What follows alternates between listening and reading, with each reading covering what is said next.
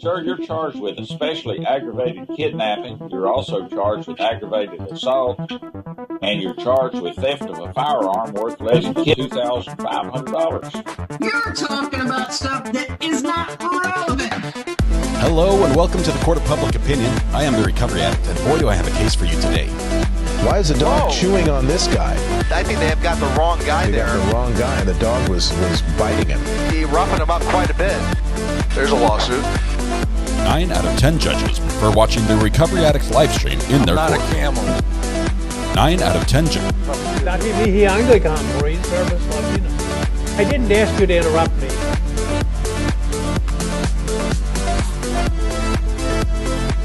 Okay, so I messed up the audio just a little bit this morning. Got a little carried away. Welcome. Good to be here anyway. Can you guys hear me? Is this on? I think we're good. Let's see. What? A case? Yes, a case. We have a case, Eileen. Welcome. Please take your seat. Come on in. Wonderful. Good to have you here. Welcome to the Court of Public Opinion. I am the Recovery Addicts. Good to have you here in court with us today. We do have a case today. It is a new case. We started it yesterday as a surprise. We were not planning on starting yesterday, and the pieces fell together for us. Let no dead horse. And now we have a case. Now we have a case. I caved. Excited utterance. I caved. I did. Under extreme There's pressure. a lawsuit. Extreme pressure. I just buckled. I gave in. I had a moment of weakness. What could I do? Oh, man. It goes without saying, but I'll just go ahead and say it anyway. Sharon still owns the internet. She pretty much always owns the internet, and sometimes she lets other people borrow it from her. But today, again, Sharon has won the internet, being first in chat. I don't know how she does it, but possibly, Sharon, you may need to write a book. There's probably a demand for the book on your skills and tips and tricks, just ways that you are able to win the internet, regardless of when I post the live stream. You must have the world's fastest internet and quickest fingers to be able to pop in chat that quick. But congratulations, Sharon, once again. Good to have you here. Thank you so much for taking care of the internet for us so that nobody else has to. Appreciate that. Let's see. We have a few people. We have, you know what's really going on right now? Court's about to start. Yeah, it's that. We've changed sides of the countries. We're no longer in Colorado. We're all the way over on the other side of the country in New Hampshire, and as a result, court begins early in the morning, and it ends early in the afternoon. So it's like a win-win for those of us that would like some evening time together with our families, or have anything else that we want to get done while the sun is up. Let's see. Okay. Let's see what we have here. I'm trying to see where I'm at. Loads of people taking their seats. That is good. Everyone sit down in front, so the people in back can see. Thank you. Cackle, we'll have to turn that off once trial starts. Janique, Denise, thank you so much. Gifting a membership, kicking things off this morning. That is wonderful. Jay, welcome to the gallery. Good to have you, my friend. Jay is from The Shaming of Jay, the YouTube channel. He does a fantastic job covering this trial. I will say he covers it differently than I do. We have a little bit different audiences. If you go over there and you say, hey, that's not for me, that's all right. But he does things very much better than I do as well. So he has some things that I don't have, and we do some things differently than he does, and that's okay. I have a lot of respect for Jay. Mad props to you, my friend. I'm not a camel. We hopefully will do something where our paths cross together by way of collaboration here soon, in a way that all of our audiences can enjoy and appreciate, and it will help everybody out. So, Jay, thank you so much. Appreciate you joining the gallery. Love you, my friend. Thank you. All right, let's see where else we have. Let's see. We have our fingers crossed for a special guest over lunch. We do. We've had one of the first witnesses in the Letitia Stout trial. We've through some help, through some of you, we've made contact with her, and we're trying to see if she would be able to come and join us during the lunch hour. So we're hoping to do a live stream during the lunch hour, all one show. So there'd be no break for you guys. So that means I hope you brought a packed lunch. Thank you so much for your support. It is greatly appreciated. Jay, you don't need to do that anytime, my friend. Appreciate you. Thank you so much. You and yours. got a good crew as well. DMB Secondus, a member for 4 months. Let's hope the audio is better today. I will continue to tweak it. We're going to add more filters, compression, limiters, you name it. I'm using all my tools on my audio setup to try to make this audio a little bit better. We're also hoping the court helps us out a little bit because there are some things they could do on their end that would really help us on our end. So we've got our fingers crossed that today's just a little bit better as well. But DMB Secondus, thank you so much for the 4-month message as well. It is awesome. Good to have you here still. Anyway, so lunchtime, we're hoping to have Nicole. She was the first. She was one of the first witnesses in the trial. I think she was number 3 or 4 or something like that. I don't remember the number. But she was also the first statement. She gave the first statement from the victim impact statements at the end of the trial as well. She has expressed a possible interest in coming on and talking to us either live on video or over the phone. And so we're still working out the details there to see if that will work out today with her schedule. But that's what we have our fingers crossed for today. Obviously, it's up to her. She has the final say. But if she does come on, I just hope that you treat her as we taking it easy. Treat her as we would any guest, with a lot of respect, and I'm grateful for sharing her insight. Because if you guys remember, she was the friend on Facebook who smelled something was wrong right away. That something wasn't right with this Letitia story. Things were not adding up. And she used her sleuthing skills to gain the confidence of Letitia, to gain more information, to help out at a time when the police were being led. The police were being led on wild goose chases. Bump day. I have to do this really quickly before court starts, so we'll get that done because I always forget. Let's see. That's going to be right over here. Is that today already? Mike, as well. What day is it, Mike? Guess what today is? It's Hump Day. Hump Day! Welcome to Wednesday. Good to have you here. That was about all my vocal cords could handle today. Welcome. We're halfway through the week. We made it. Can't hear you over the sounds. I'll turn them down just a little bit. I've had them a little too high. And Ben Dallas says, Buffer, it's my birthday. Dallas born, Boston bred. Happy birthday to you. Is there anyone else you share a birthday with that happens to be here, Dallas? Do you know of anybody that just might count today as birthday as well? That was loud. I'm sorry, Kick. I didn't warn you. Can we recap what this case is about? I sure will, Alley Cat. We're going to do that here in just a second. Basically, we have a minister murder or a preacher poaching. I forget what's the alliteration we want to use for this. We have a church, an elder, so one of the leaders in the church, or one of the higher ups in the church, is the victim, and he was killed at the home of the defendant. Well, it's the defendant's father's home.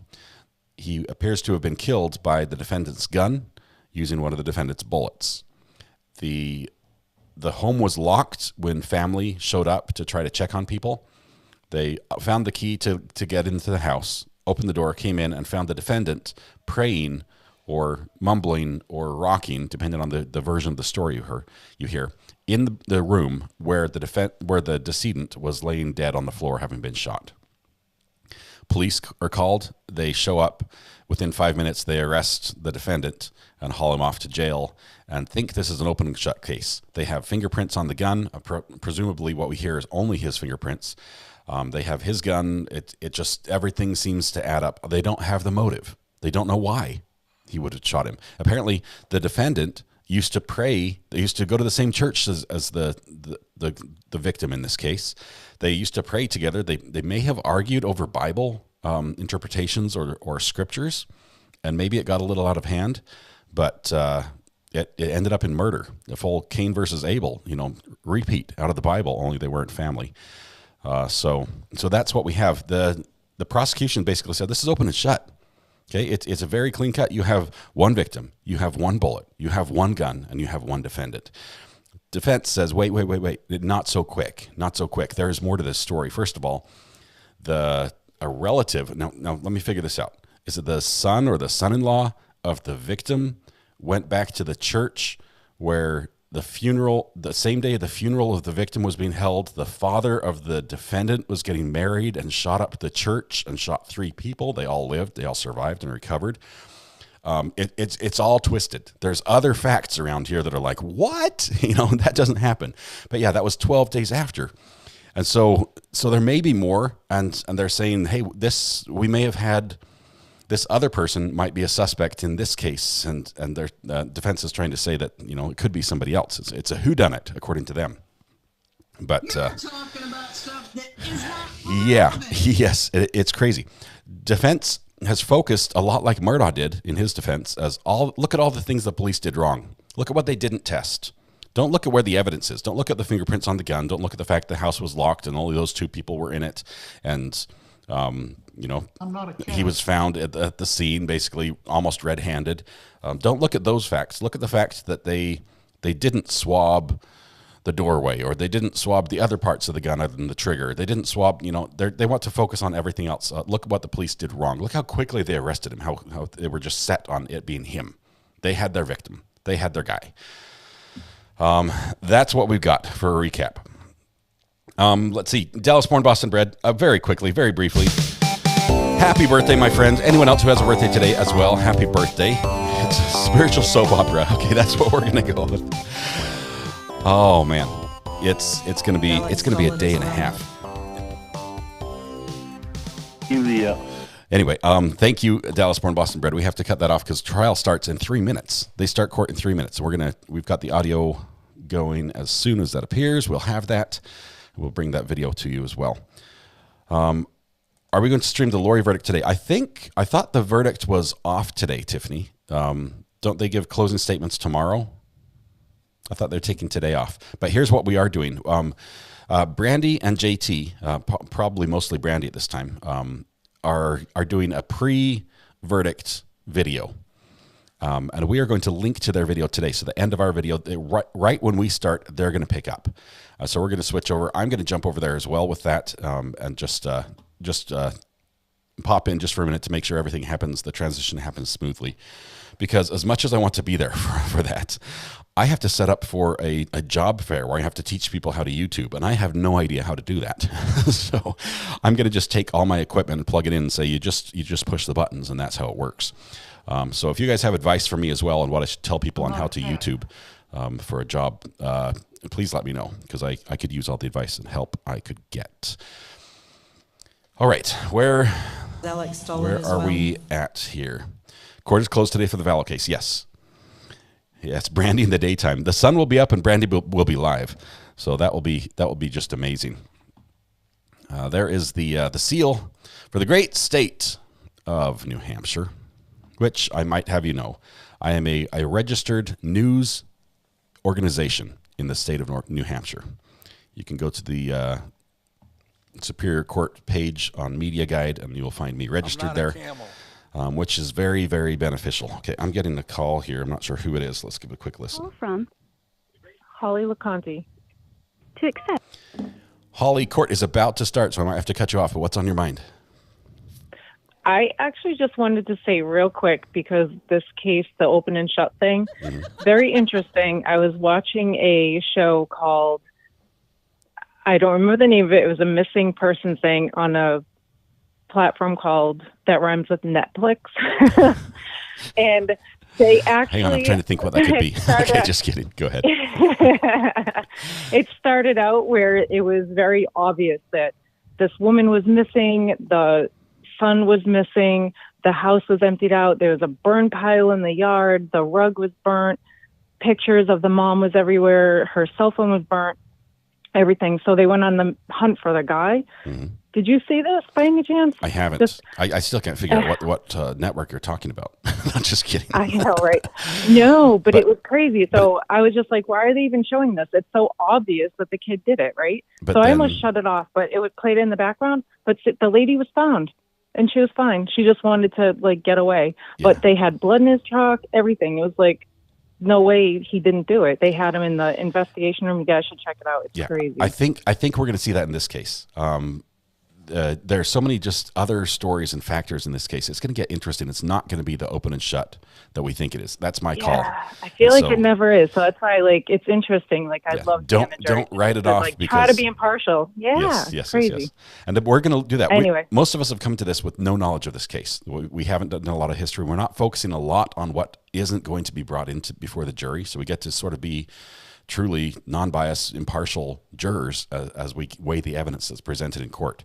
So, Holly, thank you very much. Normally, I would dig in and look and try to research, but I'm not going to because I want to see how this plays out. So it's going to be fairly shorter, considering what the cases we followed. It should be about 2 weeks. Is what it's slated for. Maybe a week and a half. All right. We'll be done. So, Holly, thank you. We're about to start. All right. So, appreciate you. Have a good one. You too. Bye. Bye. Awesome. Sunshine Sunflowers, good to have you here. Remember, for 4 months.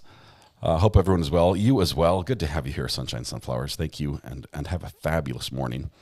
See, I need some water. Do you think I'm gonna have time to pour my own water? Yeah, the defendant pled not guilty on this one, and according to the defense, their defense is who done it.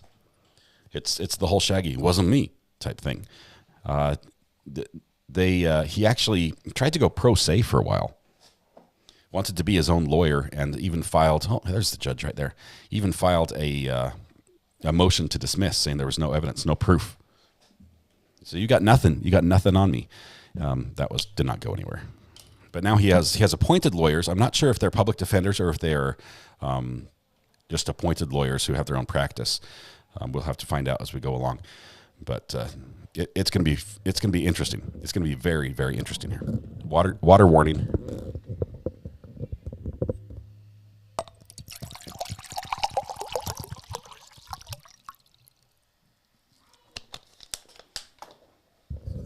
All right, there we go. Water is set to go.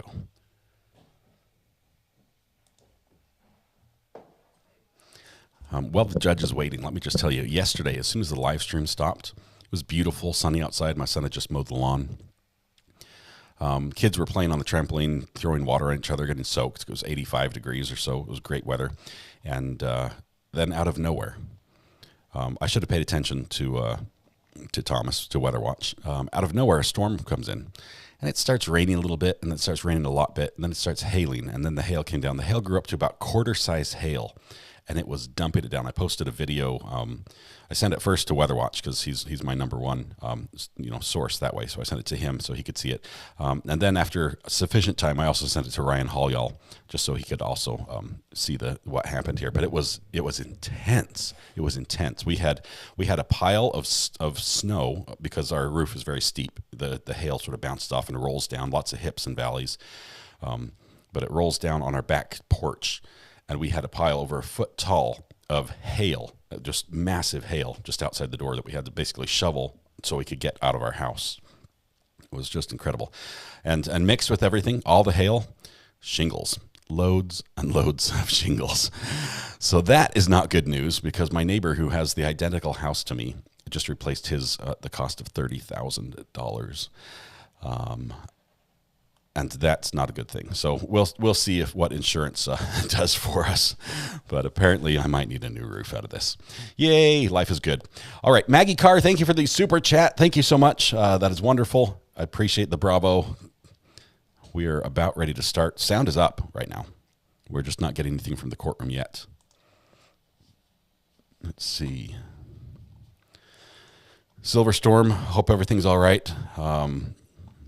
Hang in there. If there's anything we can do to help, our thoughts and prayers are with you. Okay, we have everybody ready. Did you make icy with the hail? My kids ran out there and they're like, it's snow. It's not snow. It's chunks of ice. I mean, this is usually the ice was so big that it's bigger than most of the ice you get, even like when you go and buy bagged ice. They were big chunks of ice. And so they're filling buckets full, running around with buckets of hail. That was probably 5 o'clock in the afternoon. By 8:30, I had to run an errand, come back. By 8:30, the snow, it was still a pile. It had not melted, and it was still like 80 degrees outside. It was hot. There was just so much ice on the ground.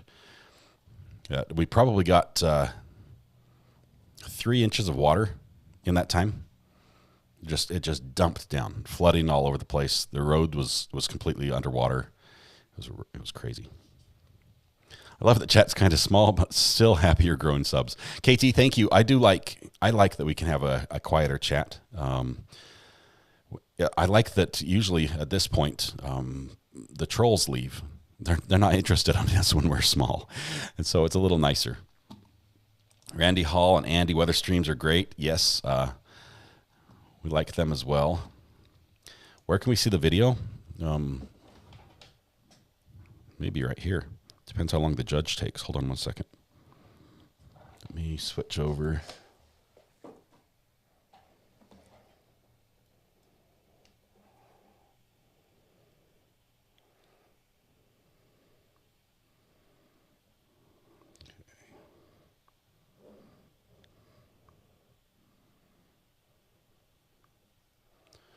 Okay, ready? 6. I think it's 6.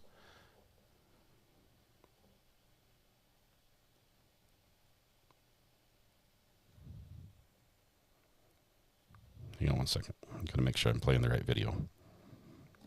Okay, here we go. We're still listening to the court, so if judge comes in, we're going to hear it. But I'll show you my very quickly. I'll show you my my storm video.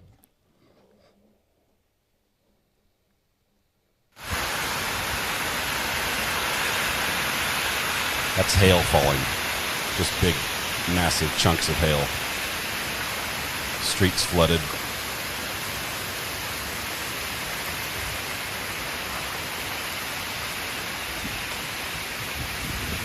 It stripped off most of the leaves off of our bushes as well. And there's a spot on my roof right here that all the hail's falling in front of me. It's just like running off the roof. It's a flat roof that it's just pouring off. Just piles and piles of hail on the ground.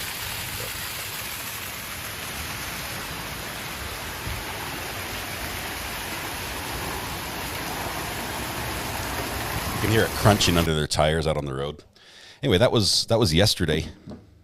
That was pretty fun.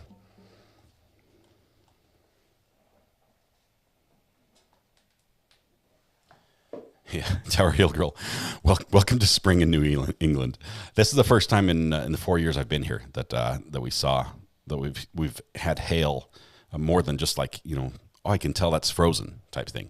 It's always been pea size or smaller, but this was bad. This court is not so punctual. Petrified, I think you're right. We are sort of limited here because this court does not take the live stream into account as much. Why were the shrubs shaped like an F&DU? That was a different house, Rowdy. That was not this house.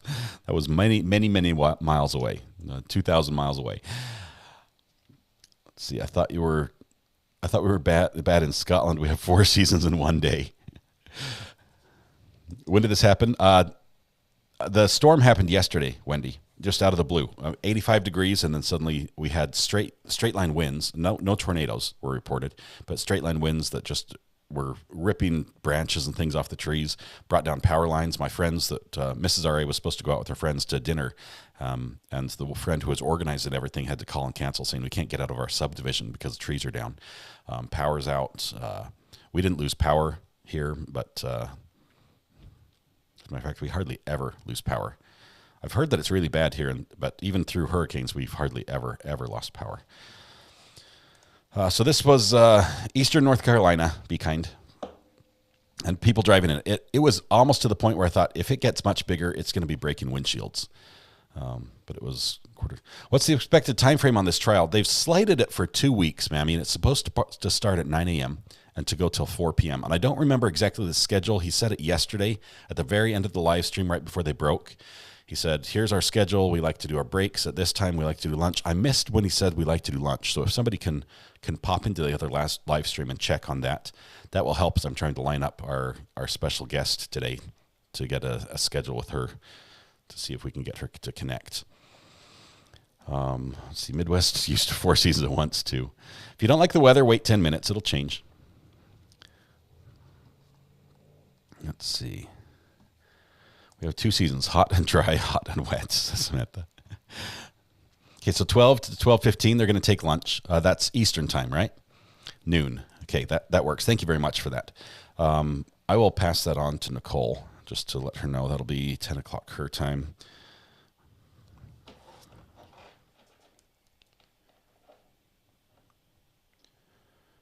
Let's see.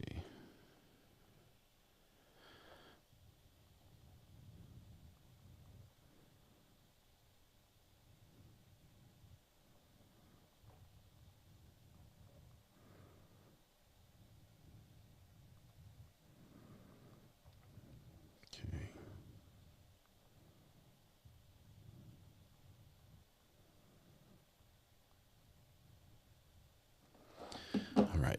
Weather Watch says, new weather vid coming out today. Big risk for severe weather for many. Weather Watch, am I included in that?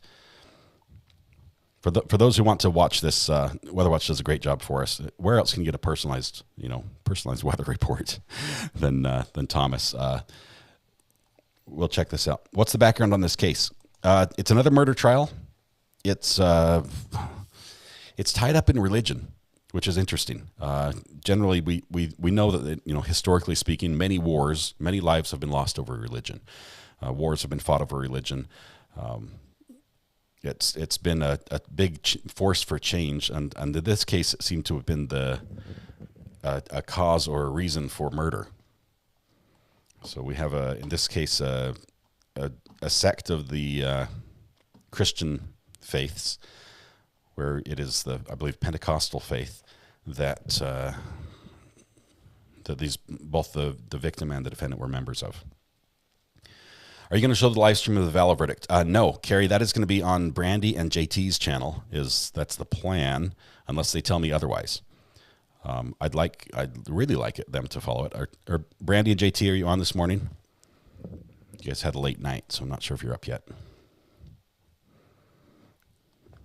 Okay.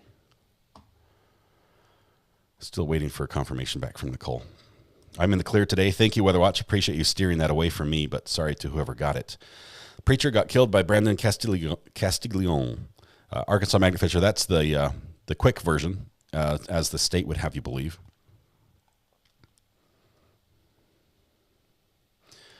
The defendant and the deceased were having a theological discussion, which apparently led to the crime. I wonder what Letitia's doing this morning. Her hair, probably. That's my guess.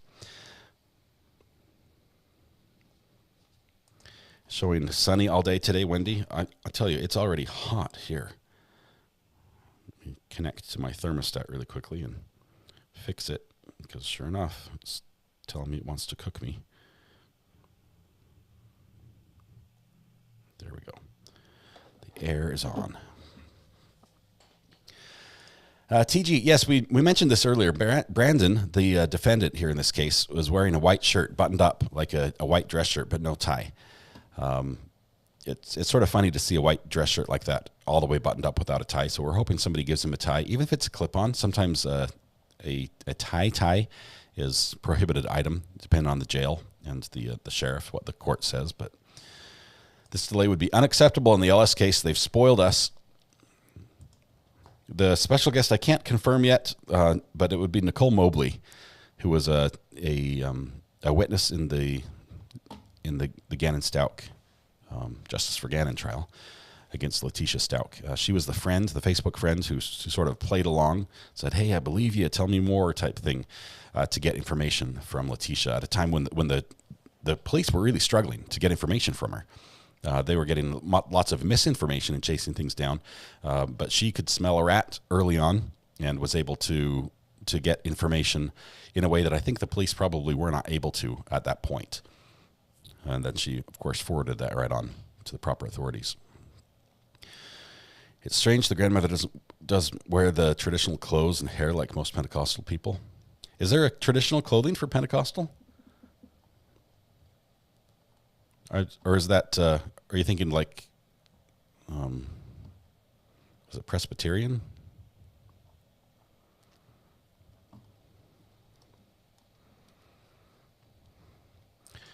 Gripskididdly Rutherford says, RIU Rock down here in Florida. Thank you very much. I love the name. I trip over it trying to read it, though. Must be Dr. Lewis we're waiting on. Or Mr. Cook, pedaling to court.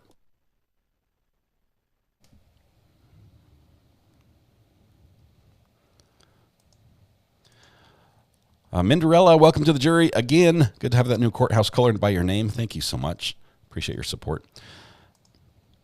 There were some comments that I saw in the comment page on the Letitia Stout verdict, the video, where everyone was saying, well, can the judge do that? Can the judge, force her to cut her hair? Can the judge force her to change her name? And I think the answer to those are no. The jail may force her to cut her hair if they had like an outbreak of lice or something like that. They might, for medical reasons, say we have to do this. And I think they might be able to get that through because she doesn't have religious reasons not to cut her hair. They might cut her hair that way. I'm not sure if they can shave her head, but they definitely can't force her to change her name. That's one of the things. When you marry someone, you give them your name, and that's not something you can take back. You've given it to them. And generally, once you give something to someone, they own it, or they have possession or rightful, because they can have rightful possession of it. So she has to be willing to get rid of that. I don't think, unless there was a separate lawsuit over that, I don't see how that could happen. Okay, judge is back. Let's see if he's ready to kick everything off this morning.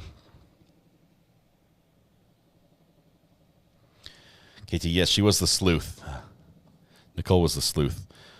It's still early for her over there, so we'll see.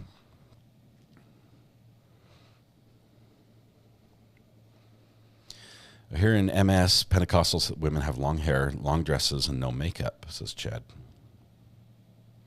Pentecostal is a lot like Southern Baptist. It does the religion itself in practice in church. It does have some unique features.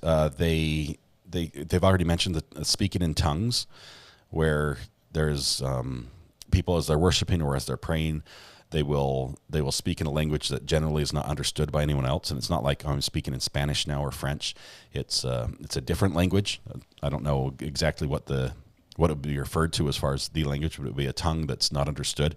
And they draw that from the Bible, where the Bible says that is something that will happen, that where the church is, where the power of Christ is, there will be miracles, there will be people speaking in tongues, and that's something that's a big part of their church.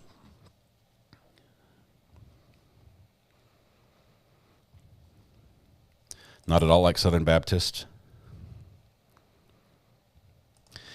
Let's see. Arkansas Magnet Fisher says even if they get a divorce, they still can keep their married name. Looks like they have to go back to their maiden name.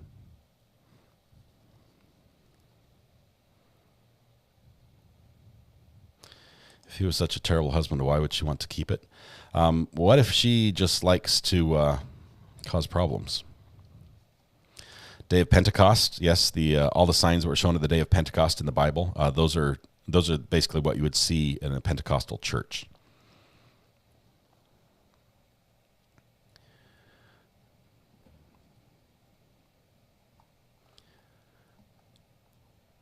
Speaking in tongues is considered one of the gifts of the Spirit described by St. Paul the Apostle, 1 Corinthians 12. Thank you, Marcia.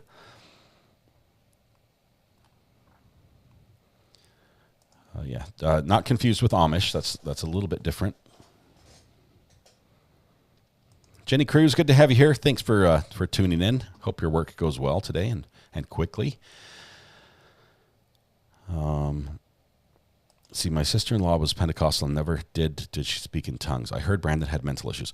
Tower Hill Girl, I believe there were requests from the defense for analysis of Brandon to see if there was a mental issue at stake.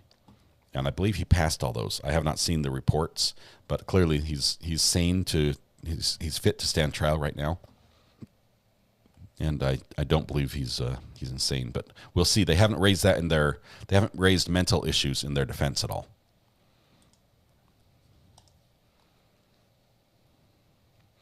Chica says, I've seen speaking tongues once. It was weird to me. It's something that's normal in their church, and it's to them it is not strange at all, and actually a sign of like spiritual enlightenment or achieving like communication with God. And I'm not here to knock them at all.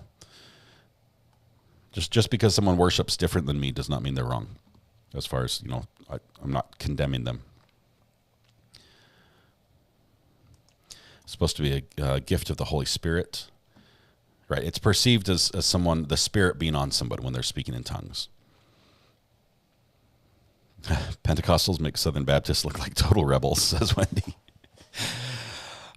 Helen, you're late, but the judge is late as well. So no worries, no worries. Any minute now, we're going to get some video.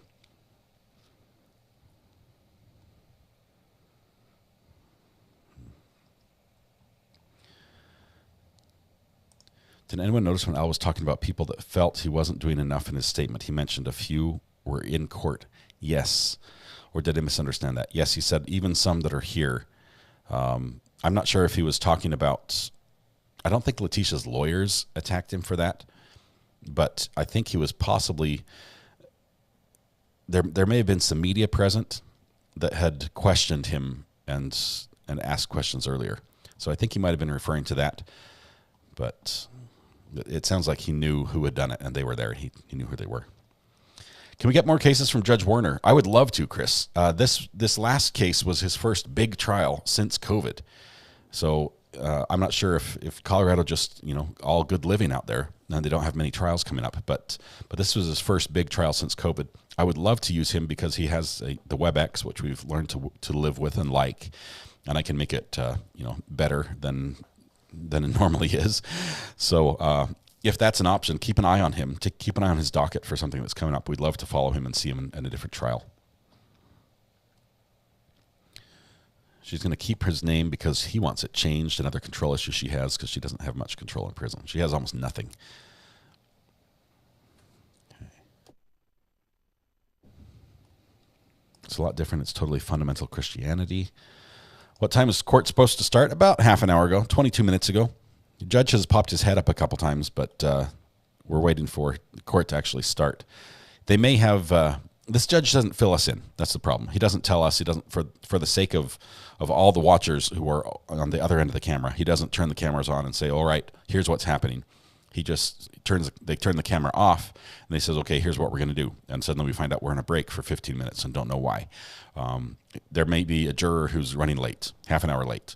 And he's like, hey, we've got a late juror. We're going to be delayed. We don't know that. The court might, but we don't. So we'll have to keep our ear to the ground. Maybe Twitter might be the good source of that. If there's any reporters that are sitting through this trial, which I think there probably will be, let's see. I can bring up a list of who that would be.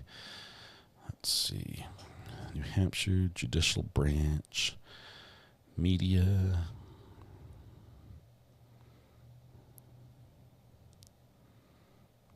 Let's see where we're at.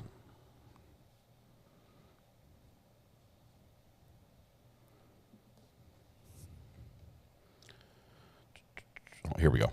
Never mind. We're good to go.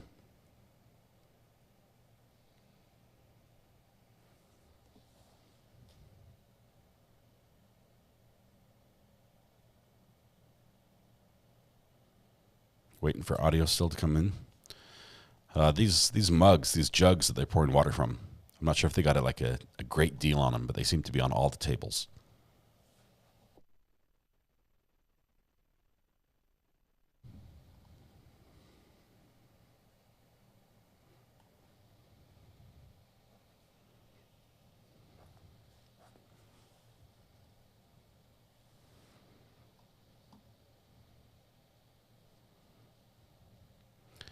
Still waiting for everything to get going here. I'm praying. I've got my fingers crossed that the audio is going to be better today. I'm gonna leave it initially as it comes across, just at regular volume, and then we'll go from there. We'll start tweaking it.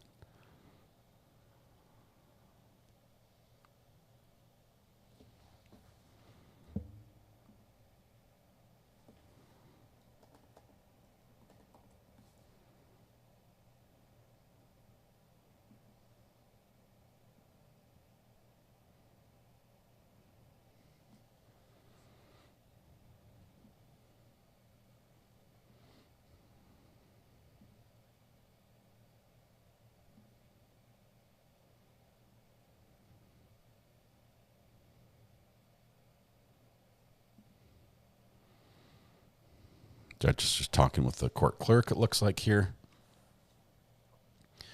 So everybody's getting ready. Got a couple bailiffs. The bailiffs wear the red jackets there, so we can recognize them. I believe they're civilian bailiffs, maybe. Probably retired law enforcement. We're panning out. This is about as far as we can pan out without showing the jury. So we have this camera angle. We have one right to the right of the judge.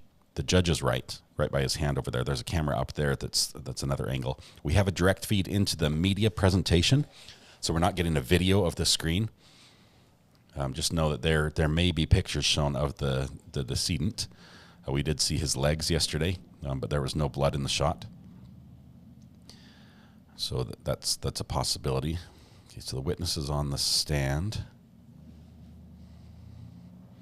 Everyone's still getting ready. No audio yet.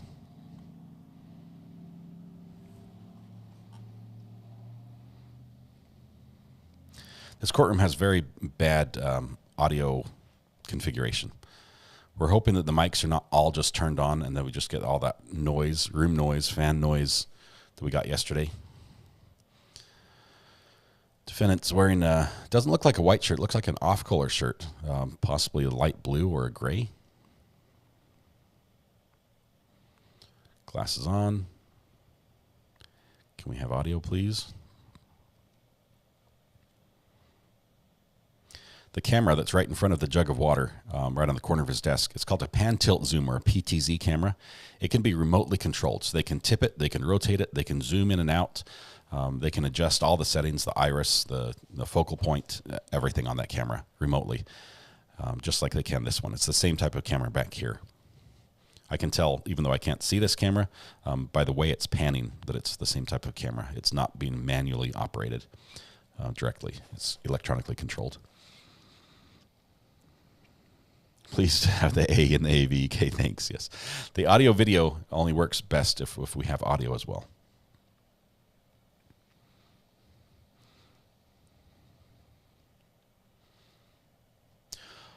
Oh, yeah. I was thinking the witness was on the other side, but that witness is in front of the flag. That is the grandma, that she was still on the stand. Testifying for the state. Poor lady had a cough. We're hoping that the fisherman's friend, the cough drops. Looks like jury's coming in. Might have been the jury we were waiting for.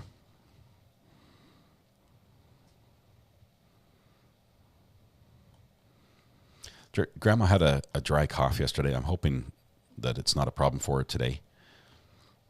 This is tough enough to sit there on the stand. But this is in New Hampshire. Big NH. Still no audio? Come on. We'll bring the jury in short. Thank you.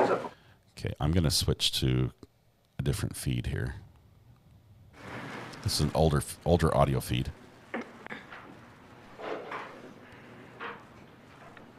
going to switch to this feed, which is back in time, just for a minute. So hold on just 1 second. Let's see.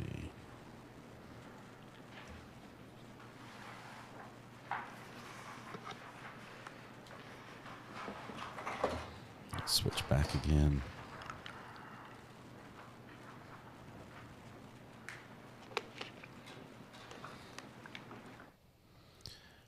Okay. Let me make a few minor adjustments here.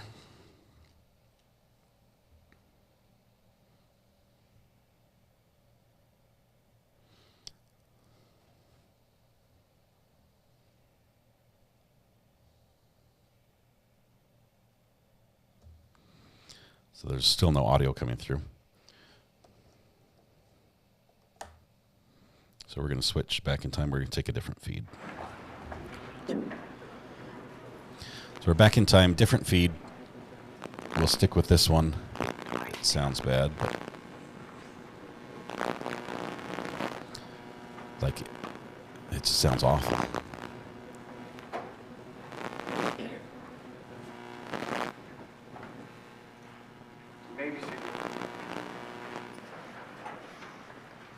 Thank you. Thank you all. Good morning, ladies and gentlemen. We'll resume with testimony this morning. Sorry for the delay. Every now and then things come up that I have to deal with. So hopefully we'll start and there won't be any other delays. I did give the witness the permission to remain seated while you walked in. All right, counsel. Remind you, ma'am, that you're still under oath, okay? Yes. All right, thank you.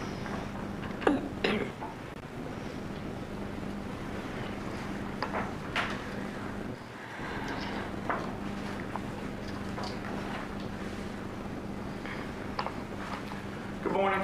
Good morning. I'll try to keep my voice up, but if you have trouble hearing me at any point, please let me know. I will. Thank you.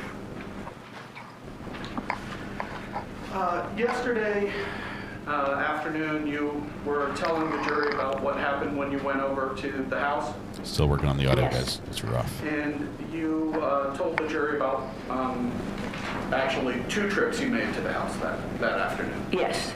And the second one was when you were there with Danielle. Yes. You told the jury about what happened when you and Danielle got there basically at the same time, correct? I got there first, then she came, yeah. Okay, but she got there just after you. Yeah, right. Okay. And you testified that when Danielle got there, she knocked on the front door. Yes. And then you said that she went around and tried the back door. Right. Okay. And you said you stayed by her car.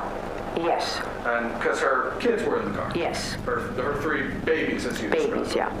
Okay. May I approach? Yes, you may. This is awful. Showing you States 9, which is a full exhibit. This is a picture of the driveway. Yes. And kind of you can see some of the house there. Yes. Okay. Where were you standing in this picture? My car was here. Danielle's was here. I was right there, watching her car with the kids in it. Do I have right there? Is that accurate? Yeah, about, yeah. Okay. So I'm just going to show the jury where you've pointed, and you agree my finger is where you pointed out as to where you were, correct? In front of my car, yeah. Okay.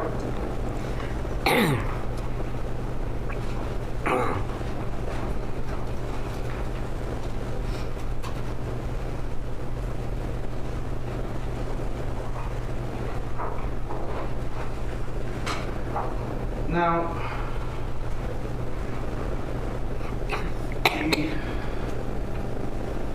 showing you States Exhibit 15. This shows stairs up the side of the porch, correct? Right. And that's the side of the porch completely away from the driveway? Yes. Okay. So from where you were in the driveway, you could not see those stairs? No. Okay.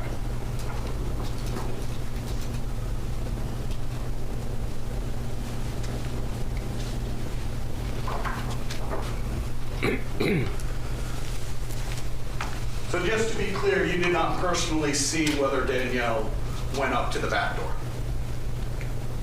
I did not see her, no, but she ran in the back, that's it. Okay. She went behind the house, but you couldn't see what she was doing. We're ready to switch Is that over. fair to say? We're going to jump ahead a Because little you bit. were in the driveway by your children. What, When you talked to the police, you told them he knew his Bible well. Does that sound right? Probably, I don't remember. Okay. And if I showed you the transcript of what you said to the police, would that help you remember? This is what he did wrong yesterday, so she hasn't responded.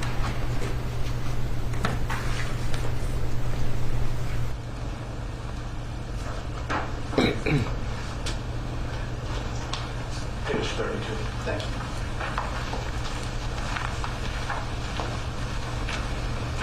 Just ask that you read that top paragraph to yourself, please. Myself.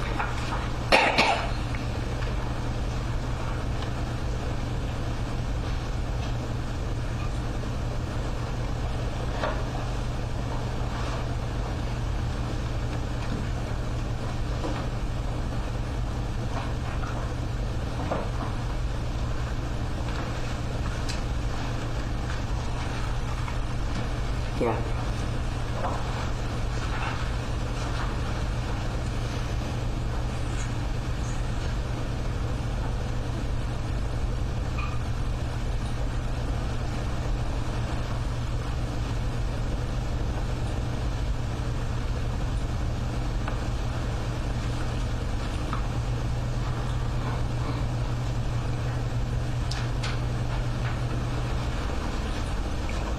Do you have enough time to read that? Yes.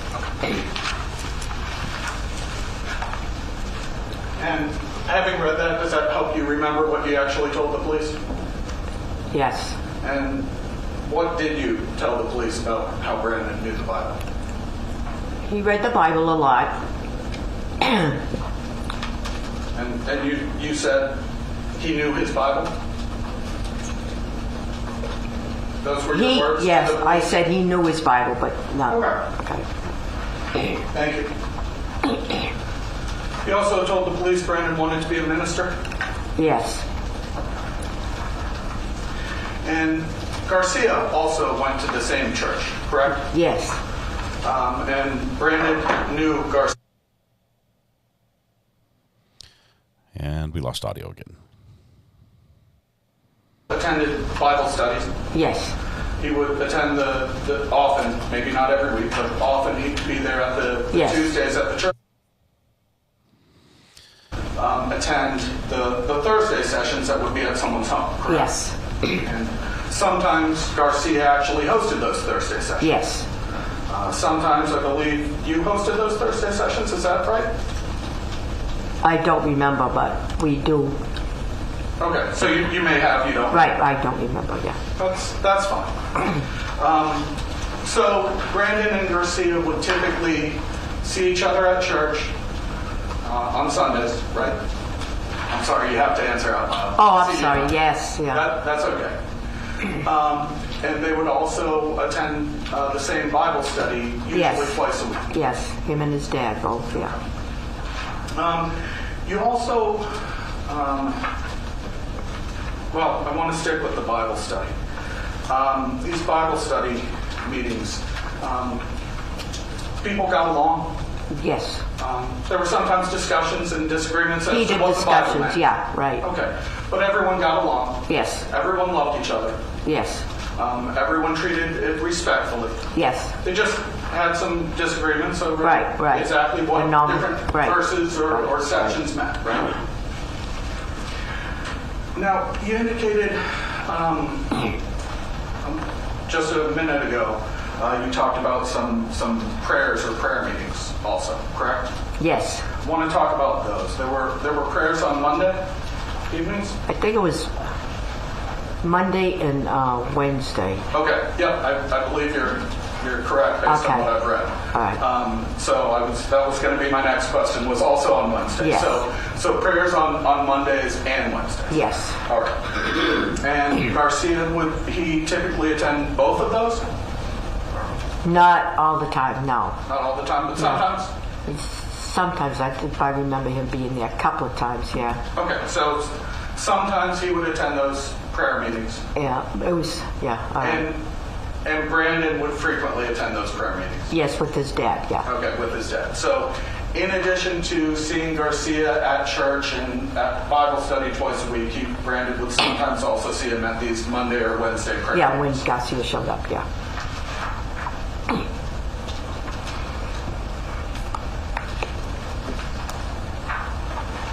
And you had seen Brandon and Garcia together on many occasions. Yeah, my house, backyard, yeah. Okay. You said backyard. I mean, sometimes not at church functions, sometimes just at social functions. Right. They would be together socially sometimes, as well as all those church functions that we talked about. Yes. All right. And you saw them together on many occasions. Yeah, the church would have gatherings, and Brandon and his dad would be there, and we would have things in our backyard, helping with the wood and stuff like that. They help, and Garcia would always try to talk to Brandon. And okay, so you saw them; they would often interact. Right. Garcia would talk to Brandon. And you never saw Brandon get angry at Garcia? A couple of times. Okay. You told the police that you never saw Brandon get angry at Garcia? If I did, I don't remember, but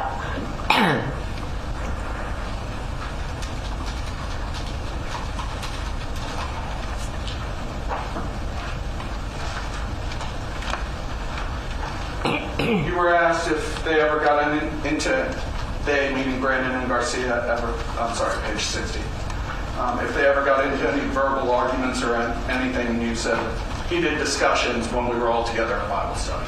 Right. Okay. But no other verbal arguments that you mentioned to the police. Right. I'm sorry. No, that's okay. You never heard Brandon threaten Garcia? I haven't, no. Yeah, I'm just asking what you heard yourself. You never heard him do that? No. Okay. Not with Garcia. May I have a moment? They referred to him by his last name. They were checking. He almost went by Garcia instead of Lewis.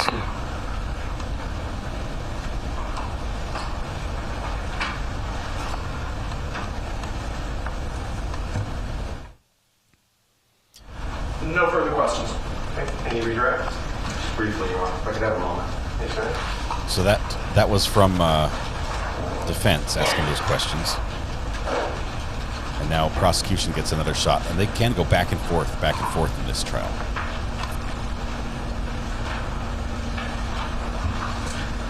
Mrs. Pistana, I just have one quick question for you. Yesterday, you were asked by Attorney Harwood whether or not you had seen the defendant praying at home sometimes on the ground in the fetal position.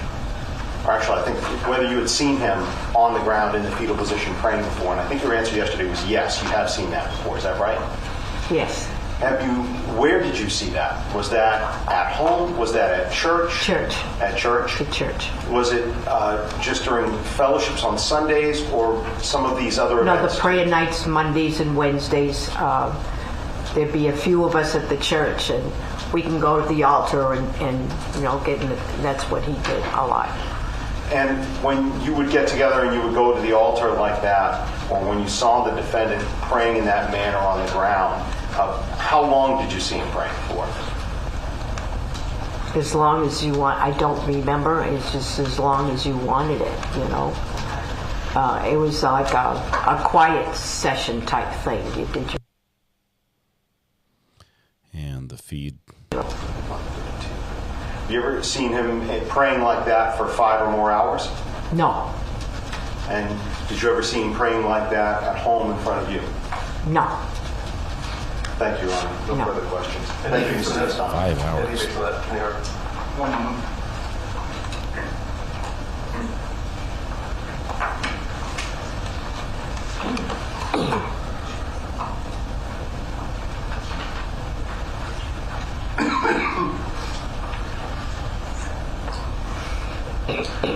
No question. Okay. Ma'am, thank you very much. You may step down. So this witness is done. Mrs. Frances Pistana, the grandmother of the defendant, is off the stand. We're going to unpin that message. Yes, Your Honor. We would ask that the witness be excused at this time. Without objection. Okay. Thank you. Yes, ma'am. Excuse you. I feel like they're using the mics in this courtroom, like the floor mic, like the one right in front of the judge, that's designed to pick up tap dancers on a stage. Like any tap, any sound on a flat surface, that's what it's picking up. It's just the wrong mic for this job.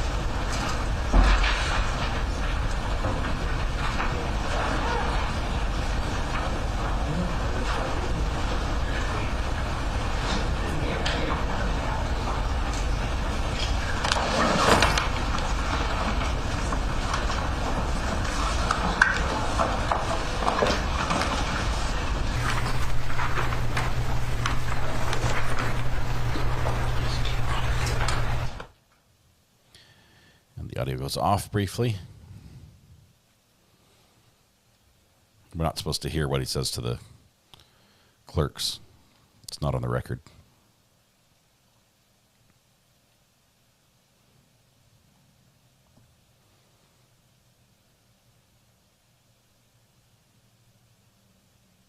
That's all right, Your Honor. Unless if we need a minute, that's fine. No, where was it? At that point, Your Honor, then the state's going to call Ms. Danielle Padalano to the stand, please.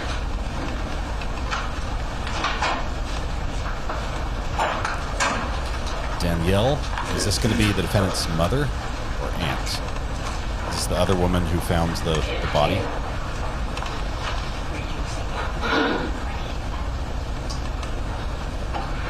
Hold on. We have to take a short recess. I guess we're having a technical issue. That's fine. Ladies and gentlemen, unfortunately, we have a technical issue. We have to take a 5-minute recess. Do not discuss the case amongst yourselves. Please let it be fixing the audio. We'll see you back here shortly. Thank you. All rise for the jury, please. Please let it be fixing the audio. Okay, so they're rising for the jury. Technical issue. 5-minute break. Hey Siri, set a timer for 5 minutes. I'm going to hold them to it.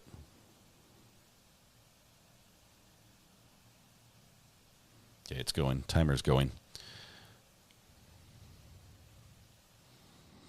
All right, so we're back in a holding pattern for just a little bit for 5 minutes. Sister or aunt?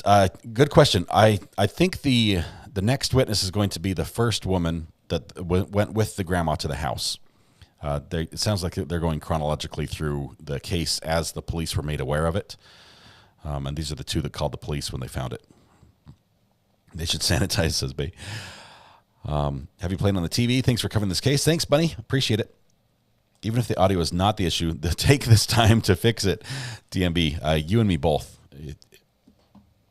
Audio is so important.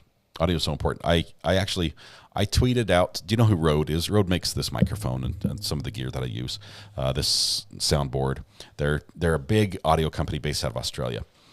And I tweeted out something to them that they pinned and retweeted to all their followers. And it was just simply, audio is greater than video. And I'm a video guy, but audio is so important to make video watchable. And I tweeted that out, and they're like, yes, you get it. You understand. You can't have good video unless you have good audio. These are state's witnesses, Darcy. We're flying through them. We've actually had, what, is this going to be our third or our fourth witness? I believe that's the sister. I think Danielle is the sister. So it's the defendant's sister.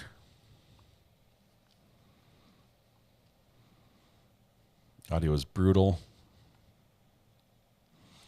Just a little bit, but we'll get through it here. Danielle was the defendant's sister. All right, Allie, thank you for clearing that up. Hey, that's cool. We have two Allies back to back. How long is this trial expected to last? About a week and a half to 2 weeks is what they have slotted for. This week and next. Yeah, lots of breaks after a late start as well. Excited utterance. Let's all kneel in prayer for the audio-video team in the courtroom to get their act together. She's the sister. Okay, so the sister, this might be interesting to see how she reacts. Well, let's see, watching on my iPad and you just set an alarm for 5 a.m. True crime. I'm so sorry. I'm so sorry. I should mute my microphone anytime I'm interacting with Siri or Alexa. Rode is pretty much the brand for microphones. Yeah, there are much more expensive microphones out there, but as far as just good quality in a solid price point, that's just it's optimum for both consumers and prosumers, as well as pro users as well. They make great quality stuff, and I love it. It's they're a leader in the class, I think. So that was the second witness. This will be the third then. So that was the. Lisa, is that the second or third? The policeman was policeman first. Grandma was second. So this will be third. Audio makes it or breaks it. Yep. Let's see. We have the audio turned on still. So just making sure that's working right. There are a lot of us here that only listen, says Eddie. Yeah, that's you're the ones who are getting stuff done, Eddie. The ones who listen and watch don't accomplish anything else. That's the group I'm in. Danielle would be third witness.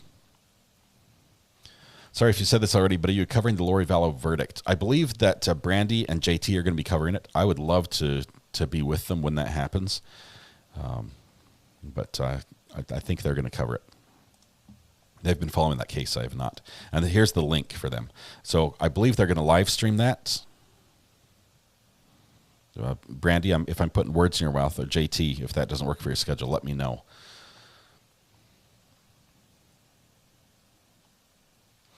Oh, Tennessee Grits, my setup for watching Recovery Addict. I watch the live stream on TV, have my iPad for the chat, and use my phone for looking up information. I'm not missing a thing. Man, I'm jealous. That is the full setup. You've got all three, the trifecta going. Watching you but listening on Court TV, their sound is very clear. They are the source of sound. They're also very delayed.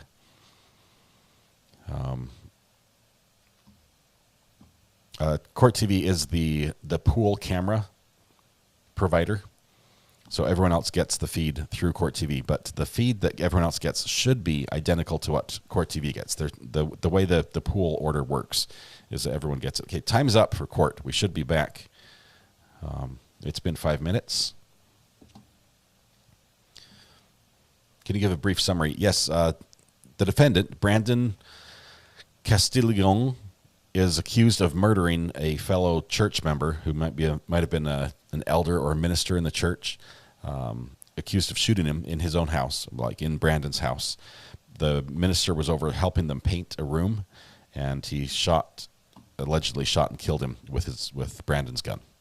Brandon was found praying in the room where the defendant was deceased. The gun was right next to Brandon out in the hall on a little book thing. The shell casing was on the ground. The state saying it's open shut. He was in there praying and could not be disturbed. Nobody could get his attention, knocking on the door, ringing the doorbell, calling on the phone. So family got the key to the house and opened the door and went in and found him and the body. They called the police. The police came, arrested Brandon, and that was in 2019. And it's just now coming to trial after many delays, some of which were caused by the defense seeking mental examinations.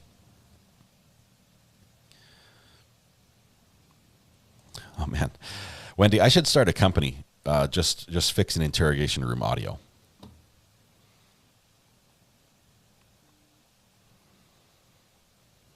Let's see. I'm looking. Do I see JT or Brandy here?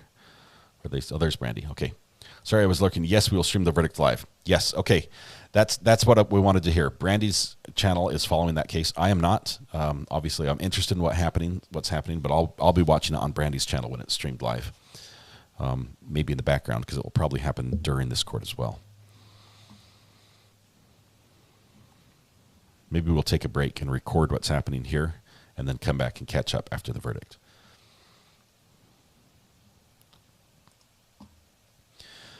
Let's see. Bose headphones has better quality than JBL. It's crystal clear and start at... I don't even know what that converts. Is that Zimbabwe? ZAR? What's the country for the ZAR currency? I need a conversion rate for US dollars. Lori backed out to testify in the defense. Closings tomorrow in the Daybell trial, if I heard correctly. Yes, followed immediately by Verdict Watch.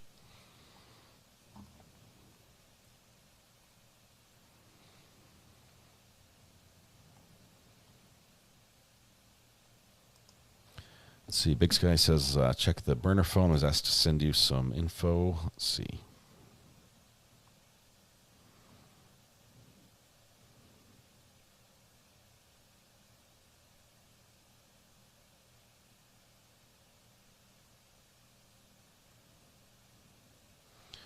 Ooh. Corey Richens. Arrested on Monday. Arraignment is next week. Okay, so that may be... Depending on how she pleads, it might be 3 months to 3 years before this goes to trial. I mean, that sounds one to watch. This is the case that the Big Sky DMC sent me is a case out of Utah with a Utah wife that's accused of poisoning and killing her husband with fentanyl. And this apparently was the third time she had tried to off him. Rich family, lots of drama. His will was changed by himself and named his sister as the beneficiary and didn't tell Corey. Sounds pretty much right down our alley to watch. I love it. Please keep an eye on that one for us. I'd love to see. Here we go. We've just got a feed coming in. Judge is back, waiting for the jury. Sounds fantastic.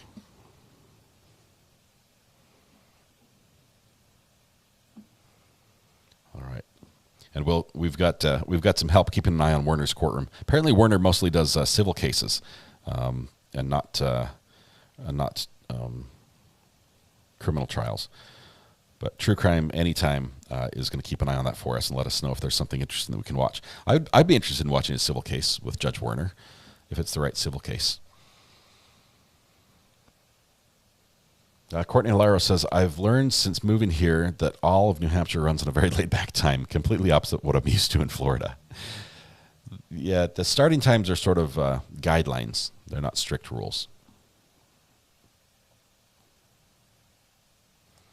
I wish I could be on the Daybell jury, checking my mail every day for a summons. Whoa, that was bad. This is so much worse. This is so much worse. Okay, first of all, I think they're running their audio lines. As you can see next to this camera, you've got... I believe there's glasses and water there. If you first need any reason, tissues, and if you need a break for any reason, please let us know. Okay. Does she look like a famous movie star? Reported here today. Slightly. State your full name and spell both your first and last name for the record. Danielle Padalano, Danielle Patalano. And Mrs. Padalano, what town are you currently living in? Tewksbury, Massachusetts. The microphone should be able to pick you up. Okay. So you shouldn't have to lean forward. All But if right. I can't hear you, then I'll just ask you to speak up a little bit, okay? And please do the same for me if you can't hear me. And it's got to be yes or no's rather than Yes. no's. Okay. And Marianne will call me out on it if I don't do it myself. I'd like to ask briefly, are you currently employed? Yes. Okay. Where do you work? I work for Prudential. Okay. And what type of work do you do? In general? Benefit technology relationship. How long have you been working in that field? 3.5 years. And what town did you grow up in? Londonderry, New Hampshire. Where did you live in Londonderry when you were there? 15 Ridgemont Drive. And who else lived there with you? Brandon Castiglione. And your father lived there as well? Yes. What's his name? Mark Castiglione. In September through October of 2019, were you then living down in Massachusetts, or were you living with your parents? Or your father? I was living in Massachusetts. Before Tuesday, October 1st, 2019, before that, when was the last time that you saw your brother Brandon?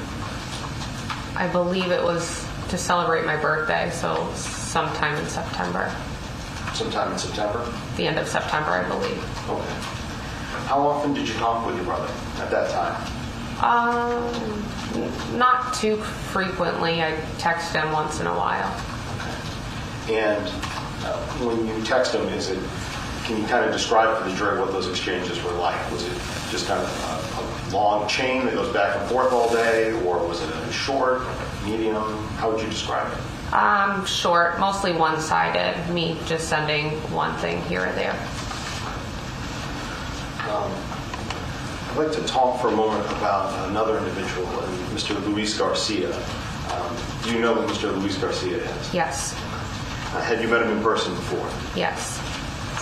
Showing you what's been marked as State's Exhibit 1. I believe it's still for ID. Your Honor, with the understanding, with no objection from the defendant, we'd ask for the ID to be stricken on State's Exhibit 1 to be a full exhibit. No objection. It's an exhibit. Maybe shown to the jury. Thank you, Your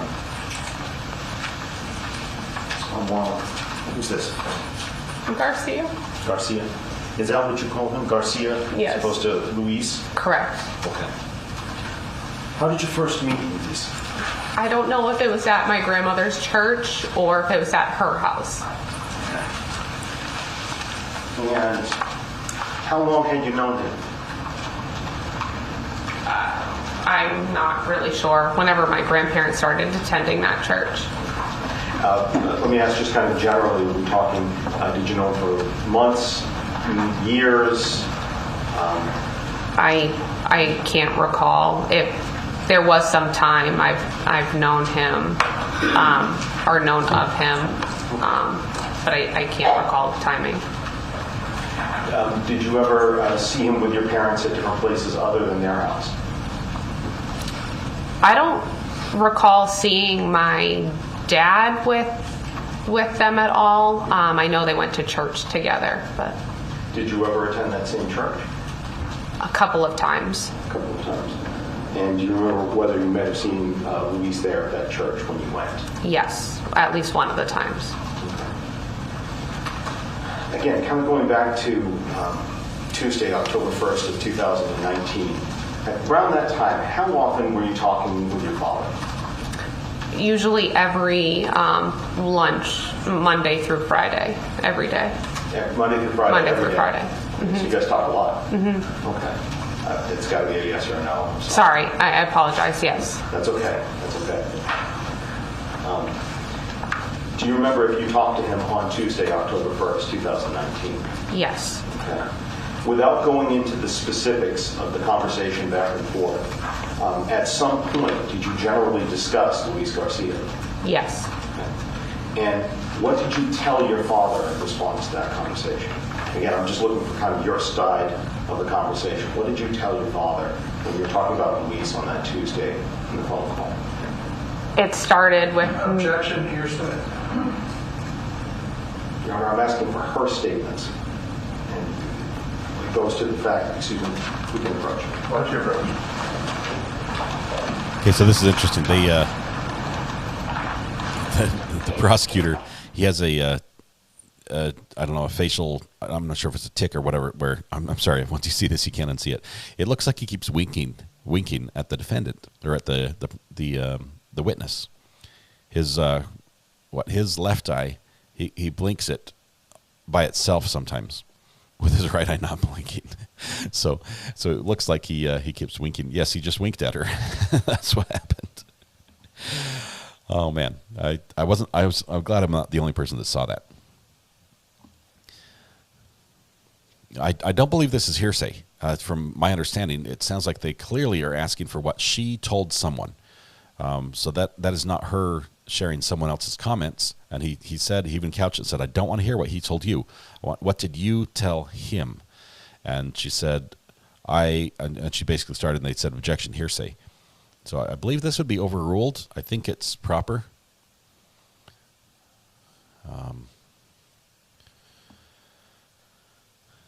It's a winking tick. Is that what it is?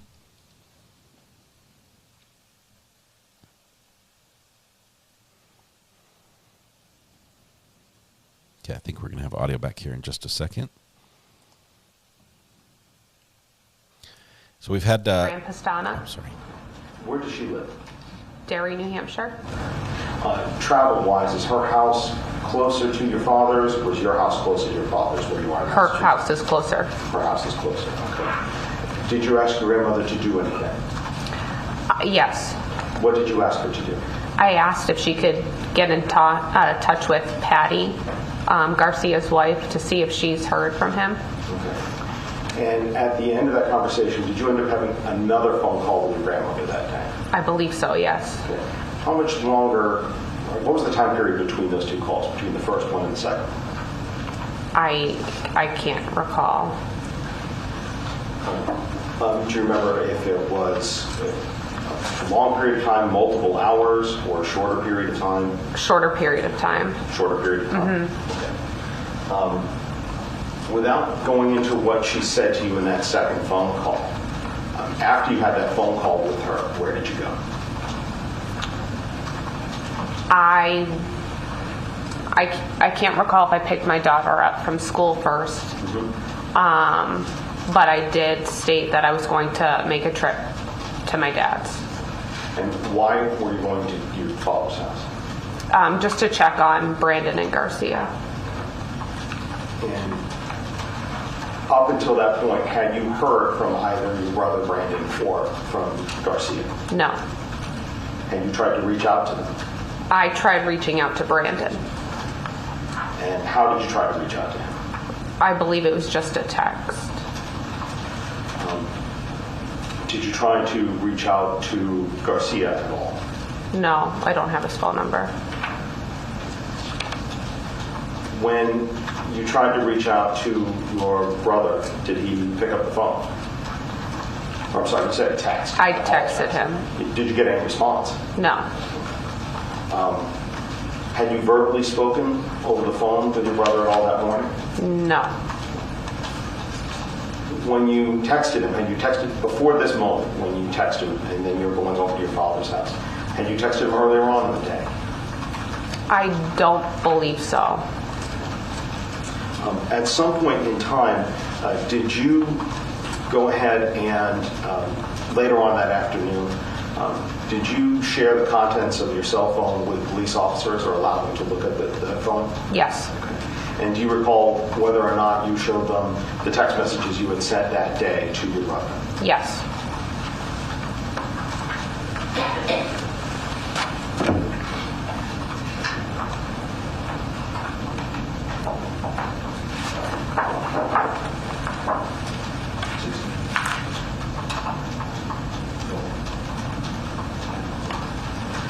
Your Honor, my understanding would be no objection from defense counsel that we're going to make 16 full exhibit. So we'd ask for ID to be stricken on State's Exhibit 16. Can I take a look at it first? Yes, sir. It's content of the text message, right? I just have to. Content and time. All right. It's interesting. It's almost like New Hampshire hearsay is any conversation that involves more than one person. Because it sounds like the objection was sustained, the hearsay objection, even though he would ask clearly what she told her father. All right, thank you. Thank you.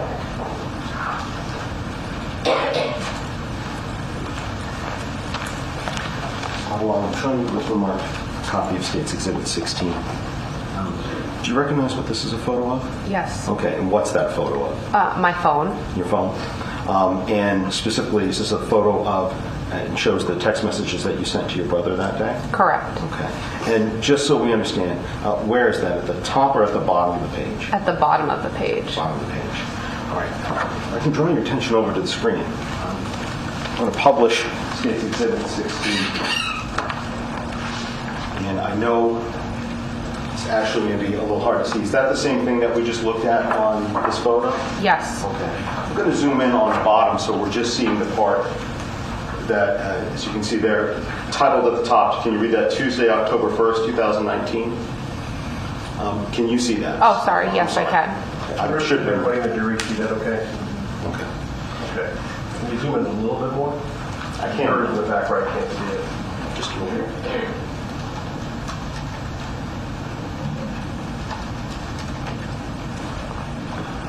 Okay, perfect. Okay. No problem. So, is this accurate in terms of your phone that you had sent him a link to a Michael W. Smith song? Yes. Okay, and what time did you send that link? 9:58 a.m. And for those people who are not familiar with Michael W. Smith's music, what kind of style of music is that? Christian. Okay. And did you receive any response to this? No.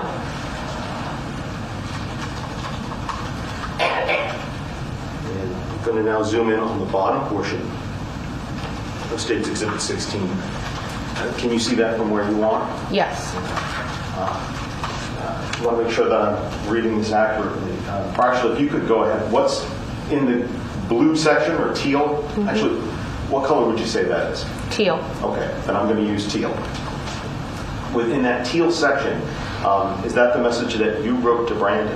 Yes. Okay. Could you please read it for us? I had a horrible dream last night. I hope you're doing okay. I'm going to be honest with you. I'm really concerned about you. I love you so much, Brandon.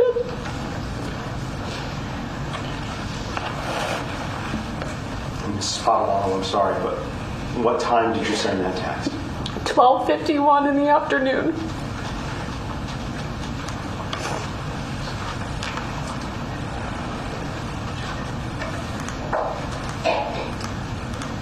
(12:51 p.m.) Correct. Thank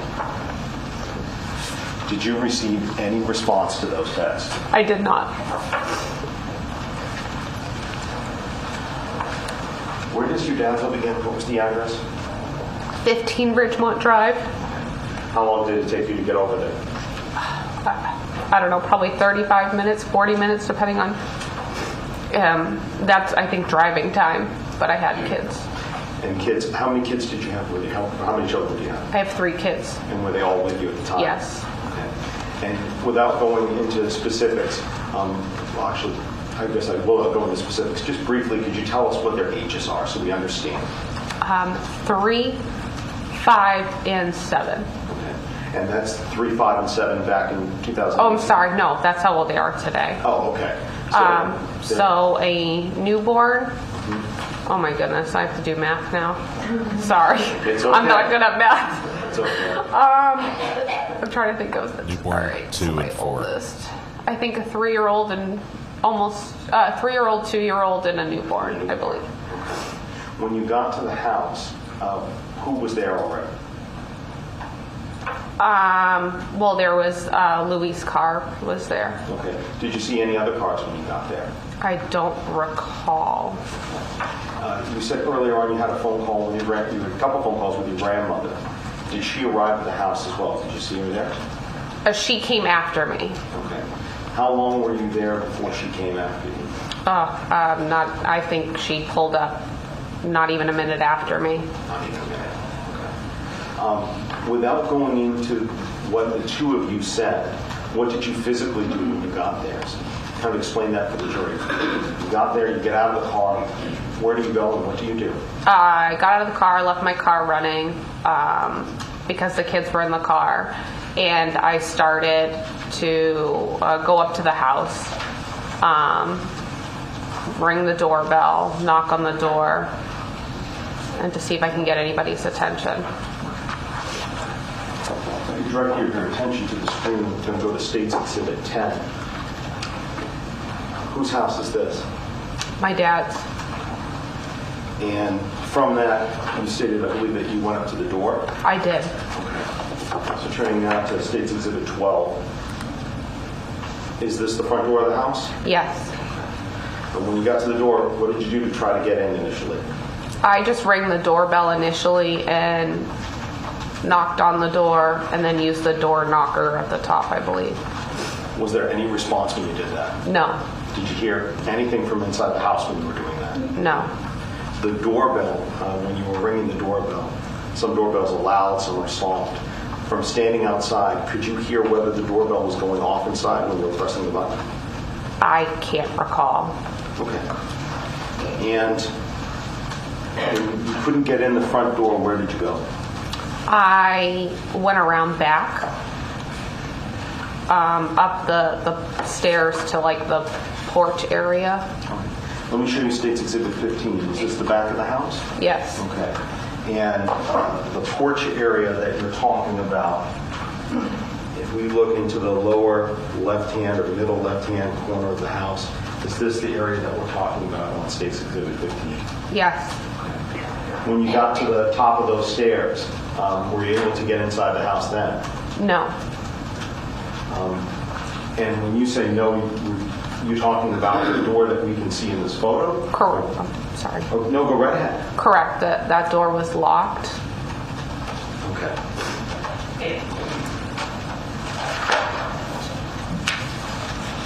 From there, did you try to look in or get a response anywhere else in the house besides the front and the back? Besides front and the back, yes. I just went around the house where the bedroom light was on and started throwing acorns at the window. Okay. And when you say the bedroom light, are you talking about a room that's closer to the driveway or the opposite side of the house? The opposite side of the house. This point now showing you, excuse me, I got to have it ordered here. State's Exhibit 14. Is this the side of the house that we're talking about? Yes. Okay. Well, let me ask this. Is this the, so you sound kind of hesitant with that answer. So. I'm trying to see the, yeah, I believe so. I'm just making my way is on the other side of that bush or tree. Okay. let me go ahead and I'm going to bring the photos closer. So we looked at State's Exhibit 15. Actually, let's start from the driveway. Let me show you what's been marked State's Exhibit 9. This is the driveway? That's the driveway. Okay. So that's one side of the house. Actually, can you see if I stand back? Yes. Is that okay? All right. So this is one side of the house, and with regards to the driveway here, you parked in that driveway, or did you park out on the street? Initially I parked in that driveway. Parked in the driveway, okay. And which side of the house has the fireplace? Is it the living room side of the house or the bedroom side of the house? The living room side of the house. Okay. And what's this right here? The chimney. The chimney. So that's one side of the house with the chimney. And then from that, flipping over to, again, State's Exhibit 14. And that's what we see on the screen there, is that right? Correct. So this is the other side of the house? Yes. Okay. And is that where the bedrooms are? Yes. When you said that you were throwing acorns at a bedroom window, was it one of these two windows or a different bedroom window? It was one of those windows. All right. Could you tell us, or point out for which one? It was this window. Okay. So looking up on the screen there,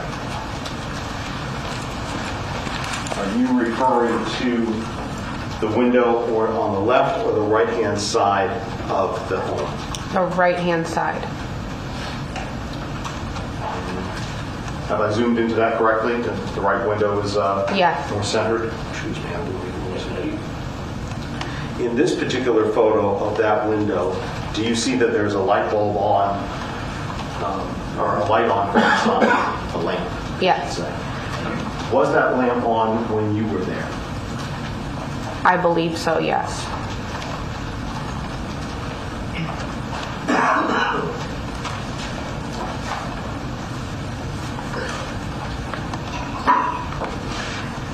When you were throwing acorns at the window, anybody respond?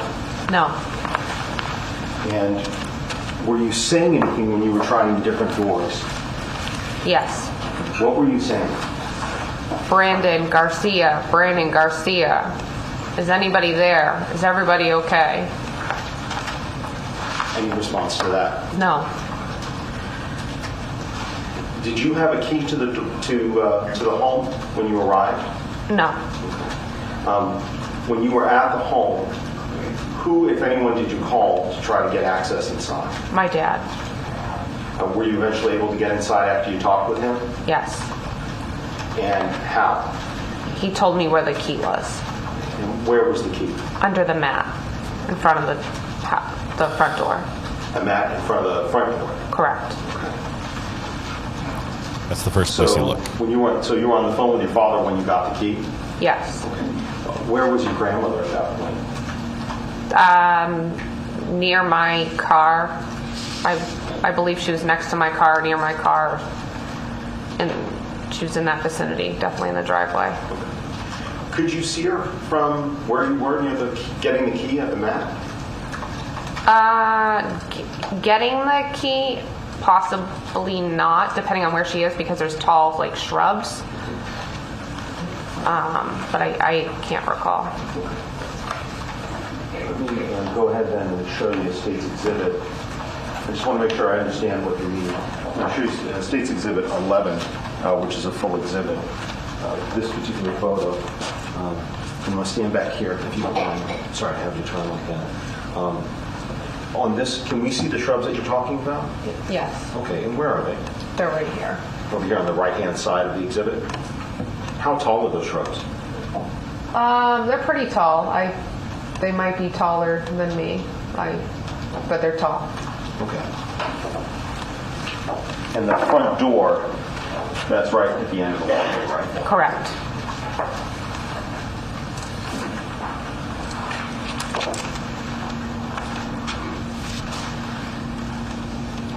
Once you got the key, what did you do?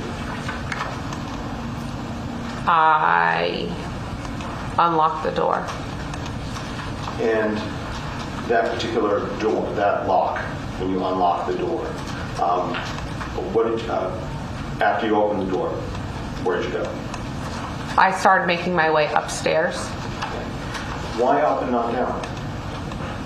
We never really utilized the half of that half of the house, we never really utilized that half of the house. So everything always is upstairs usually. I'm going to show you what's been marked States Exhibit 2. We'll go ahead and do it on the big screen there. Do you recognize this view or this photo? Yes. Okay. And what entry spot of the house does this show? That is coming through the front door. And you said that you went up the stairs at that time, right? Correct.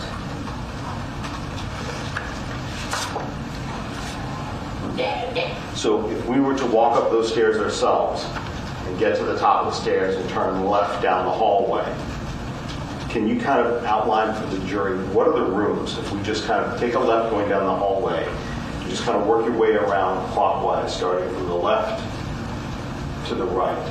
So as I go down that hallway, what's the first room on my left? The first room on your left would be Brandon's room. And then what's the room in the corner, the one you indicated you saw the lamp on? That was my old bedroom. So that was your room? Yes.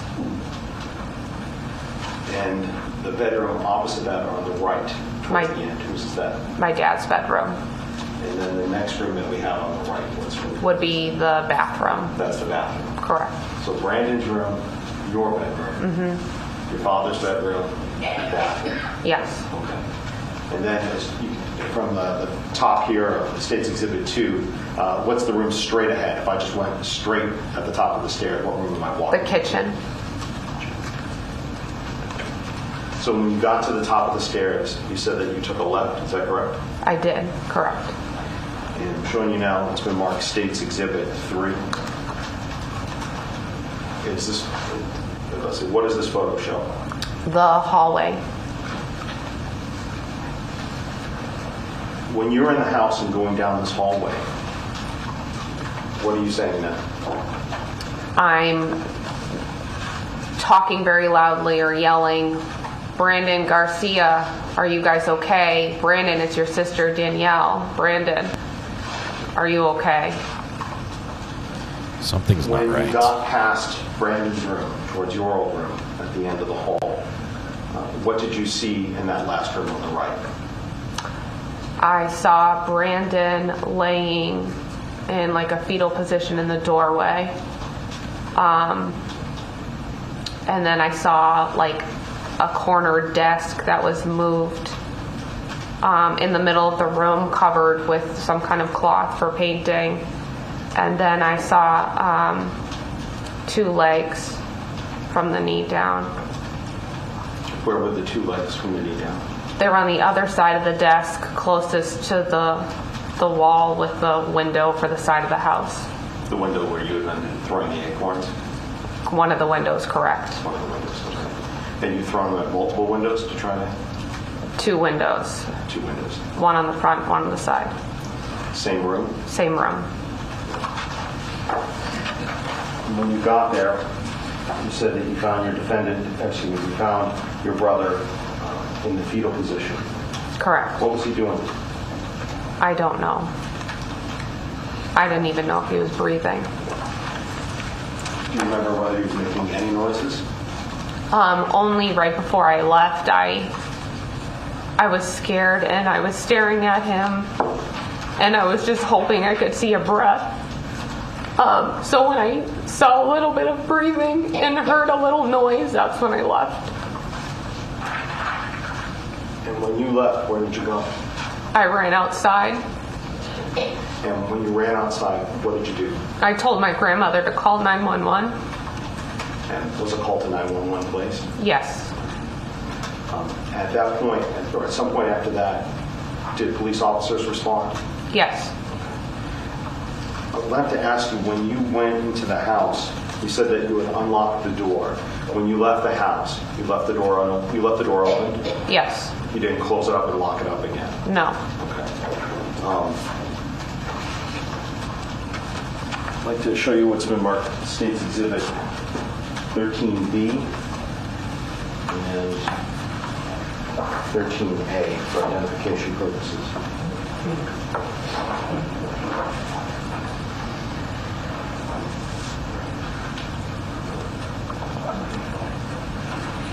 Your Honor, it's my understanding that there's no objection from defendants, so we've asked for the identification to be stricken on photos 13A and 13B. Okay, they're admitted. Maybe show to the jury. Thank you.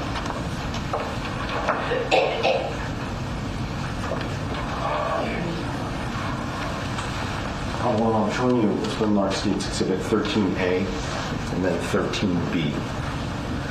And just generally, do you recognize, what is the photo 13A a photo of? Standing on the lower stairs looking out the front door.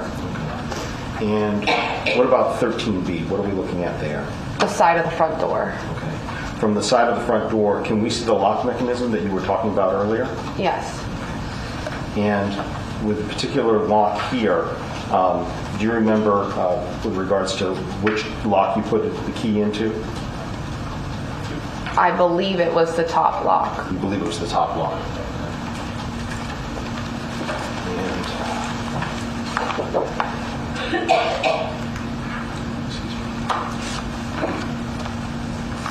So 13A being the door? Correct.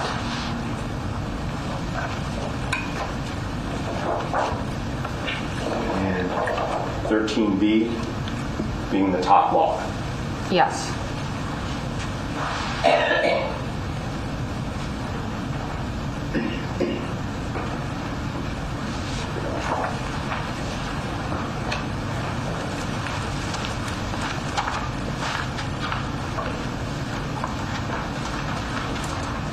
When police arrived, where did you go then? I believe they had me move my car to the street. And when did you see Brandon again after the police got there? Shortly after they escorted him out of the house.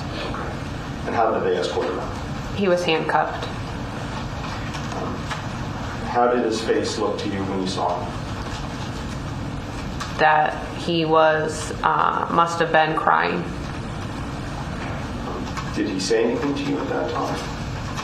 I remember he said, just pray, and maybe I love you.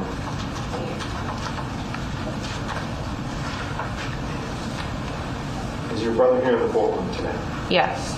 Could you please point out where he's sitting and describe an article of clothing he's wearing? Sitting right there, wearing like a light gray button-down shirt. Thank you, Your Honor. If the record please reflect that the witness has identified the defendant. Without objection.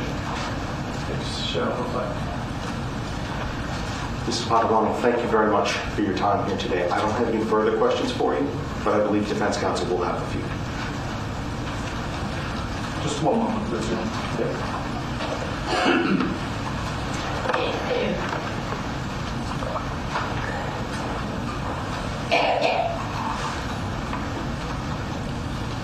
I'm seeing some sign of feeling from the defendant, some emotion. He doesn't seem cold at all to me.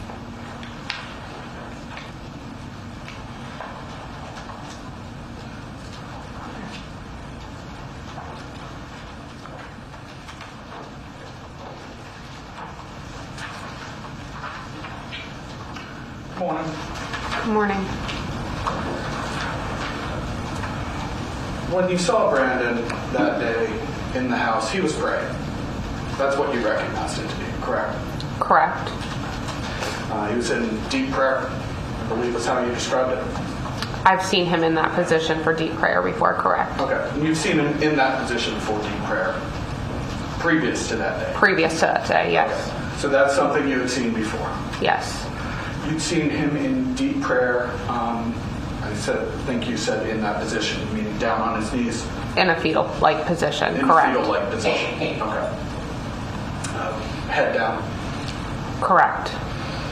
And you said you'd seen him that way on multiple occasions? Correct. You've, in fact, seen him pray that way many times? Is that fair to say? Sure, yes.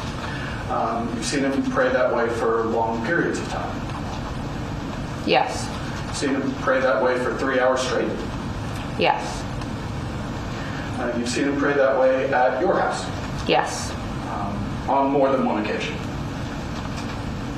One occasion I saw him. The other occasion he was in a different location than I was, but within my house, yes. Okay, so one time he was in a bedroom in your house? Correct. And one time he was in the great room? Correct. All right. So you're saying one time there you actually physically saw him?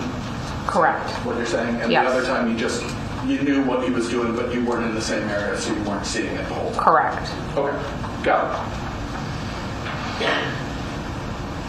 But it was not uncommon for you to see him pray that way? Correct.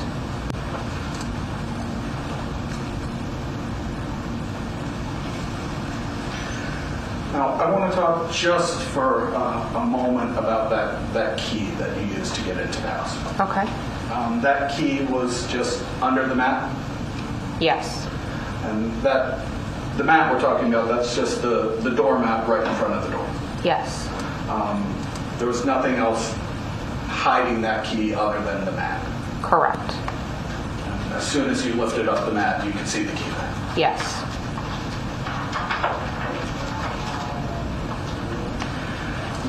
You testified that after you didn't get any answer at the front door, you went around the back? Yes.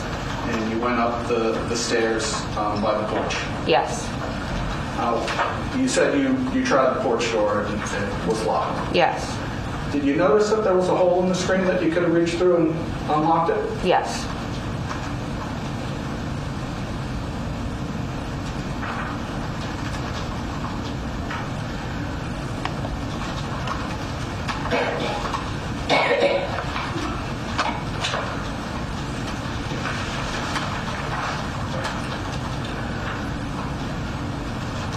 You said that you saw Brandon when the police brought him out of the house? Correct.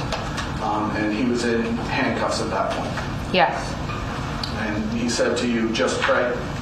I believe that's what he said, yes. You told the police that day that he said, just pray, keep praying. Does that sound right? Yes. Do you have any reason to doubt that's what you told the police? No. And you were being honest with the police when you told them that? Yes. Told them what you heard Brandon say? Yes. You said that he didn't say anything other than, what you told the police is that he didn't say anything other than just pray, keep praying. I don't know. The only other thing that he could have said was, I said I love you, and I think he said I love you too, but other than that, he didn't say anything else. Okay. And you're not sure if he even said that? Correct. You think he might have? Yes. Okay. But he did say just pray? Mm-hmm. Correct.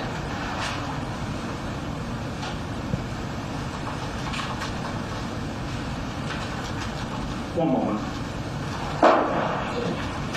The defendant is charged in this case with 2 alternative counts of second-degree murder, knowing and reckless, alleging respectively that he knowingly caused the death of Luis Garcia by shooting him through the neck with a firearm, or that he recklessly caused the death of Luis Garcia under circumstances manifesting extreme indifference to the value of human life by shooting Mr. Garcia in the head with a firearm on October 1st, 2019. Sorry, Your Honor, just need to grab an exhibit. So 2 alternative counts of second-degree murder.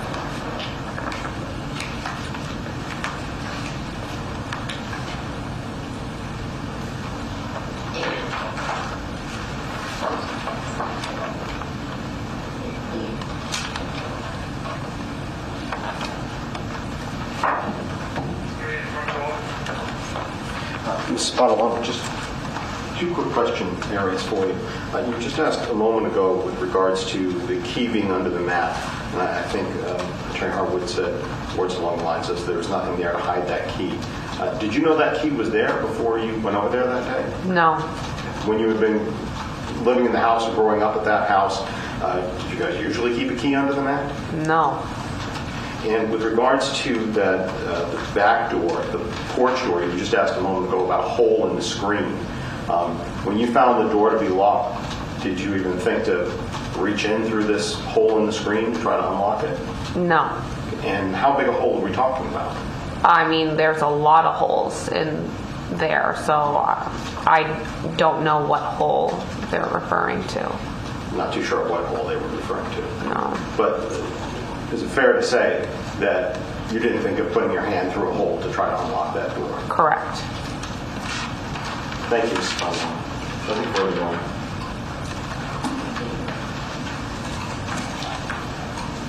Anything based on that, counsel?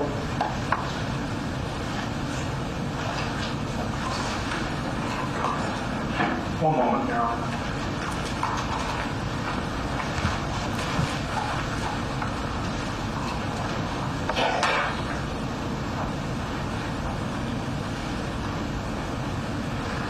Hey, Goodman Law. Nicole, if you're out there, I might need a little explanation on that hearsay ruling.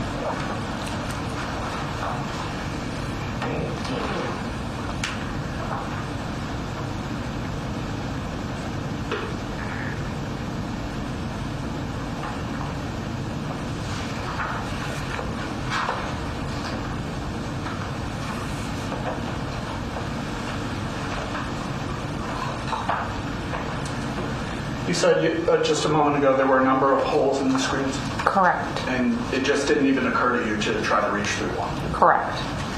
Nothing further. All set. Thank you. Thank you. You may step down. That was. Your Honor, we ask this witness to be excused. Is this witness excused? Yes. Okay, thank you. Thank you, Mr. Thomas. So you can see Grandma in the back there behind the prosecution, sitting on the prosecution side.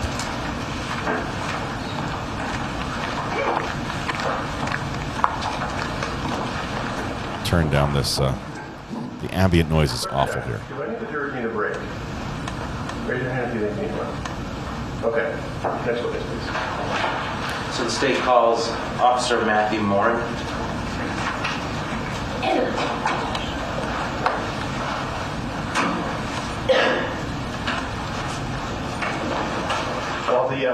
While they're bringing in the witness, I normally give the jurors in my trials a short spiel about the language that's used in court. You've heard lawyers asked to strike the identification on an exhibit. That's because everything that's marked for identification isn't necessarily evidence for you to consider. And we call that list those things that are just marked for identification. There's actually a little word, say ID, on the exhibit. And when it gets moved from that list over to the exhibit list, which is what you actually get, they ask you to strike the ID and move it to full exhibit. That's what it means. Not that it's stricken from the record, because they use that in jury instructions. It's not stricken. It's just how they use that. Also, when witnesses are asked to be excused, it means that both sides are done with them for the trial, which makes them eligible to stay in the courtroom and watch the case. Thank you. Thank you, Judge. So, officer, if you'd step up to the stand, raise your right hand. You swear the truth, you swear that testimony you give today will be the truth, the whole truth, and nothing but the truth, under the pains and penalties of perjury. Yes. Okay, have a seat. If you could state your full name and spell your last for the record. Yeah, Officer Matthew Morin, M-O-R-I-N. How are you employed? I'm employed with the Londonderry, New Hampshire Police Department. How long have you been working there? Approximately 16 years. Did you have any prior law enforcement experience before that? I did not. Did you graduate Police Academy here in New Hampshire? Yes. And when was that? I attended the 141st Full-Time Police Academy. It went from August to November of 2006. So you were working for Londonderry Police Department in October of 2019? Yes. What was your assignment at that time? I was a patrol officer. Were you covering any portion of Londonderry in particular? In October in general, or? On October 1st, for instance. I'm sorry, yep, October 1st, 2019, I was working patrol. I was assigned to Sector 7, which is a cover sector in the town of Londonderry. What do you mean by that, cover sector? Yep, so the town of Londonderry, we break it up into 3 sectors total. So the town essentially is divided into 3 different sections. So an officer will work those 3 sections, and then on busier shifts, such as the second shift, we'll have a minimum of 1 cover officer, and he basically can float and go all around town. And if there's a high-risk call or a 2-officer call, they'll call the sector car who's working that section of town, as well as the cover officer to back him up. Were you, that day, were you working by yourself, or did you have someone else in your crew there with you? Nope, I was alone. What were some of your duties and responsibilities? Yep, patrol officer is generally what the public sees out on patrol. It's a uniformed officer. We respond to calls for service. We also do proactive police work that basically entitles like doing car stops, driving around, doing business checks, such as that. He's a dog handler, too. Were you asked to respond to calls for service? Yes. As well. And did you investigate crimes in depth at that time? So not typically in depth. If it was like a minor misdemeanor level offense or something like that, generally a patrol officer would work it, but if it was a serious, more serious crime, detectives would take over the investigation. So while we're talking about October 1st, 2019, you told us earlier you were working that day, is that right? Correct. Okay. And what shift were you on? I was working the afternoon shift, which goes from 2 p.m. until 10:30 p.m. At some point that day, did you become involved in the investigation of the shooting death of Luis Garcia? Yes. Tell us about that. How did you become involved? Yep, at approximately 2:28 p.m., Officer Verrier, who was a training officer at the time, and his field training officer, Officer Phillips, we were dispatched to 15 Ridgemont Drive, which is a street in Londonderry, for a welfare check call. Tell us about that welfare check. So what was the nature of the call that came to you as a welfare check? Yep, so a welfare check call, somebody can call into the police station and ask for a welfare check. It's basically, it's checking on somebody. So if you can't get a hold of a relative, or if you think somebody may be, in a mental health crisis, we basically check on them and make sure that they're okay and see if they need any police or fire services. What did you know about this call in particular that you were responding to at that time? Yep, I knew that it was reported that 2 people appeared to be down inside the residence. What did that word mean to you, down? Yep, I took that as being unresponsive. Were you the first officer to arrive at 15 Ridgemont Drive? I was. And just so we're clear, 15 Ridgemont Drive, is that in Londonderry? Yes, it's a street in Londonderry. For those that have been asking about the dog, I can show you a picture of this officer with his dog. 15 Ridgemont Drive. Yeah, when I first got there, there were 2 females outside of the residence. Did you ever identify those 2 females? They were eventually identified. I'm not sure by whom. Okay, who were they? It was the caller, who was Frances Pistana, and another female named Danielle Padalano, I believe was her last name, something like that. What did you observe about their demeanor when you got to the scene? How were they acting? I'm not sure. I can't recall. Did they tell you anything about what had happened before you got to the house? I believe somebody spoke with them, but I'm not sure who it was. I don't remember who it was. Did you learn anything about what you were walking into at 15 Ridgemont Drive from those 2 people? I don't know. That's the official police police picture from the website. Basically, we eventually went into the house to check on the subjects. Okay. What door did you go into? We went in through the main front door. Was that door open when you got there? Yeah, the screen door, I believe, was closed, but the actual main door was open. And you said we went in. Who are you referring to when you say we? Yep, myself, Officer Verrier, and Officer Phillips. Do you remember what order you 3 entered the house in? I don't know exactly. I believe I was first, but I'm not definitively sure on that. Tell us about what you observed when you first entered the house. What was the layout of the residence? Yeah, so the house is a split-level residence, which is generally when you go in through the front door, you can either go upstairs or downstairs. And upstairs is the traditional living areas where there's rooms like bedrooms, kitchen, living room, stuff like that. So where did you head when you entered the house? We went upstairs and then down a hallway to our left. Is there a reason that you went in that direction down the hallway to your left? I'm not sure if we were informed to go that way or not. I don't know why. I'm not sure. Did you hear anything coming from that direction? No. Did you 3 officers, did you call out to anybody or make any noise as you were entering the house or going through the house? I don't recall. So you said you were going down that hallway? Yes. What room were you approaching down that hallway? We went down to a bedroom on our left. And just so we're clear, which door in the sequence of the rooms down that hallway were you heading toward? It was on the left. I'm not sure what number door. I'm not sure how many we passed. Was it the first or the last? I don't believe it was the first one. I believe it was the last. I believe it was the last one.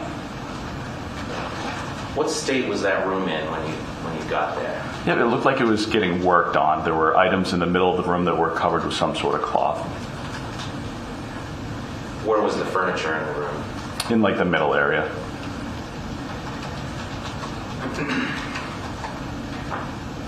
So as you approached that room, did you notice anything in the hallway? I don't believe so. Once you were getting to the door of that room, what did you see?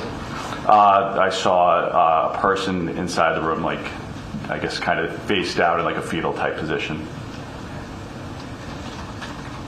Can you describe that person for us?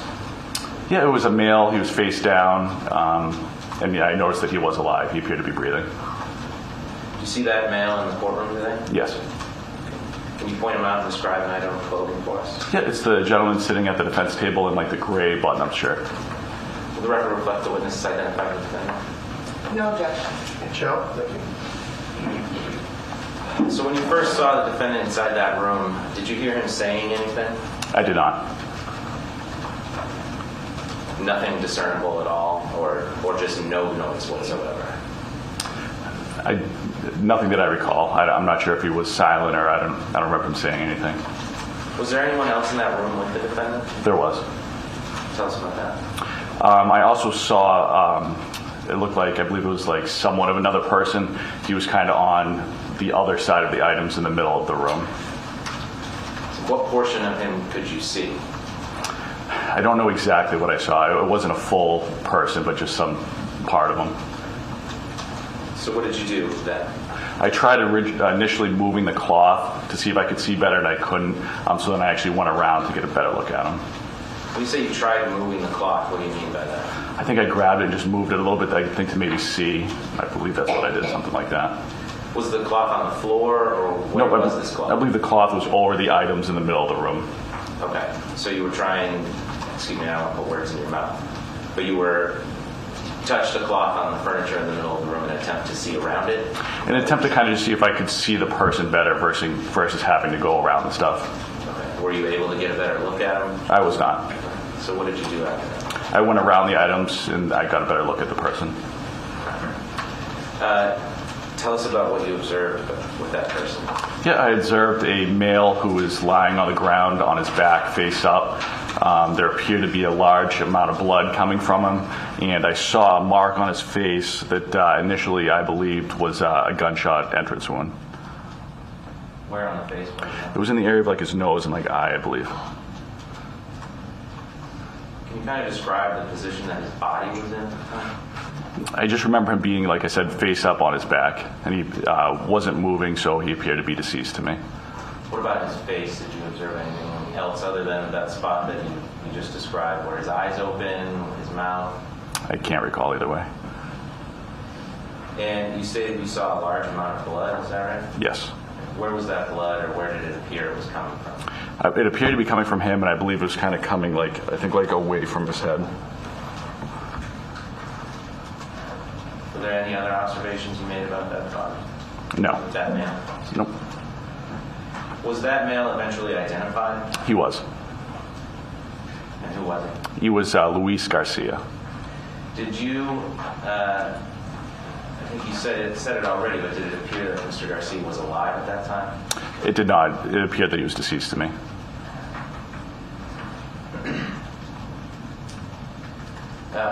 What else, if anything, of significance was found in that room when you entered at that time? Yep, there was what I noticed in the area of the defendant. There was a bullet casing on the ground. Or what appeared to be a bullet casing on the ground. Okay, so you said at the area of the defendant, a bullet casing. So I'm going to put up on the screen here is States 109. It's a full exhibit. Can you kind of describe what we're seeing in this photograph here? Yeah, so this is the room that we were talking about. There's kind of the items in the middle of the room with the cloth over them. And then on the ground, if you kind of look to the right a little bit of that sprayer pump, there's a little item which is a bullet. It appears to be a bullet casing. Okay. Well, does that red circle indicate the area you're referring to? Yes. Okay. And then is this zoomed in on 109? Is that reflect the bullet casing that you saw that day? Yes. Okay. Now I want to back up to just a wider view. Can you kind of describe where you found the defendant while he was in that room? Yep. So to the best of my memory, he was to the right of that bullet casing, kind of facing the area of that red stool and the feet right there, the legs, feet. So did you make any other observations of anything of significance in that room or near the room at the time that you entered 15 Ridgemont Drive? No. Was there anything else found by the other officers? Yes. And what was that? Officer Phillips, I believe it was, located a firearm outside of the room. You say outside of the room. Do you know where exactly that was? Yep, there's like shelving kind of near the doorway when you exit into the hallway, and I believe it was on that shelving somewhere. Did you ever observe that firearm yourself? I don't know if I saw it on scene that day. So after you entered the home, you found the defendant in the last bedroom on the left with Mr. Garcia's body. I believe you said earlier it appeared it had been a gunshot wound. And you found a bullet casing and a handgun. What did you and the other officers do? Yeah, at that point, Officer Phillips secured the defendant in handcuffs, and I brought him outside. What did Officer Barrier and Phillips do after you left? Yep, they remained with Mr. Garcia when I took the defendant outside. You say you took the defendant outside. Did you help him off the floor from where he had been before? I don't know if that was myself and Officer Phillips or just Officer Phillips. I don't recall. But he was stood up at some point? Yes. Okay. Did you observe any injuries on the defendant when he was stood up? Not that I noted, no. Did you observe his clothing to be torn or disheveled in any way? Not that I noted, no. So once he was stood up, you said you put him in handcuffs and you took him out of the house? Yes. Okay. Which way did you leave the house with? Through the front door, the way we entered.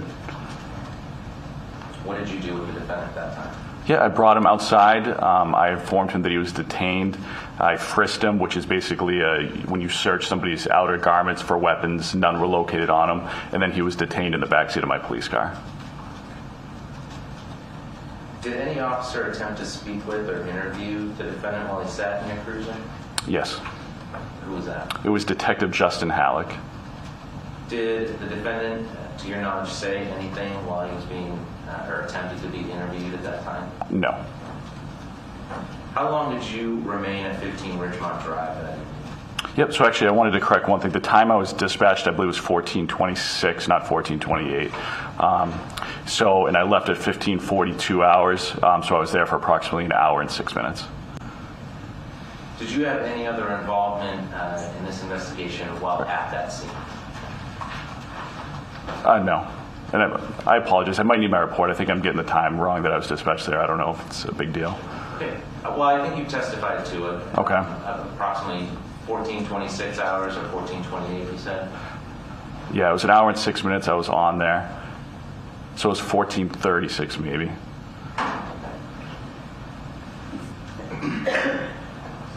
But you left, you said, around 15:42. 15:42 was the time I left. I know I was on scene for an hour and 6 minutes, so I just might be getting the initial time a little off. Did you have any other involvement while you were on the scene? No. Well, so what did you do after you left the scene? I brought him to the police station, and we brought him into the non-secure juvenile detention/interview area. Okay, tell us about that area. Yep, so when juveniles commit certain crimes in the state of New Hampshire, they can't be securely detained, so we can't bring them into like a normal cell or a booking area. So this is a non-secure area. It consists of a couch. I believe there's some chairs in there. And even though the doors do close, they're not locked, so they're not securely detained. But to be clear, though, at the time, the defendant was not a juvenile, was he? He was not. What's in that room? Like I said, I believe there's a couch, I think some chairs, and it can be recorded too for interviews. Did you remain in the area of that room? I brought him in there, took him out of handcuffs. He sat on the couch. I was eventually relieved by Officer Garcia, or Detective Garcia. While you were with the defendant in that room, did he ever make any statement about what had happened at 15 Ridgemont Drive? He did not. Did you have any other involvement in this case? I later assisted with some security while he was in the room, which I think consisted of me just kind of waiting outside the room, but that was it. And why wait outside the room? I think maybe just for safety reasons. And I think you said it earlier, was that door locked to that room? It is not, no. One moment, Your Honor. They're flying through witnesses. I don't have any further questions for you, officer, but I believe the defense counsel will. Thank you. defendant is not a juvenile. Definitely not a juvenile. I have to check to see what time it was before I say good morning or afternoon. Good morning. Good morning. How are you today? Good. How you doing, ma'am? Good, thanks. So, I hope I don't mess you up more with the times. I'm sorry. But it looks like from the dispatch log that you were dispatched around 2:28 in the afternoon. Does that sound right? That sounds correct, yes, ma'am. Okay. And it was a call for a welfare check. Yes. You had no information that anyone was deceased. I did not, no. And you testified that Officer Barrier and Officer Phillips they were dispatched close in time and arrived pretty close in time to when you got there? Yes. But you got there first? Yes. So you truly were the first responder in this case? Yes, I guess so. Okay. So you talked briefly with the two women that we talked about earlier? Somebody did, ma'am. I don't recall if it was myself or the other officers. Okay. The purpose of the conversation was to get enough information to sort of figure out what was going on. Yeah, usually we make contact with them, and like I said, I don't know if it was myself or them that spoke to one or both of the females. I don't recall. And after speaking with them, it still wasn't a response to a deceased individual. It was still a welfare check at that point. Is that correct? Correct.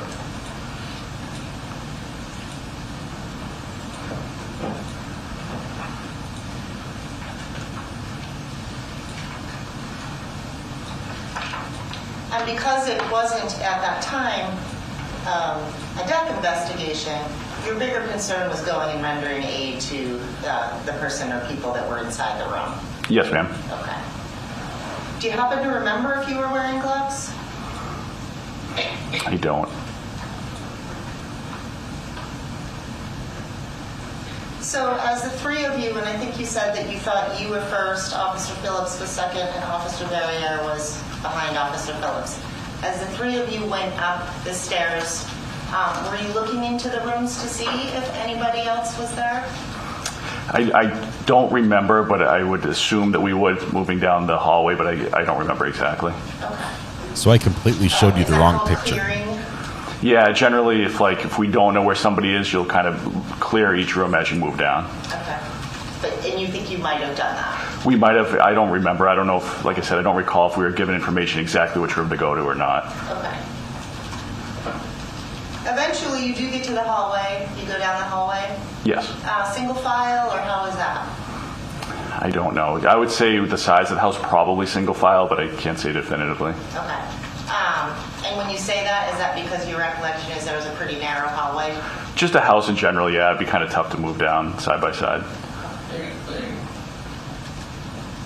So when you went to the room, and I just want to make sure I understand, the first thing you saw was Brandon, is that right? Yes. Okay.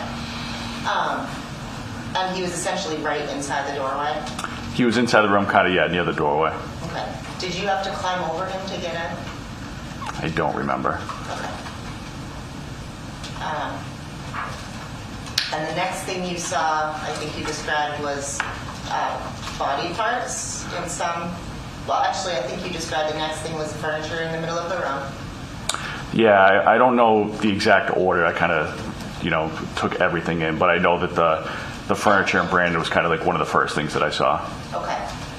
And you testified that the furniture was covered, what's the term you use? With like a cloth type item. Okay, so if I call it a drop cloth, you know what I'm talking about? Yes, ma'am. Okay. Yeah. So stuff was covered with a drop cloth, right? Yes. Sorry, you don't have to answer all that. Oh. And you thought you might be able to get a better view if you moved that drop cloth out of the way, is that right? Yes, ma'am. Okay. And it didn't work, so you went around. Yes. All right, and that's when you saw Mr. Garcia. Yes. Then you came back around, and it was at that point that you saw the shell casing, is that right? I don't know if it was before or after. Did you write a report in this case? Yes. Okay, and you would do that pretty quickly after? Yep, I believe I did it that night. Okay. I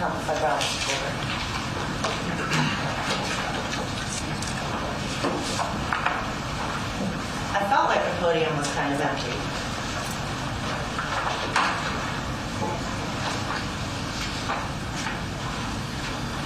I showed you the wrong picture. That's a different officer. Would it help you refresh your recollection if I showed you your report? To what question, ma'am? To when you saw the shell casing.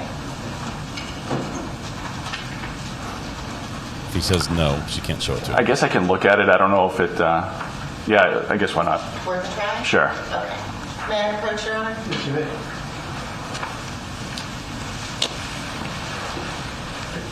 Do you need help or not? Sure.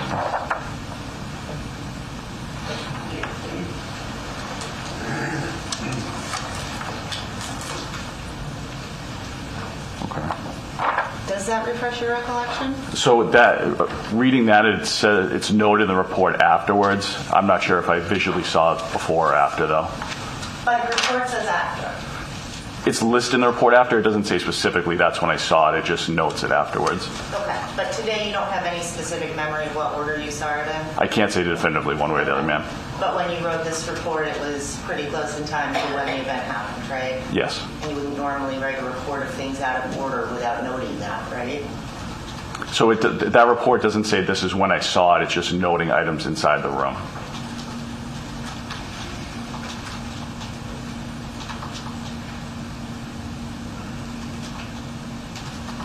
His picture isn't quite so glamorous.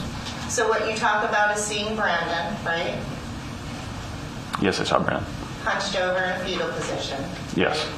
And that he was alive, right? Yes. And I'm just going over the order of things in your report. And that you could somewhat see another person in the room, right? Yep. Then you tried to remove a cloth that was over the items to see him better, right? Correct. And would it help you if we looked at this together? No, I know.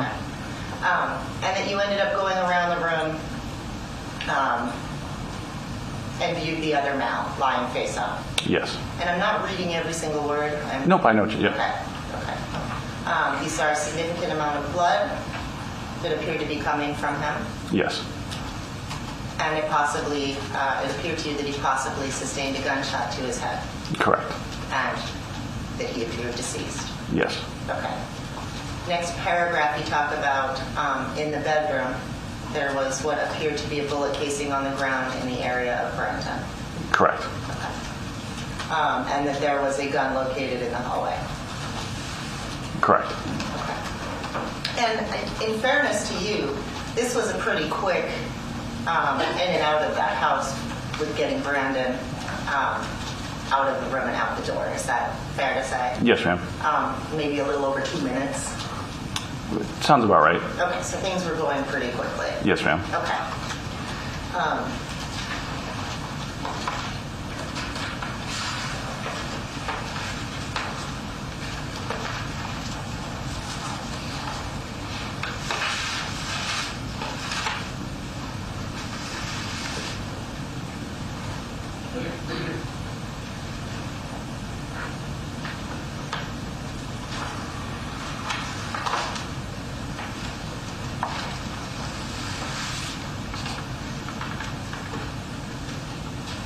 Okay, so we talked about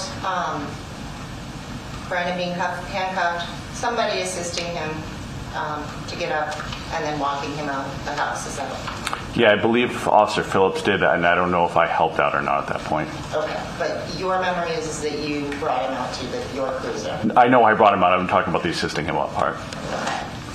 And when you brought him out to your cruiser, did he say anything to anybody? Not that I remember, no. Okay.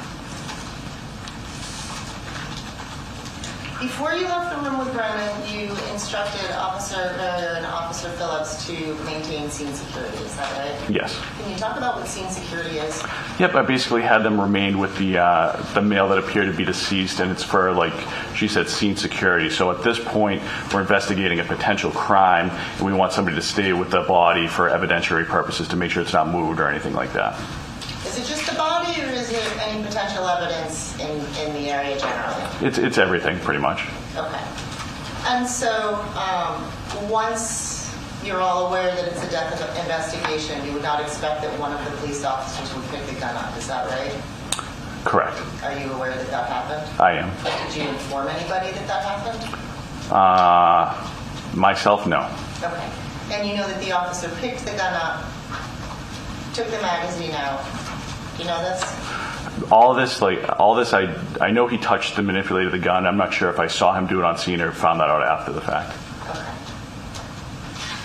And this would have been after Brandon was already taken out of the house and after the discovery of Mr. Garcia, correct? I don't know exactly at what point he did that, ma'am.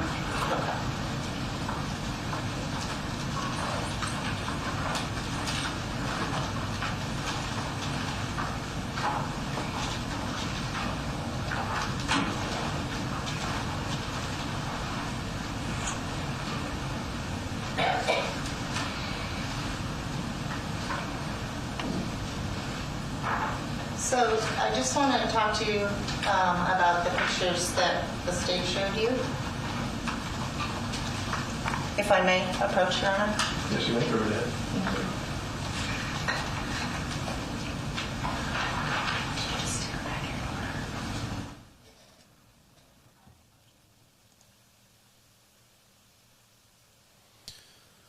Oh, the sweet sound of silence.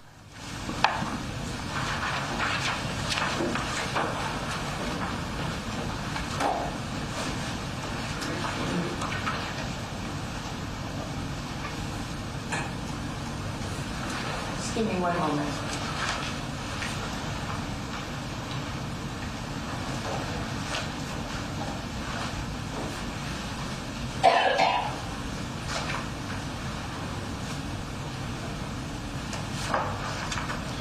His right ear, he has his police radio earpiece.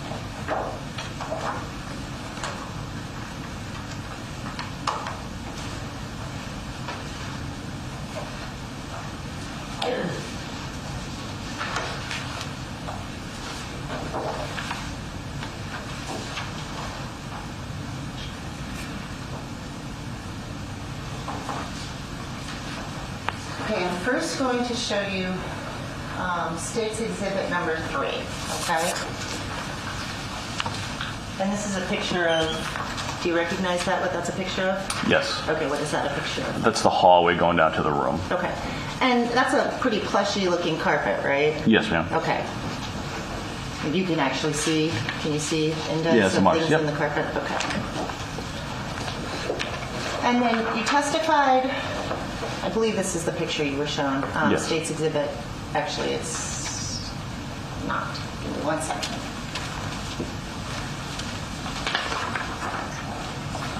Council, while I get that sorted out, I think I'm going to give everybody a 15-minute break. And we'll come back and do some more before lunch, okay? So we'll stand in recess for the next 15 minutes. 15-minute break. Do not discuss the case amongst yourselves. Do not do any independent research about any of the issues in the case. We'll see you back here in 15 minutes. Thank you. All right.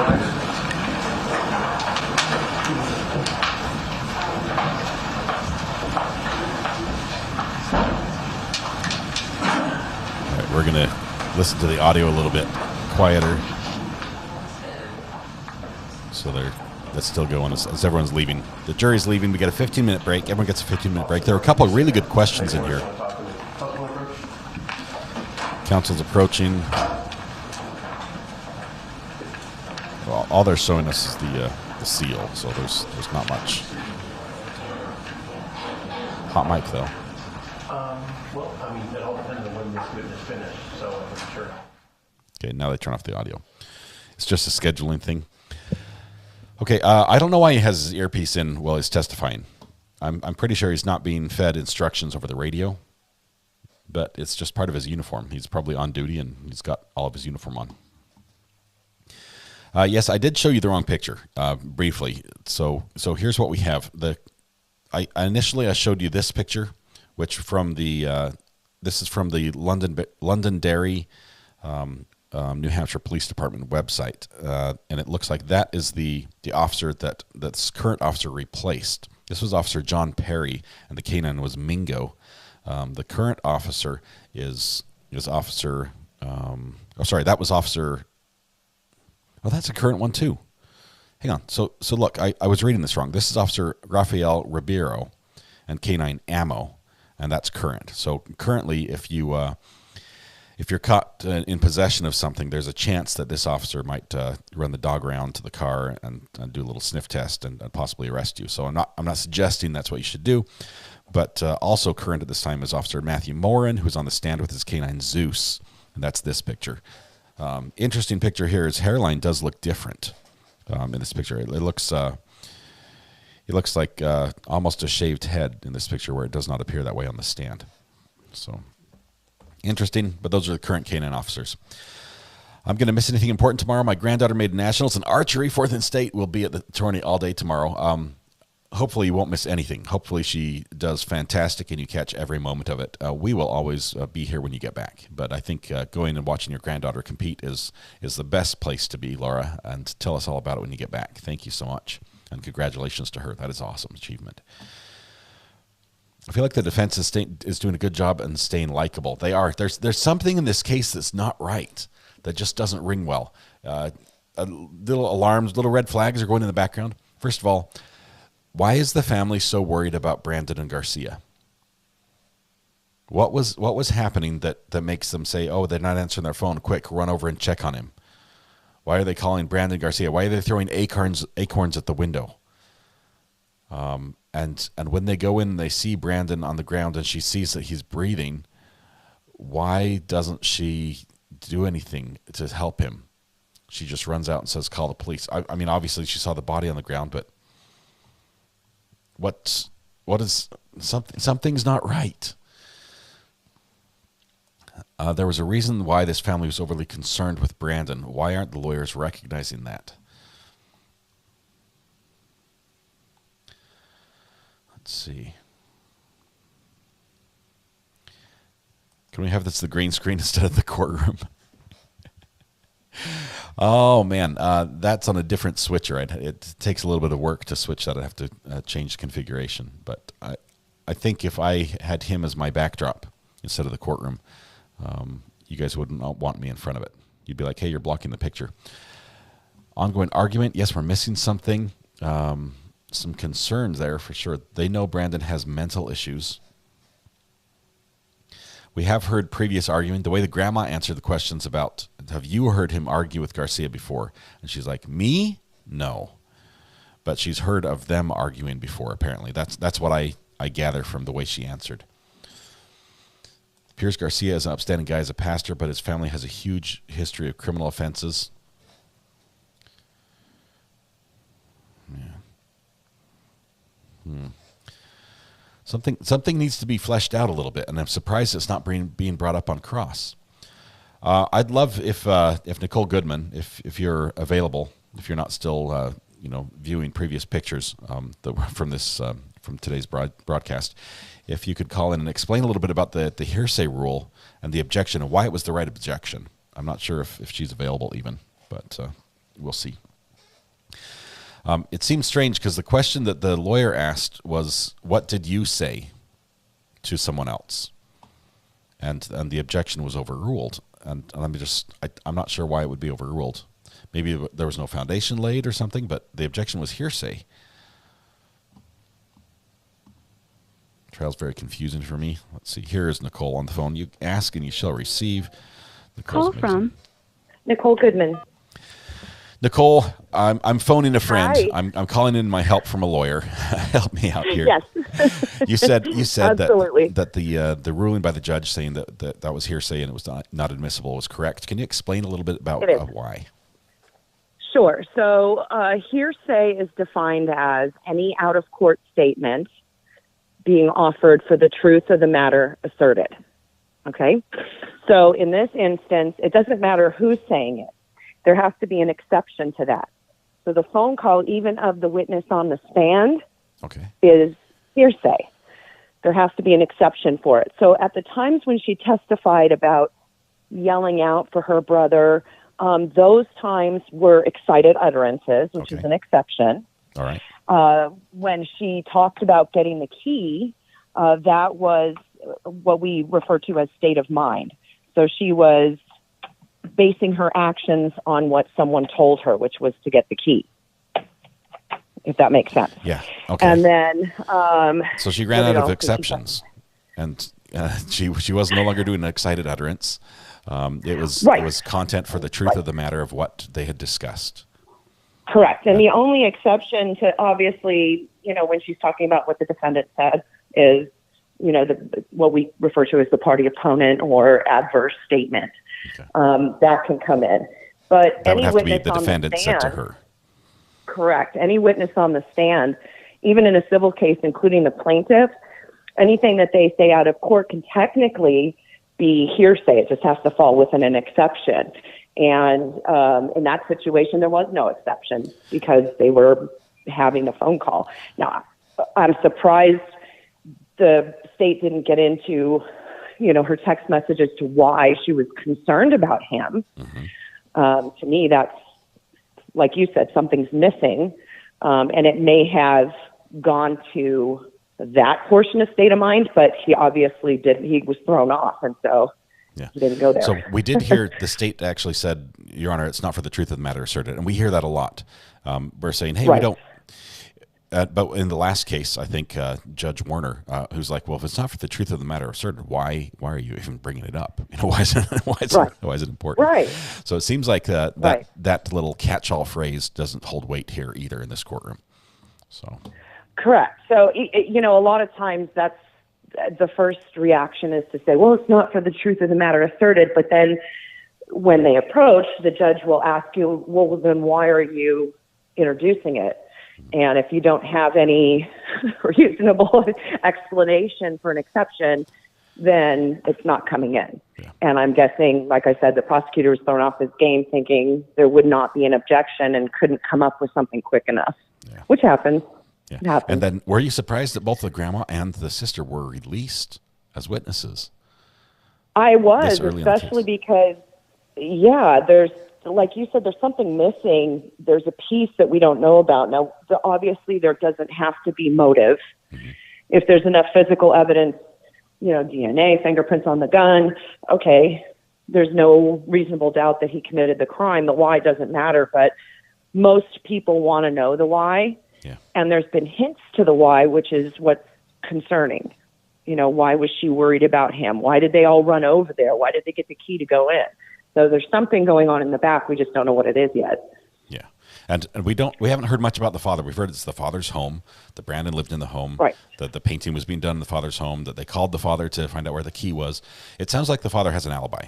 It sounds like he was somewhere else other than home. But we haven't heard much about him as why he wasn't involved, why the key was under the mat, all that. But fascinating. Right. Nicole, as always, thank you so much for being prompt when I call. Anytime. One day you're going to send me a bill for all this. No, never. I appreciate it. I told you it's always pro bono. Yes. Always. Thank you so much. One day I'll call. Absolutely. I really need help. It's okay. I'm here. Thank you so much, Nicole. Appreciate you as always. Absolutely. Your website, how's it coming along? Are you doing some more videos for us? Yes, I just finished editing the audio for it. I mixed it separately this time, so hopefully it'll work out better. And I'll be dropping it today. Awesome. We'll watch it. We'll throw a link up in chat for your channel as well. Great stuff, Nicole, as always. Thank you. Appreciate you. Thank you so much. Yep, we'll see you. Have a great day. Thanks for having me. Bye-bye. Bye.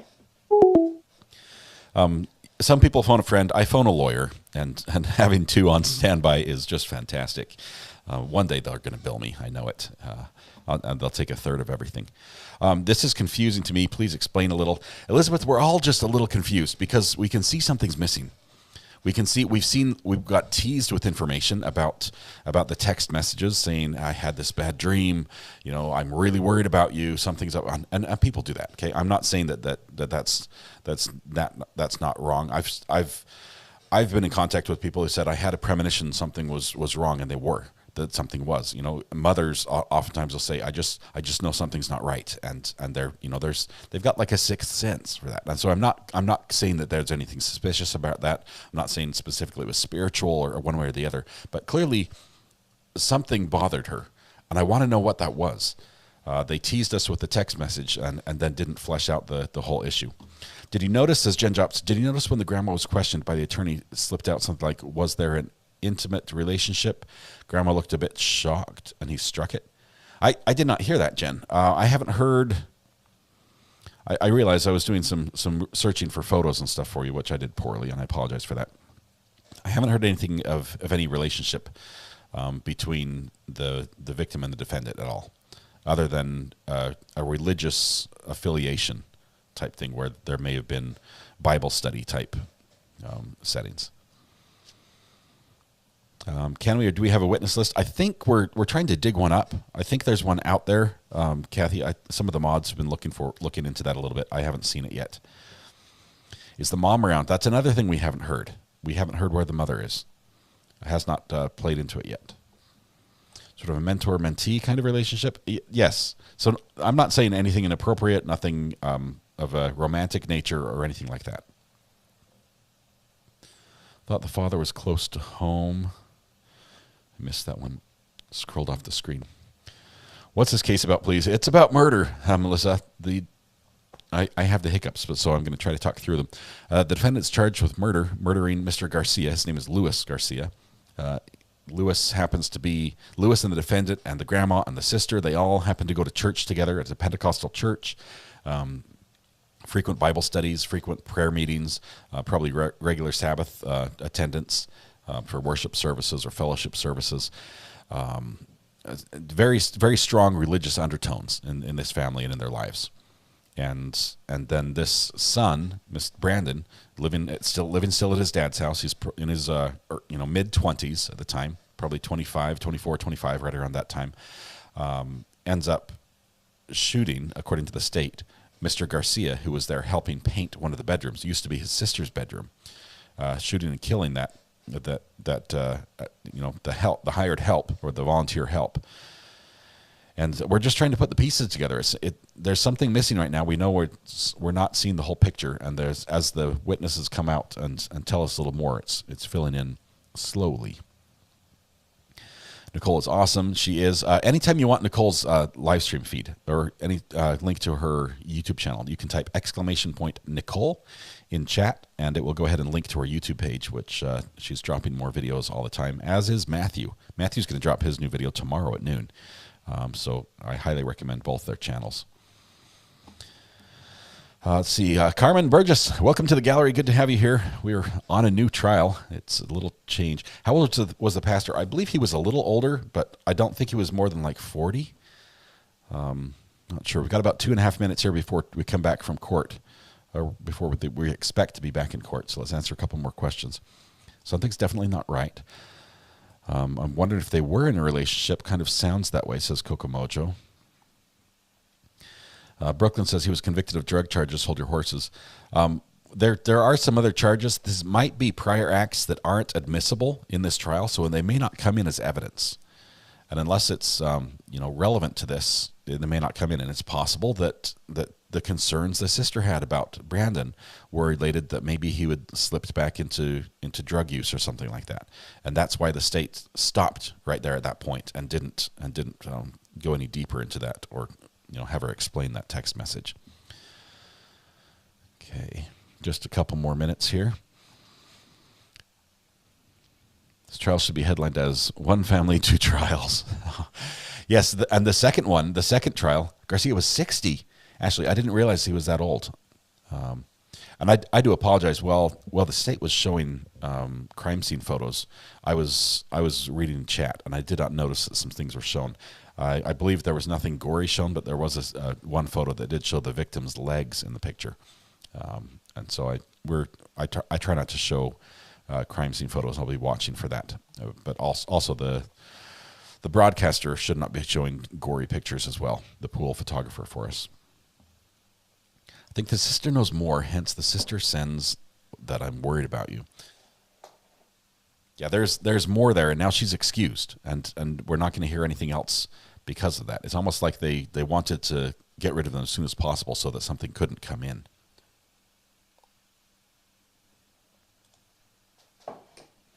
Mrs. H, thank you. Pastor Garcia was 60 at the time. Brandon was 24. Is there a daughter as well? I don't know about a daughter. Are we going to hear about the retaliation in this trial? Okay, the retaliation is where a lot of the story is that got everyone's attention. But the stepson of the victim 12 days later, goes to the church, the same church, where the funeral is being held, and the father of the defendant is getting married on the same day, a couple hours apart, and he shows up at the wedding and shoots the father, the bride, and the preacher. I don't know. 3 people got shot. All of them survived. So that is not a murder trial, but that would just be an attempted murder trial. Very interesting case. There's a lot here to unpack. We're not criticizing any religion whatsoever. I am trying to explain it. It's the best I know how. It's something I'm not super familiar with. So if somebody has more insights and can do so in a respectful manner, I'd appreciate that enlightenment. Okay, court's coming back right now. Garbage man is emptying my garbages, which is probably full of water from the hailstorm. Definitely a whodunit. I think that's what the defense is saying. The why, Micah, we may never know the why. The state has already come out and said, we don't know why, and it sounds like they're not even going to try to prove the why or even speculate on the why. They're just going to try to prove the who, the clue side of it. Who, with what, and where.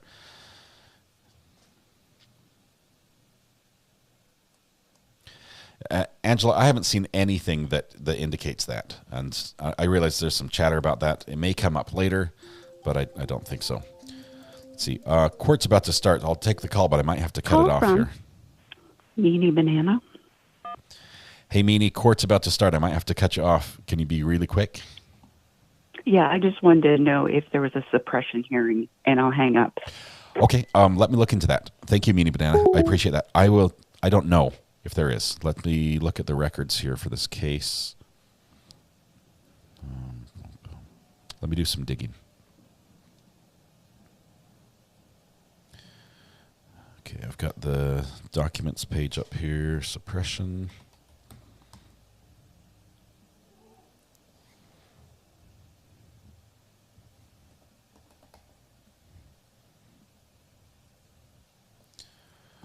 Let's see. Ex parte. Motion requesting an evidentiary bail hearing. I don't see a suppression hearing on this.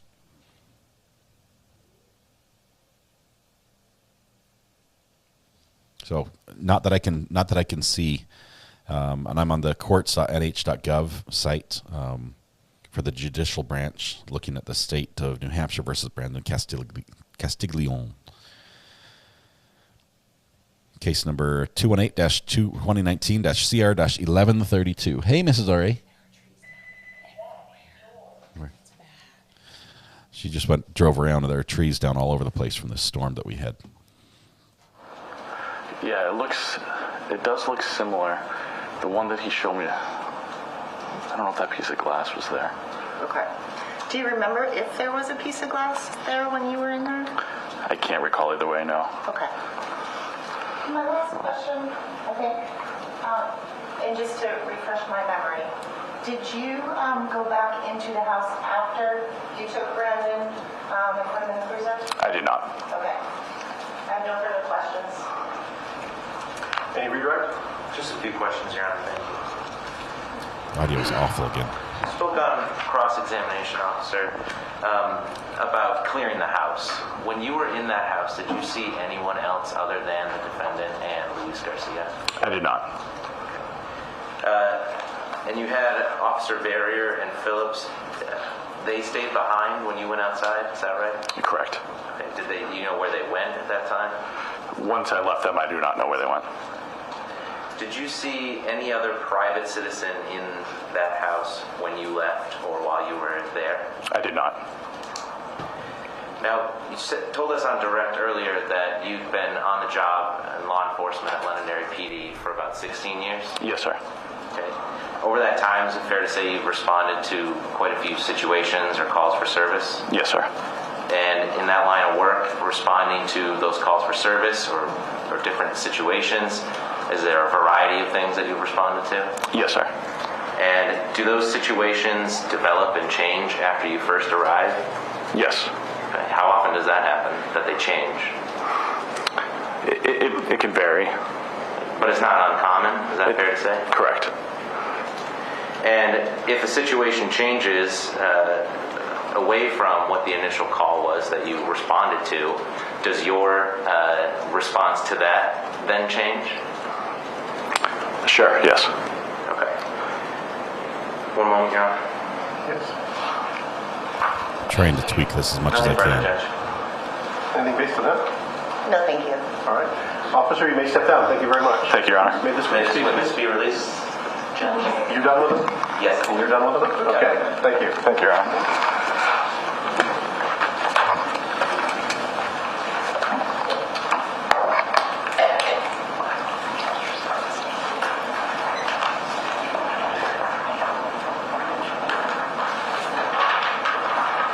Your Honor, at this time, the state calls Patricia Garcia to the stand.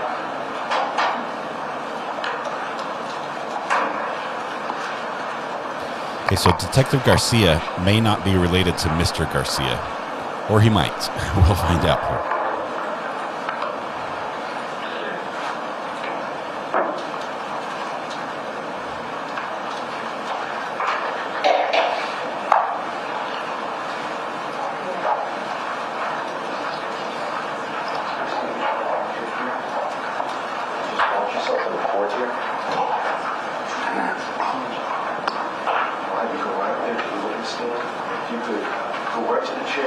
Standing when you get there, please.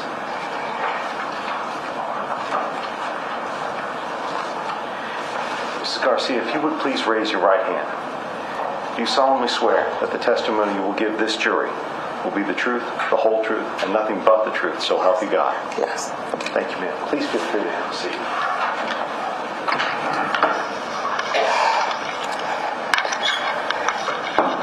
There's some water in front of you if you'd like. Anything else that you need, please let us know, okay? And also, all of the answers that you'll give here today, because you can see that we're being recorded on the court system, you already know what I'm going to say, right? Yes. They have to be out loud. Thank you. Could you please state your full name, spelling your first and your last name for the record? Patricia Ann Garcia, Patricia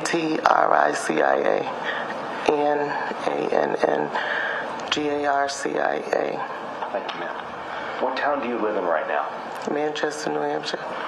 And what are some of the other places in New Hampshire that you've lived before Manchester? Hudson, Derry. When you were living in Derry, where were you living? With Fran and Jeff. Okay. And Fran and Jeff, what's their last name?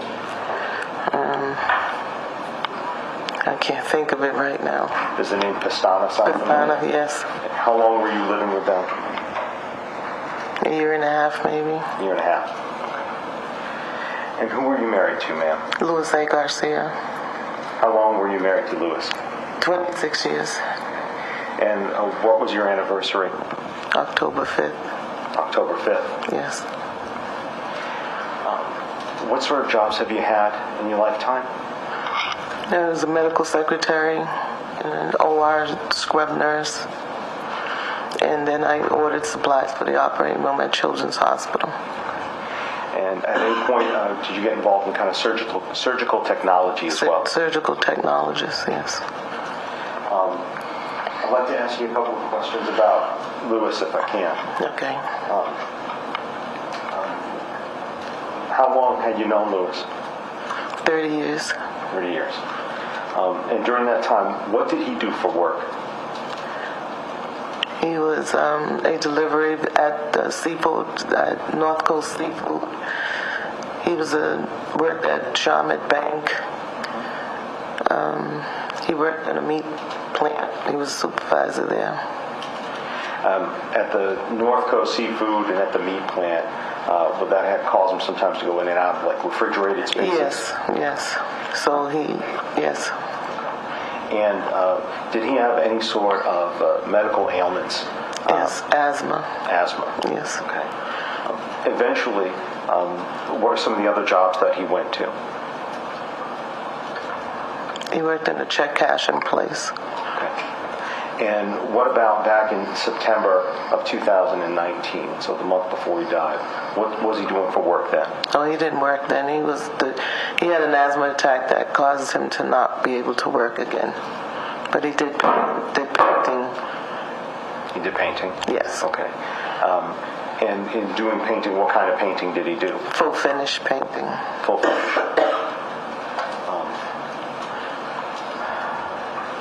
So, how long in addition to painting, to describe the other jobs that he's had, did he have any other jobs where he worked with his hands? No, not that I can think of. And when he wasn't painting and he wasn't at home, where would you go? Where would you spend most of your time? Church. Church. What church is that? Well, we went to different churches, but in Pelham, New Hampshire. In Pelham, New Hampshire? Yes. Okay. Was that at New England Pentecostal? New England Pentecostal. And was that, how long have you been going to New England Pentecostal? About 3 or 4 years. 3 or 4 years. 3 or 4 years? Yes. Okay. And that's prior to Lewis being killed? Did Lewis do any sort of work for New England Pentecostal? He painted for them. He repaired things. That's what he did there. Did he build anything? Yes, well, whatever they needed, he did. He built a sign out in front of their house, in front of the church. And what was his position at the church? He was a minister. A minister. Yes. What does that mean to be a minister at that church? Can you describe that for us? Well, at any of the churches, people would call on you in the middle of the night. He stopped a lot of people from committing suicide. Baptized people, married people, counsel. What sort of services or events or outreach type things did you do through the church? Through that church, whatever was called on, throughout the other churches, and it was more involved. We did community outreach. And by community outreach, what do you mean? What sort of activities? We would do, we'd have like feed the homeless, just, talking to people on the street about Jesus. With Lewis, what were some of the things he would do for that outreach? You said feed the homeless, so let me ask, would he cook?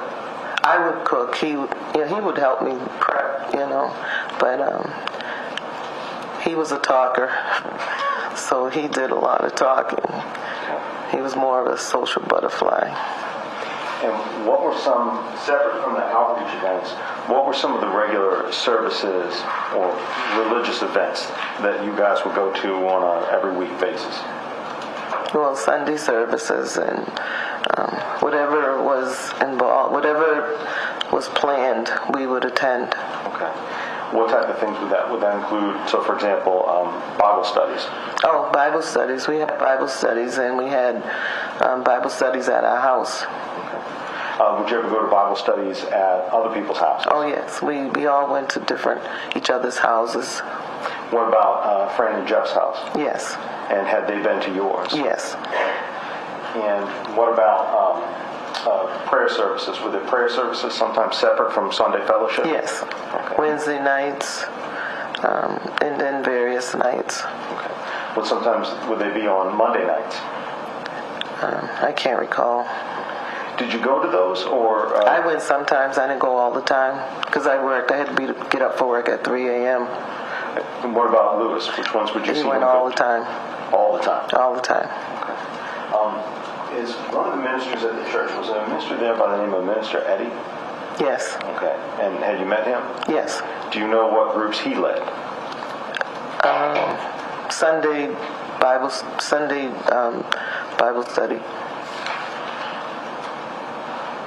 And with regards to Fran and Jeff, how did you meet them? How did you come to know them? I guess maybe that's better to say. From church. From church. All right. At some point in time, you said that you were living with them for almost about a year and a half. Yes. Did you meet other members of their family, their children, their grandchildren? Yes. Danielle.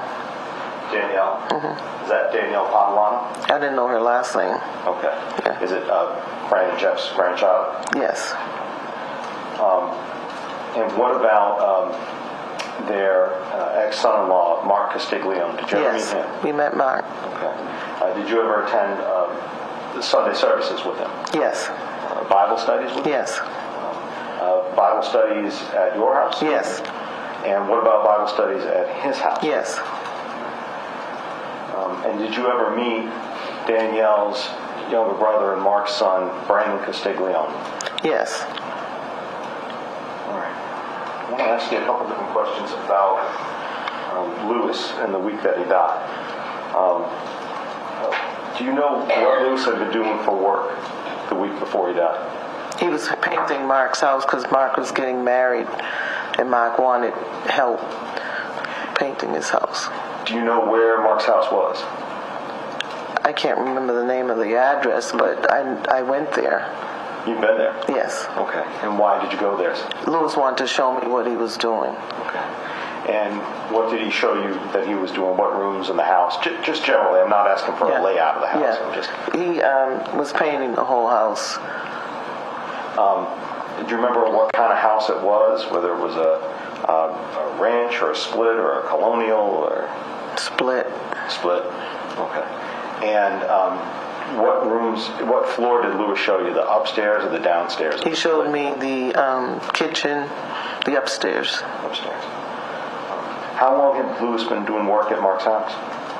I don't remember, but I would say maybe 2-3 weeks. When Lewis would go over to Mark's house to do work, how long was he gone from your house? Like, was he there for... Could be like 8 hours. 8 hours? Could be 8 hours. Okay. How often would you two talk in the middle of the day when he was at work at Mark's house? It could have been twice, could have been once. Okay. On Tuesday, October 1st, 2019, what time did he leave the house approximately? About 8 a.m. And where was he going? To Mark's house. And during that morning, after he left, did you get a call or a text from Lewis at all? No. At some point, did somebody call you trying to get a hold of Lewis? Yes. Who called you? I don't remember. I remember Fran calling me. Feed's cutting out. Not sure why. Wait for it. We're back. About 4 or 5 times. Did you get any answer from No. him? And when did you find out that Lewis had been killed? Shortly after that. Now, you said that you met Brandon Castiglione, right? Yes. And and you talked a little bit about some of the events that you would meet the Castiglione family. Had you talked with Brandon Castiglione at all the day before or the day that Lewis was killed? No. He hadn't been over to your house recently or anything? Well, he came for Bible study. I can't remember the date because we had Bible study, I think it was on Thursdays. So I can't remember what days it was, but that was the last time I saw him at Bible study at our house.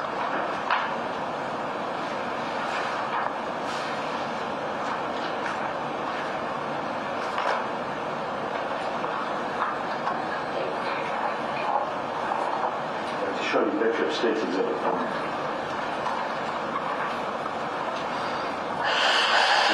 Yes.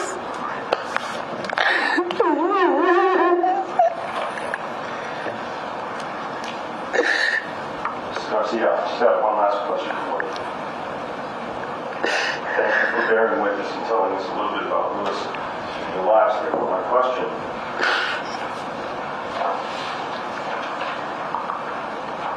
after you tried to call Lewis those several times, how did you find out out that Lewis was dead? The district attorney and Linda came by, the victim's advocate. They came by to tell you? To tell me. And where were you when that happened? In my house. And in between that time and when you tried to call him before, did you get any message from him at all? Text message, phone message, any? No. Nothing. Just a moment, please. Garcia, thank you very much for explaining that to us. I don't have any further questions for you. Okay. I believe defense counsel may have. Okay.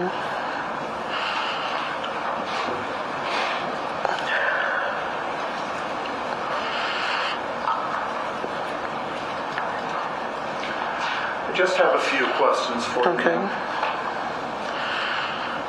You talked about prayer services. Yes. You said you couldn't always go, but that your husband went all the time. You also talked about Bible studies. Yes. And that could be a couple nights a week. Yes. One night at the church and one night at someone's home. Yes. And you and your husband generally went to Bible studies together. Yes. Brandon was very frequently at Bible study. Yes. You saw him there? Yes. Your husband saw him there? Yes. You indicated sometimes Bible study was at your house? Yes. So Brandon had been over to your house for Bible study? Yes. You indicated that sometimes it was at Mark's house? Yes. Mark is Brandon's father? Yes. And Brandon was living at Mark's house? Yes. So you and your husband had been over to Bible study at the Castiglione house where Mark and Brandon lived? Yes.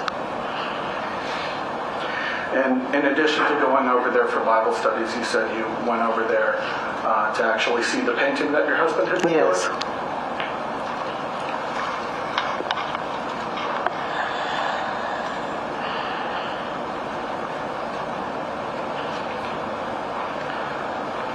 May I have a moment? Sure.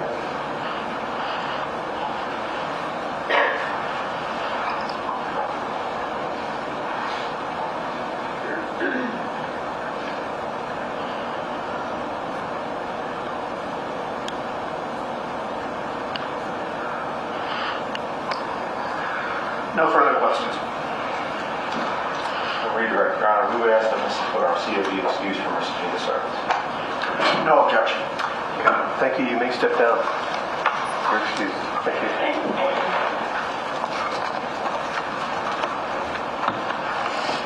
This is crazy. Next witness.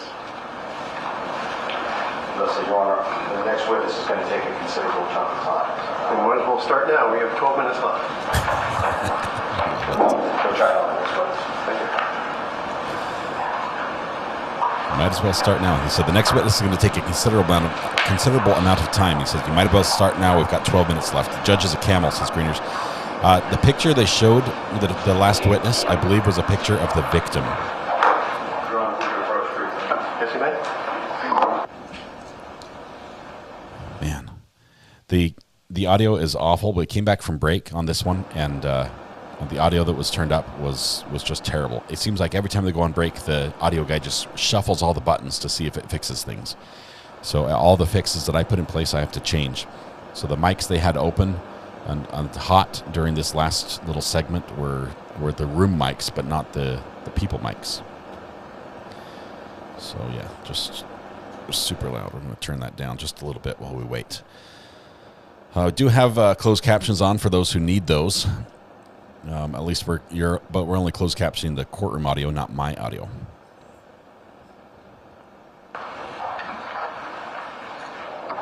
The lawyers are going faster than they anticipated, which is exceptionally rare. So we have a witness coming at 1 o'clock, and we'll resume then. We'll stand in recess so you get an extra 10 minutes to go out and enjoy some of the spring air and get something to eat. Okay, we'll start sharply at 1 o'clock. Thank you all. Do not discuss the case amongst yourselves. Do not do any independent research about the case. Thank you. All right, please. All right. Okay, so let's see.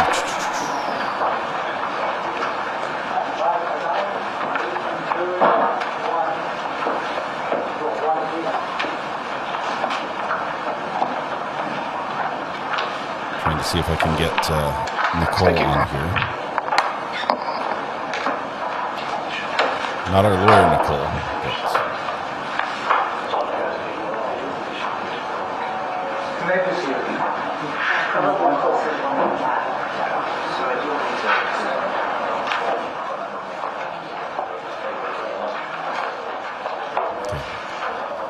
It is so loud. That audio is just killing me. Okay, another break. What time did they say that we'd be back? 1 o'clock. So it's 12. We have an hour for lunch right now. So we are trying to see if we can get one of the witnesses from the Letitia Stout murder trial on with us. Hold tight just 1 minute. I'm making some quick contacts.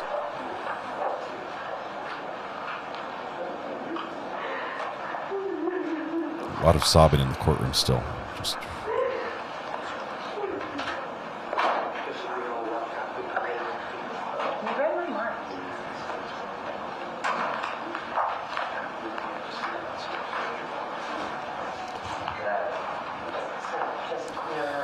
no, we're looking. Sorry, Mike. A different Nicole right now. We don't need a lawyer at this moment, but I thank you for the link. Okay, audio's cut off now, so we're gonna just keep that. We'll keep listening. So if something comes through on the audio, that'll be good. Let's see, where is my chat? He's ready to bring him, but he didn't want to do that yet until we got cleared out. Love the hot mic. All right, so we'll go downstairs. Yeah, if you can tell control, we're going to be on our way down in just a minute. Okay, come on.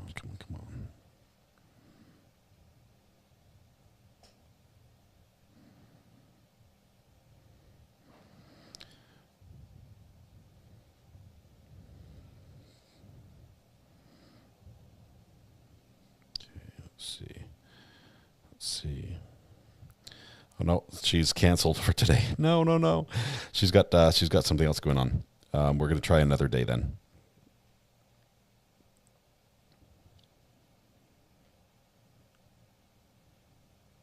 Okay, we'll try to get her another day. So no Nicole Mobley today. She was the one of the first witnesses in the trial. She was the friend on Facebook of Letitia Stout, who said, "Yeah, I believe you. Tell me more," type thing, and got more information. Can we explain what happened in this case again, please? Maui Bell. Here's what we have. Let me first of all run this down to the bottom. Run to A. There we go. In this case, we have a defendant, Brandon Castiglione, who is accused of murdering Luis Garcia. We have to unpin this message. They all went to the same church. Brandon's grandma goes to the same church. Brandon's sister goes to the same church. They knew each other there. There was a lot of family back and forth interaction. It seems like a very close church. We know from what we know about Luis Garcia, he helped a lot of people out. He would answer phone calls when people were feeling depressed or looking at self-harm. He would help him out that way. He would do baptisms. He was a minister in the church. He was just like a regular outreach guy helping people, and he was helping at Brandon's home, which was owned by his dad, Mark. Mark hasn't featured very prominently yet in this case, but Mark Castiglione's house needed some painting, and Mr. Garcia was there to help paint. Brandon was also there, and when just the two of them were there, at some point, it appears that Mr. Garcia was shot by Brandon. Brandon then went into a deep prayer, as his sister describes it, and possibly was doing that for quite some while after that. The state said for 5 hours. And he was still found in deep prayer or curled up in the fetal position, as the police officers describe it as, when the family got the key to the house and came in and found him and Mr. Garcia dead. So they call the police. The police show up. He's still there in prayer or in fetal position while the police are there. He gets arrested and pulled out. And we're just trying to put the pieces together. And I'm not sure how this is going to work. There's something else there. There's something. Why was the sister worried about him? Why was the family worried about Brandon and Garcia? What's happened before that raises that level of concern? I do not know. Why did police treat Brandon as a juvenile? They didn't. They just took him and used that room, probably because of the recording capabilities, which means we might have a video of that coming soon. Shout out to the mods. Thank you, Clone Blender. Good morning, Sandra. Good to have you here. I respect sincere religious leaders, but wife didn't know what was going on with her husband if she worked from 3 a.m. until whatever. Please don't attack me in the comments, just interacting. Yeah, I don't know. We're trying to put the pieces together, and a lot of it doesn't make sense right now. Took some downtime after the LS trial. Glad to be back. Notorious Emu, good to have you here. We're on day 2 of this trial. It's just barely started. We heard opening statements yesterday, and they didn't fill in a lot of the details. They didn't spell out the story. The state seems to think that this is open and shut case. Defense, not so much. I know we're going to hear about the murder or the attempted murder that happened 12 days later involving these 2 families again. You know, that's crazy. The frenemy. Frenemy. Mr. Oprah Torso says, excited utterance, I need a reasonable doubt. I just can't go with any doubt. Aliens could have killed him. Cartel could have killed him. What does the evidence suggest? Does it suggest anyone else? I was on about time when they came back from lunch. So Garcia and his wife went to the grandma's church and were homeless. Were they homeless? Casey, I missed that part. I mean, I've been tweaking the audio, and sometimes when I'm listening intently to the audio to hear frequencies and tune them out, I miss what is being said. So if you heard that, let me know. It was the Pentecostal Ministries Church in Pelham, New England. It sounds like they helped a lot of people. Let's see. Saw your storm video from yesterday. I'm in North Carolina also, and happy we didn't get that here. MV, my wife just came in. She went to visit a friend. They were supposed to go out to dinner yesterday, and the friend called and said, I can't make it. I can't get out of the community. And we're like, really? I mean, it was hail, but it wasn't bad. It was bad. It was that bad. They've got trees down all over the place. And in North Carolina, when trees are down, they're big trees. They're big trees. I'm not convinced it was him. Joe Laundry. Several people have said this in chat, saying something's not right. Something's not right. There's more to this. Don't be so hasty on our judgment. Let's keep an open mind on this one. News states the defense is trying to point to stepson as the shooter of Garcia. Don't they have to file a motion when they do that? Don't they have to? What's it called when they file? We saw that in the Zachariah Anderson case. As a matter of fact, at the very beginning, the opening statements of the Zachariah Anderson trial, defense basically tried to point the finger of guilt at somebody else, and then we saw it later in trial as well. I think there's a specific motion they have to make to say, no, we believe that it was someone else, a different suspect. Didn't know you had bad weather. We had wind here in South Raleigh, but no storms. Glad all is okay there. Yeah, we made it through all right. Roof, not so much. The roof may be perforated a little bit. No leaks in the ceiling that I can tell, but I might have to climb into the attic and check, which I've never been in. There could be dead bodies up there, and I don't know it. It's a mic capturing ambient audio. We understand if you can't clean up that mess. It is so bad. Imagine having first of all, you've got a hard-sided room, okay, hard floor, hard ceiling. It's like an echo chamber. So we're hearing every sound is bouncing off a hard surface getting to the microphone. And then the microphone that's picking it up, I think it's one of those flat surface mics that you put on a table, like a conference table, when you need to hear everyone in the room.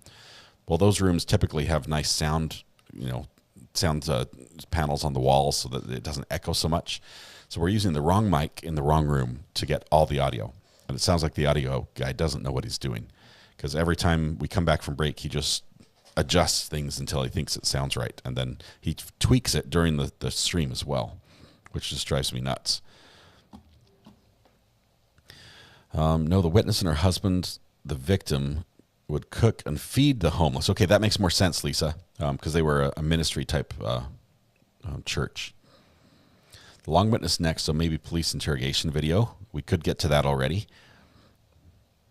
They said that earlier about living with grandma when they didn't have a place to live. Okay, I see where you heard that, Debbie. I'd have to go back and listen again to see what that meant, but they were living somewhere briefly. I'm not sure if they were new to the area or what the circumstances were. Yep. I'm not convinced yet. I have not seen the evidence. I haven't even seen the evidence about the fingerprint. We hear we're going to see evidence about a fingerprint on the gun. We hear it's going to be his gun, but we haven't heard all that evidence yet. A theory of defense. The theory of defense was the police didn't do it right. They didn't investigate the case thoroughly. But they have not said there's another suspect they should have chased after. Prosecution doesn't fight too much either. 5 questions and that's all. Could it be the dad came back and caught them and he shot the pastor?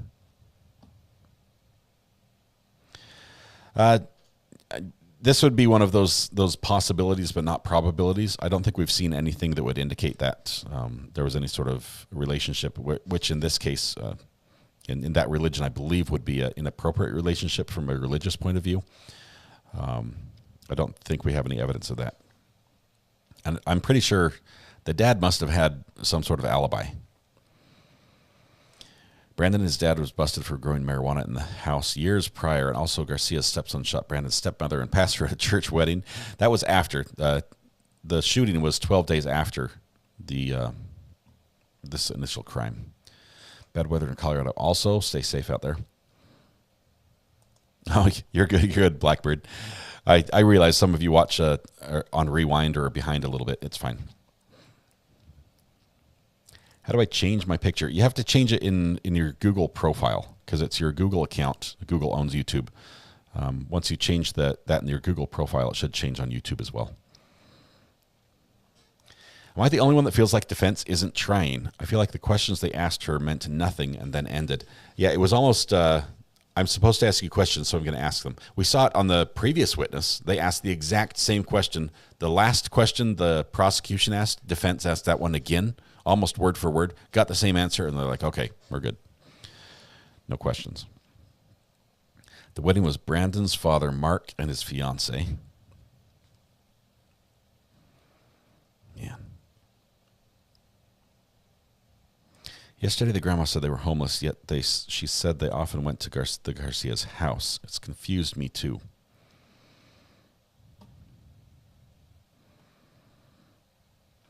Mr. Opertorso says, I'm comparing this to like Dean Cummings. Defense didn't have to prove anything, but they argued self-defense, and they argued it very strong, starting with strong cross questions. Feels lacking here. And they have not put out an affirmative defense like that. They haven't said this was self-defense. You know, Brandon thought there was an intruder in the house and shot him. They haven't said anything like that. It's way too early. It's way too early for a poll. We'll have to. We don't even know what happened yet. We're still getting the pieces handed to us. You haven't checked your roof. You might be sleeping in a waterbed tonight.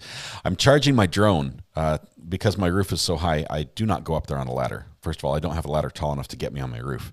Even the home inspector that we hired to check out the roof had to use his first ladder, extension ladder, to get on the first level, and then use that to get on the second level of the roof. So I do not go up that high because I'm afraid of not afraid of falling, but I'm afraid of landing after a fall. Do we know that Brandon Castiglione declined a mental health assessment? We do know he declined it? I thought the defense was seeking that. Let me look at the documents here.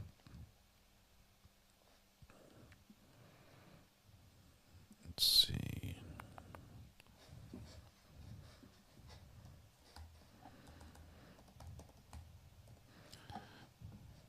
Let's see what we've got as far as results for health.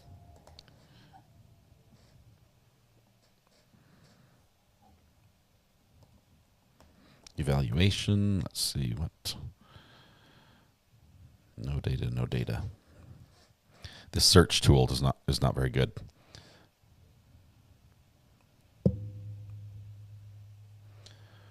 Status of counsel, court orders, counsel hearing, clarify scheduling, ex parte.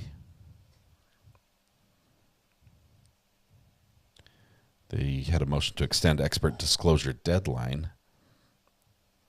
The motions to compel.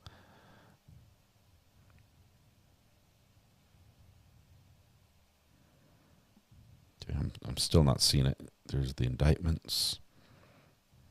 This is not in order. This is alphabetical, so it's not in time order here. Outstanding discovery, evidentiary bail hearing.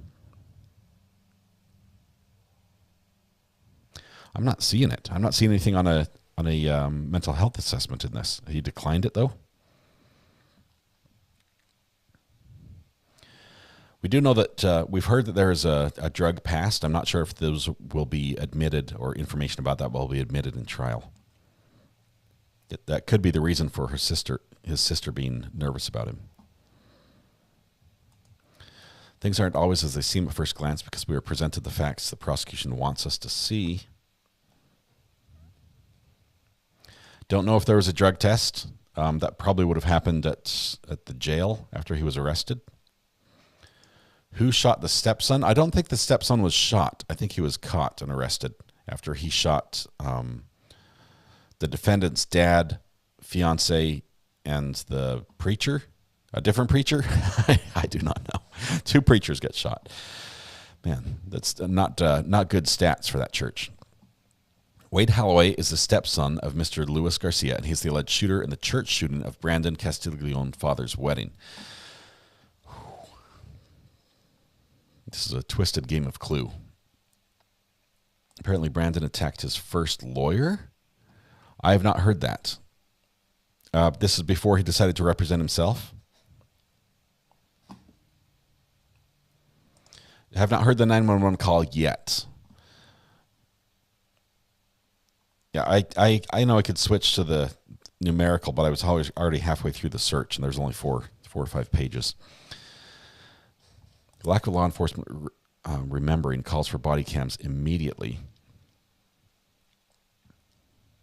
2 church members jumped on him at church. That's the stepson, 12 days after. Well, so sorry, my auto cucumber is daft. I love that. Auto cucumber will get you every time. They could bring it in, the prior acts, if it goes to motive, like Murdaugh. They don't have to prove motive, so I'm not sure if they can. They've said they aren't going to. Sounds like Hatfields and McCoys. Yeah, but at the same time, they were like good friends. The families were very close. I guess Hatfields and McCoys, were they friends before they were enemies? Stepson is currently in jail on drug charges and probably the shooting charges as well. Brandon didn't attack the lawyer. That was Dale. Whoa. Is this on repeat? It feels like we're in some sort of weird time warp. Somebody opened a portal from Lori Vallow's case, and here we are.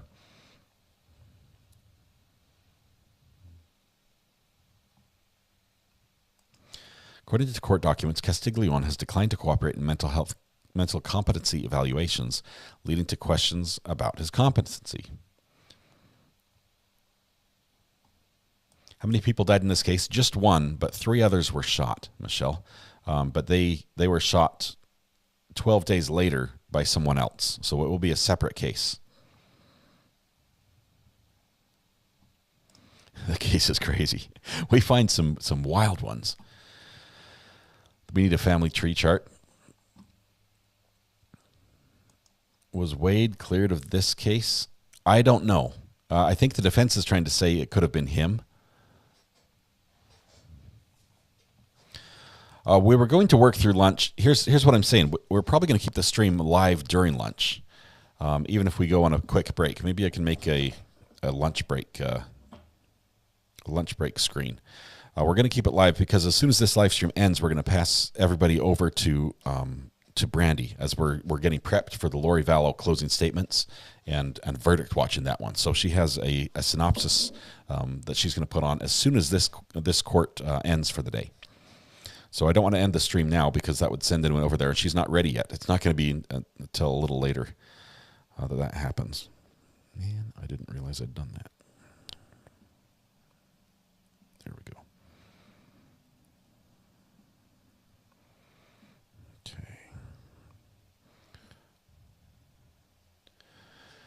Okay. Michelle, anytime. Any other questions? I'll try to answer them here as I'm creating a quick little splash screen. Where's all the extra info coming from? Is there a reliable source we can look at? Lisa, we're looking at the court documents. There are quite a few court documents. This case, the murder happened back in 2019. So we've got several years of court proceedings to cipher through. There was one point the defendant wanted to be pro se. He tried to have the charges dropped for lack of evidence at that point. So there's all sorts of things in here we're following. Also, there's news stories that have been done on this for quite a while. This hit the news early on and has been followed since then. Did all the church people take an oath of obedience? Patches, I don't know if that was part of their religious practice or not. The church shooter was Dale Holloway. My apologies. Samantha, thank you. That was the stepson of the last lady who or was it the son? Was it the son of the lady who testified or the stepson of the lady? I think it was the son of the lady who just testified. So she's had a rough go of it. First, her husband gets killed, and then her son goes and gets revenge, maybe? Sharon says, sorry, off topic now. Letitia's in the prison system. Will she lose her name and be called by her prison number? She will have a prison number, but she wouldn't lose her name. She would have to choose to change her name if she wants to lose Stout. Mr. Stout, Al cannot force her to take that away unless he can sue her in court and win. It's almost like a family court type situation, though. I don't know. Have you ever seen a divorce court where the judge orders the wife to drop the husband's name? Usually they want to, but I'm not sure.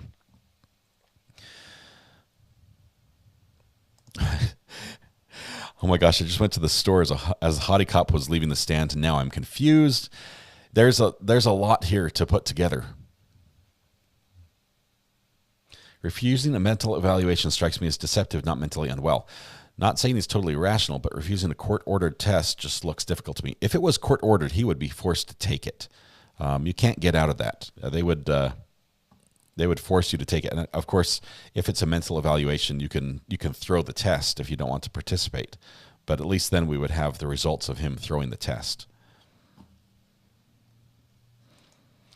So Dale Holloway was the stepson to Mr. Luis Garcia. So the son, would it be the son of the last witness, or was there another wife that would have been come through? Normally, a name change is done by deed poll in the UK.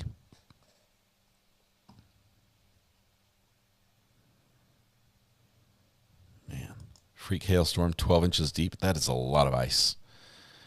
That's a ton of ice.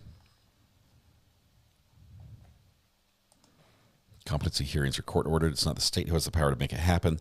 They need to file a motion. It makes me wonder. What's the story with Brandon's mom? Anyone know? We have not heard about her yet in the trial. Almost feels like the family has made the defendant a scapegoat.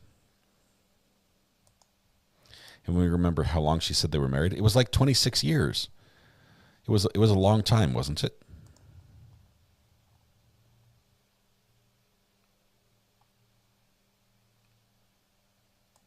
Yeah, husband cannot force change. Okay, quick, we're gonna put something up. This is lunchtime. We're gonna have a lunch break, but the stream is gonna keep up. We're gonna keep the stream up. We're gonna keep the audio up from the live stream. We have 45 minutes until the judge says they're gonna be back. He gives only short lunches, not the hour and a half that we saw in the previous trial, or hour and 15 minutes. But let's see. We're gonna create a quick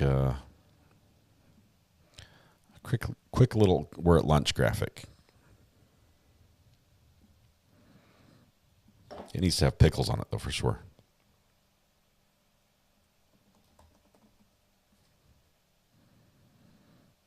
Okay.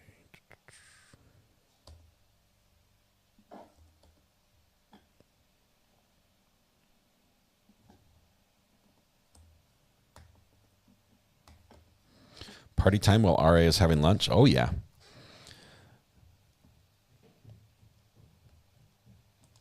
This case seems like it has a ton of drama around it, but I'm not sure if that's enough to get me off the evidence of being found with the body and not calling 911.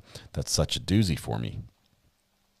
Okay, so his behavior, here's the thing. I don't know Brandon, right? I don't know what he was like. I know he was religious, and that we have evidence that he prayed sometimes for a long time in this fetal position. If he had just come across the scene where his friend was deceased, assuming Luis Garcia was his friend. It's reasonable in my mind to conclude that he decided to enter a prayerful state and seeking guidance or enlightenment or comfort or something.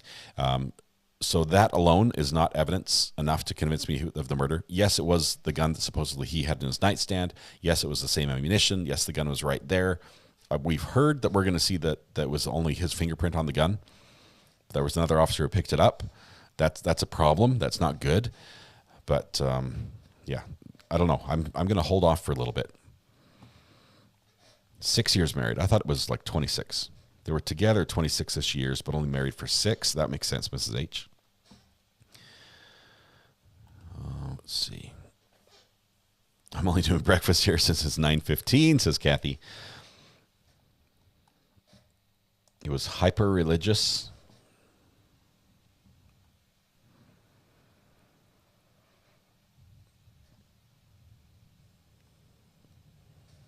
There should be a law to annulment of marriage if one party kills one's child.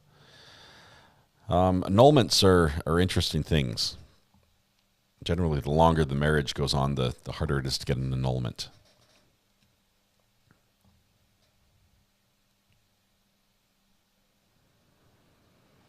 Let's see. Okay. Multiple tests they ran on the gun is interesting. We're still going to find out touch DNA on the gun. If it was his gun, that would explain why it's there. But if someone else used his gun, his touch DNA would still be on the gun.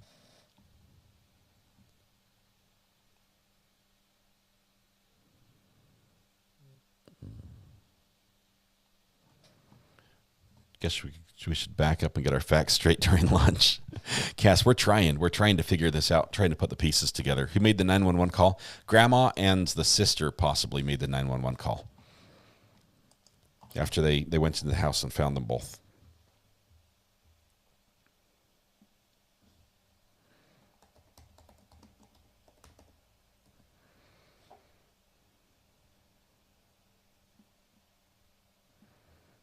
Okay.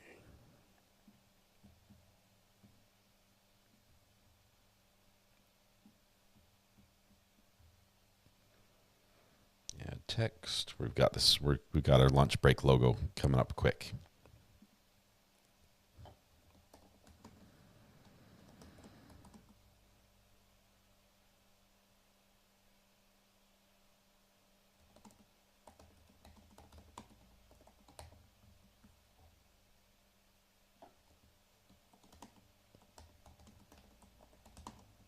We'll resume at, let's see, 41 minutes. When's that? 1 p.m.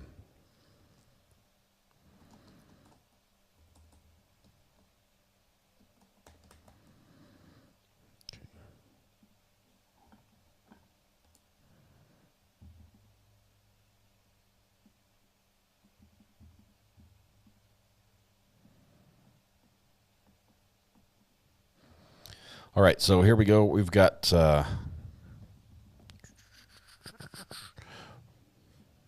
lunch break. So now's the time to go make yourself a sandwich. We only have 40 minutes left, 41 minutes. So please do it. Oh, I missed the B in that. Please do what you have to do to get food and get ready for this the trial to continue after lunch. There we go.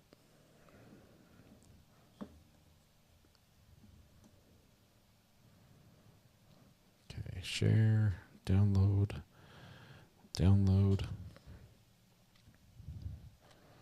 going to load it up here. I'm going to make sure we don't accidentally put up the wrong picture for the lunch break. We would not want this one up there. Hold on just 1 second.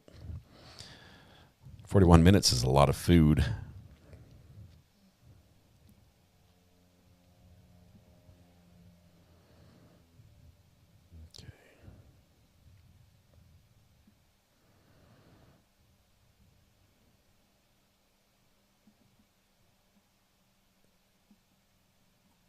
Here we go. There we go. Court's on break for lunch. We'll resume at 1 p.m. Eastern. So I'm going to keep the live stream up. Does that work? Everyone's like, no, the other picture, the other one. Yes, we do. I might be able to do both pictures. How about this? Super source. Presets. Where are we at?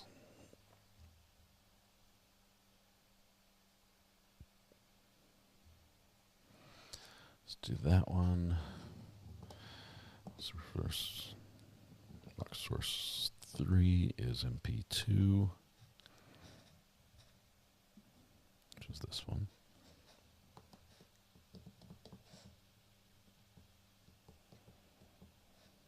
Why is it not changing? 4 is MP2.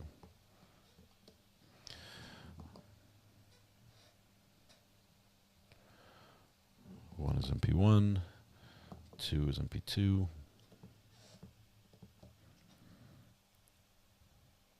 Wait, I missed it. Yeah, I don't know. I don't think I can do it this way. Background is 4.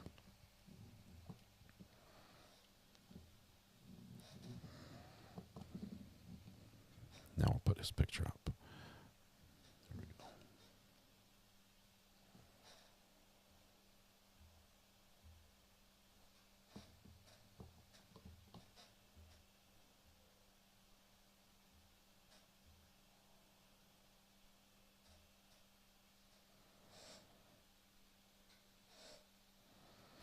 I'm trying, man. It does not want to have that picture up for you. Any more questions before we go on break, so I can grab the lunch as well? Nice graphic. We'll leave it here for a second. I'm trying to get a different setup, but it doesn't want to play nice. Let's see, camera 1. This one might work. Camera 1 is MP2. Camera 2 is going to be camera 1.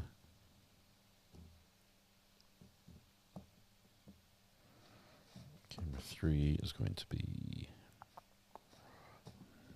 my office, and 4 is going to be color 1, or just black.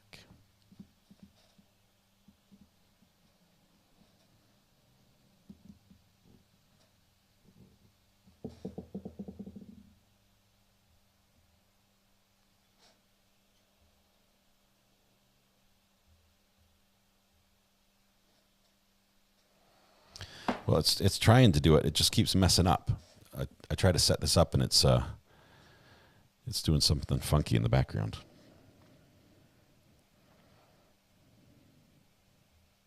See, box 4 has to be full size. That's why. There we go. There we go. So now we have our break. Does that work? Now we can go on break. We're gonna go grab a sandwich. All right, man, that was crazy. If anyone is still watching, why is the question? No, just kidding. We're gonna have a little bit of a break. Chris King, good to have you here. We're having an amazing day. Yes, it's great. Go eat. I will leave that. Okay. So give me just a minute. I'm going to turn off my mic. We do have the audio from the courtroom still turned on. So if they have a hot mic, you're going to hear it. We've got 35 minutes before they come back. So the cop pick could be bigger. Let's see. Cop pick is camera 1. Let's see. Box 1. We could, I'll need to crop it a little bit on the right. There we go. Does that work? We'll be back here in just a little bit. All right, guys. Do you want any music to play out as I get up and leave? Let's do. I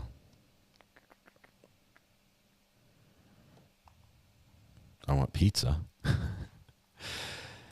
You now need to balance it out next time and put hot female cop ups as lost souls. I will just put up this picture. He's unrelated to the case. It's just a picture of a cop with a dog because we like animals. What's with the cute dog?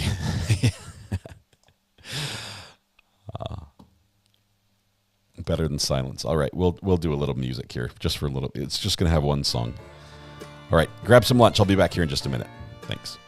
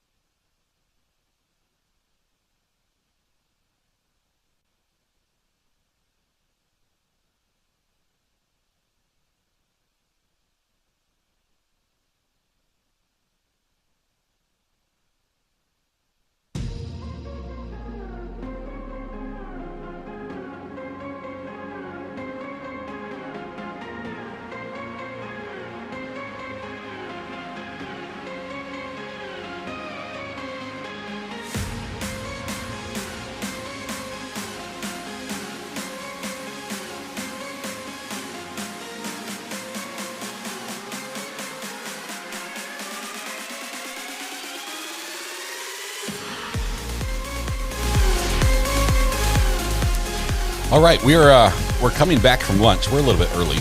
They've got about 20 more minutes. You can finish your food. Don't worry. Keep eating.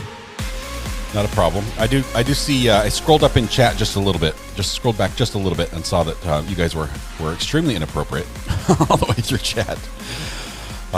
Admiring the photos. So yeah. Let's see. Okay. Where are we at?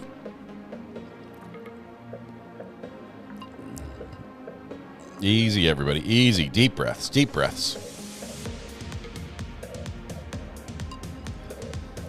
All right. Okay. We are back. We're coming back here slowly. The thing I liked about the picture we were put up here a little earlier, this one here is what I'm talking about, is it is identical to here. Let me show you. To my gavel. It's the exact same gavel. Only I have Recovery Addict on there. Thank you very much, by the way. This is awesome. Love it. We were super inappropriate. Okay, well, now you have to behave. Everyone, dial it back. Behave a little bit. See, I left the burner phone in here. It's probably been buzzing off the hook. We've got a few people.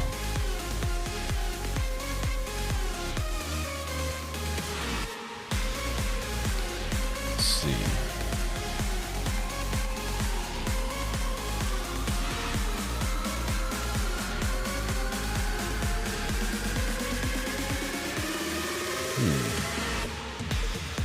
I want to hear this message really quickly, but I have to take it offline because I'm not sure if I have permission to share it yet. So just 1 second.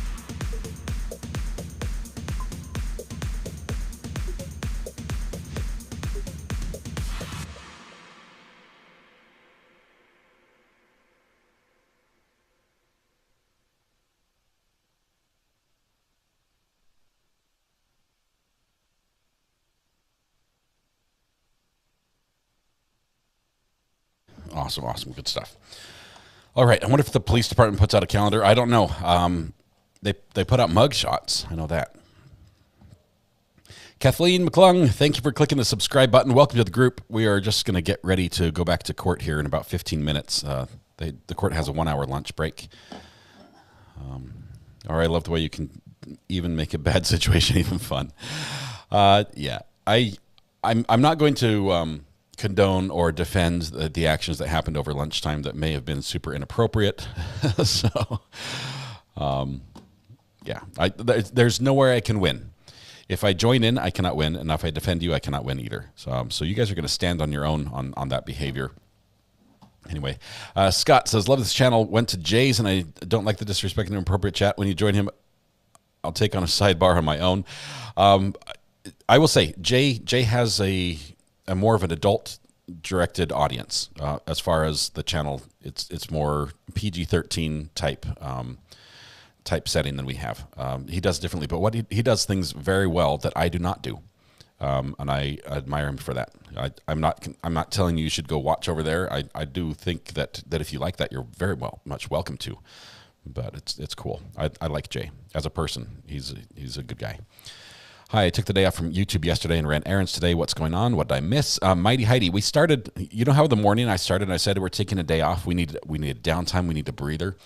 And I said, send in your request for what trials we should watch. And we got inundated with, there's one that starts at 1:30 today. That was yesterday, with opening statements. And we need to watch it. And we picked it up.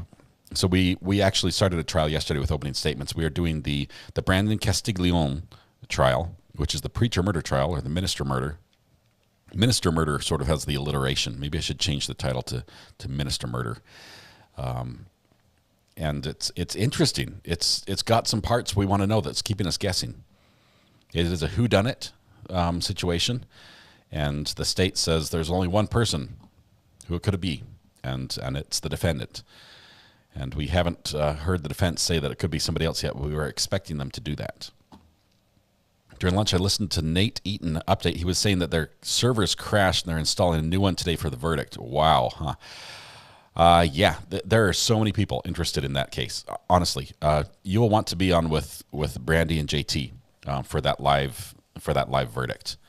100% on Brandy's channel. If you haven't already subscribed to our channel, I highly recommend it. You can do that by typing !Brandy. That's Brandy with an I on the end, not a Y, in chat, and you will have the link there to join.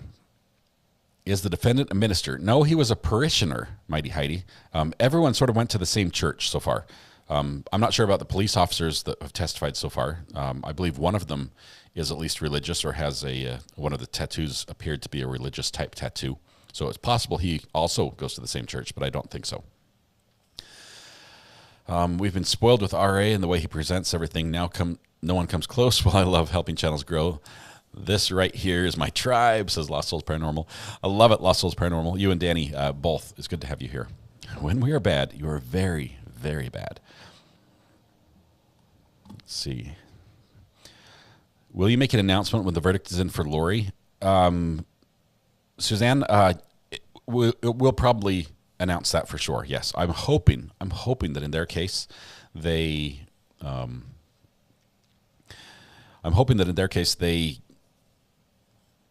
give us a heads up, 30 minutes head up. Is that too much to ask? I hope not. But if they can do that, then honestly, what I'd like to do is I would like to transition and I'll jump over onto Brandy's channel. Just pause where we are, literally pause our video, pause the incoming feed from trial, jump over there for the verdict, and then we can come back afterwards. But I think it would be great to all be over there and watch it there because they've done such a great job following this trial. But we'll figure that out. I'll have to work out the details with Brandy and JT there. Oh, there's Brandy right there. It says they're giving us 1 hour notice for the verdict. That's plenty of time. We can work that out. And Brandy, if it's cool with you, I'd love to just I'll just jump on your channel for the verdict so we can hear that. As long as you've got everything set up to listen and any way I can help, let me know. So I'd like to do that. Let's see. Who did the video of the persons involved in this trial? Who did the video of the persons involved in this trial? What video are you talking about, Lowlands Angie? Are you talking about the actual trial footage? Because Court TV is the pool camera of record on this case. So they are the owners of the camera that provide the video for all of us who are registered New Hampshire news organizations, as I am. It'll be awesome. Brandy says 1 hour. That's great. Completely off topic. 7.6 earthquake in Tonga. Oh my goodness. Oh man, that is 7.6 is just huge, massive. Let's see. Ivan, it's good to have you here. Appreciate it, my friend. I was listening to Lawyer You Know, attorney in Florida.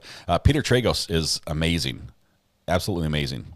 And I might say, oh, look at this. Hang on 1 second. Oh, nope. They were playing with the cameras, and they turned it back to the exit sign. I was about to cut to it, but they just panned down on the floor and back up. I sent you Who's Who chart on the burner. Thank you, Ashlyn. Where did you get the chart? I have to be careful. Not that it's going to be wrong, but I need permission from whoever produced it if I'm going to show it. Let's see.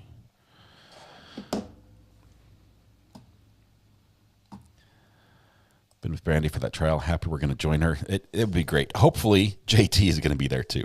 I know JT has his hands full. He has so many irons in the fire that he's constantly doing one job or another, and it's always nice to catch him. I have yet to be able to pop on and visit the channel like in person in video when JT is there. I think that's the case. I know I've called in on the burner phone, but we'll see. So, but that's not going to be today. That's going to be tomorrow. Ashlyn, you made it. You're here. We've got about 10 minutes, just under 10 minutes before they come back from lunch. Lawyer You Know does a great job. Really like him. Yes, we're going to raid Brandy's channel. I think that's going to be fantastic. So here's what I'm thinking. When the Lori Vallow sentence is announced, I'm going to be texting Brandy and say, hey, as soon as you're ready to go, say the word. She'll set up her live stream. I'll link to it. We're all going to jump over there And then we'll watch the verdict with them, and then I'll restart the stream and we'll pick up where we left off. So we might go a little bit later. I don't know how long we're going to stay after the verdict, but we want to be there for that and the leading up to it. So maybe if Brandy is ready to go for an hour beforehand, that would be great. But the one camera did pan briefly in the courtroom. I mean, now it's just showing the exit sign, but it did pan briefly and show. Oh, you can't see me. I'm right here. I was missing all along. Just showed that the courtroom is completely empty right now. Everybody's out at lunch. There's one bailiff who was walking through the door. Deborah York, hey, welcome. Good to have you here.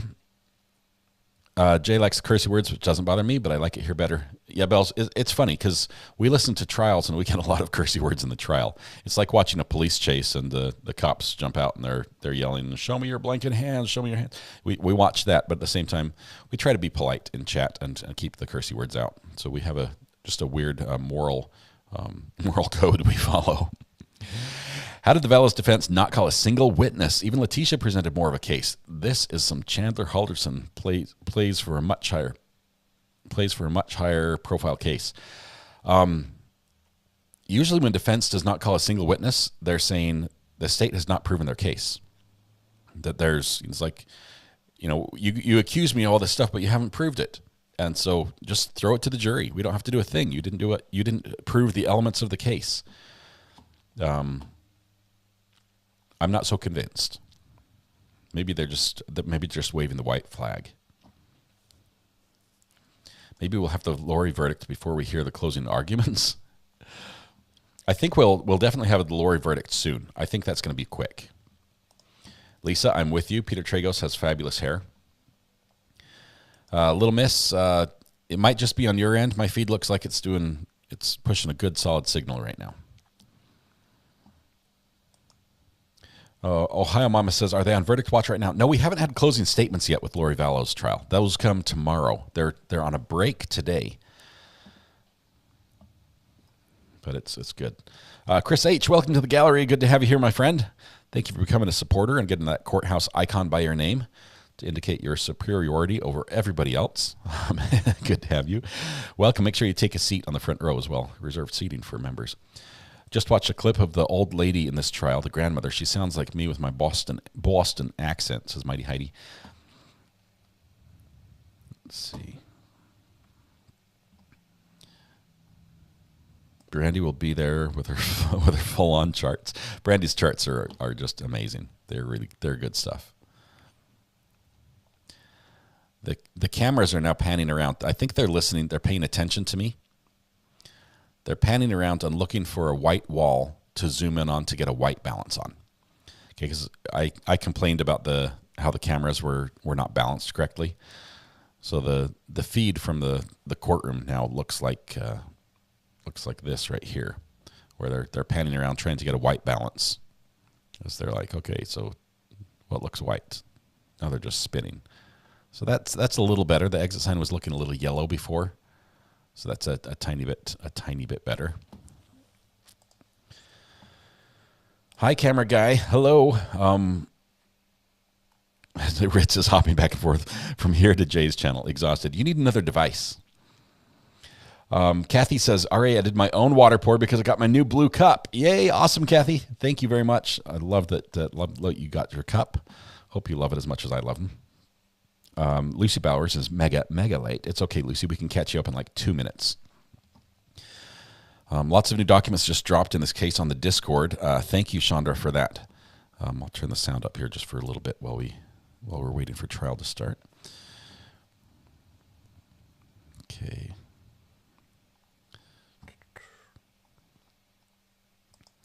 Yes, but the Lori verdict will be on air live, and the closing arguments are not. No. Oh, okay. Now I see what you're seeing, Levin. If the closing arguments, if the verdict comes back and it's like 10 minutes of deliberation, we're gonna be waiting for the closing arguments audio when the live TV comes in from the courtroom. So that's what you're saying. Possibility. Maybe. We're going straight to closing arguments on Friday, so you're going to have probably jury instructions. I don't think those have happened yet. jury instructions, closing arguments, and then verdict watch. I think it's going to be I bet we'll have the audio, because they'll probably release the audio from closing arguments as soon as they're done with court. As soon as they go into verdict watch, I think the audio will come out. That's what I'm thinking anyway. And now Murdoch stole it. And Alex stole it. Yes, we this is a little more lighthearted murder trial that we're following today, Nanny. It's interesting. It's got some interesting factors in it. T. Renee says, got my mug, pink, and it's wonderful. That's what I'm drinking out of today. I also have the pink mug today, like I did yesterday. I may not have washed it. But the water's clean. It really is. Okay. One thing I have tonight also, as soon as our live stream stops, and we jump over to Brandy's channel for the pre-verdict stream. One thing I have tonight, I have to tear down my studio and I'm going to take this, and I'm going to take that and this and these and that and maybe a couple other things and all the cables to connect it. Probably not the audio device, actually. Well, I might. I don't know. I'm going to take all that and go set it up for a youth activity where I'm teaching them how to be YouTubers and what it's like and give them a hands-on experience. So I'm going to set that up tonight and do that for an hour or so. And then I'm going to come back and try to put it all back together and have it working properly for tomorrow. So we'll see if that works or not. Thank you, sir. Perfect channel. Congratulations. I appreciate it. And thanks for clarifying the verdict before the deliberation or before the closing statements question. Yeah, the audio is not live, unfortunately, and that was frustrating in the Lori Vallow case. Of all the cases that we wanted to really follow, that would have been great. Hopefully, we get to follow live with BK if that goes ahead and goes to trial, which I think it will.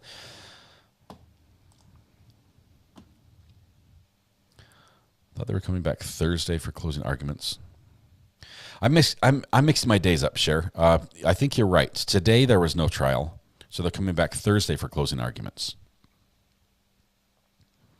For a second, I was thinking it was Thursday, and it's not. It's only Wednesday. The thing that gets me is if you find a body, you don't call 911, but you start praying for hours, that speaks guilty to me. Yeah. He's got some explaining to do. And what do you think? Is he going to take the stand in this case? Can you please give me a list of all the people involved so far? I'm trying to keep everything straight. Dodie, let me try. And I'm going to do this from memory just to see if I have it down. First of all, we have the defendant. His name is Brandon Castiglione. Brandon has, we know he has some priors that involve drugs. Brandon lives at home with his dad, Dale. Is it Dale? Let's just say Mr. Castiglione. He lives at home with his dad. Brandon's dad was having some painting done in the house. The painting was being done by a minister from the church they all attended, and that minister was Luis Garcia. Brandon has a sister who testified who looks just like Anne Hathaway, and a grandma who has a really nasty cough who has also testified. Those two showed up at the house on October 1st, worried because they hadn't been in touch. They hadn't been able to get a hold of Garcia or Brandon. We don't know why they were worried or if there was something that would cause them to worry. The sister said she had a bad dream the night before and she was worried about Brandon. He didn't respond to that. So they show up at the house. They throw acorns at the window. They do everything, all the usual things to try to get in, except for, put the hand through the hole in the door and open the door, which she didn't think of at the time. But they do all those things and get in and eventually find Brandon praying or curled up in the ground. I'm not sure what that noise was, by the way. Curled up in the ground on the floor, moving, moaning, talking a little bit. You can't decipher exactly what he was doing as far as the words, not understandably. And they find the decedent has been shot by Brandon's gun, single bullet casing on the floor as well. Apparently, we're in a bowling alley now, and we're listening to people get strike after strike in the courtroom. I'm not sure what that audio is for. So that's what we have so far as who we've been introduced to. The defendant is the one that's wearing a gray-colored shirt today. He wears it buttoned all the way up, no tie. The witnesses sit to the right hand of the judge, right in front of the American flag. We have fairly good cameras in this one. Audio, on the other hand, leaves a little bit to be desired.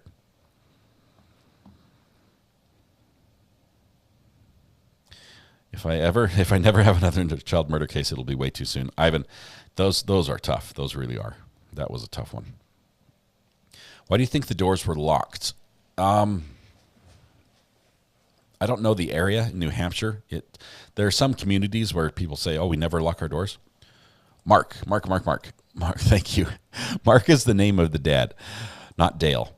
And the reason why I said Dale, because 12 days after Luis Garcia is found dead and Brandon is arrested, Luis Garcia's stepson, that is I believe the daughter of the woman who just testified on the stand, Mrs. Garcia, her stepson shows up at the church where Mark Castiglione, Brandon's dad, is getting married to his fiancée the same day that the funeral's being held for for Garcia.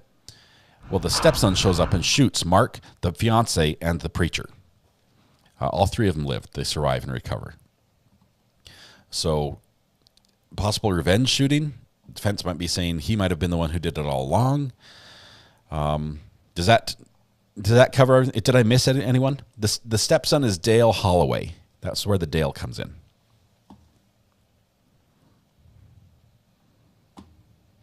And the audio is painful. The worst part about this is I can fix a lot of problems with audio. So if they just set it up and leave it, I can fix it. But if they change it during every single break, they're like, oh, maybe this will fix it. I have to start from scratch and try to fix it again. And it takes a little bit of time. And they're constantly tweaking it and adjusting it as we go. And generally not for the better. I always have doors locked no matter what, says Momo Shark. Brene Malcolm says, recovery addicts go live at the job fair and show the kids a real show. We'd all join and let them see it live.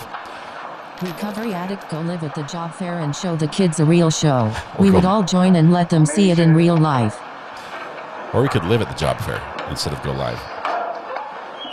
Either one's a good idea. The problem is some of the kids are under 13. Here we go with the audio. Let me go to work on this one.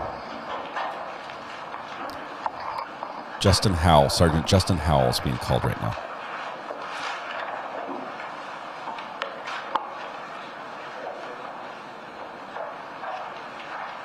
Approach the witness stand, please.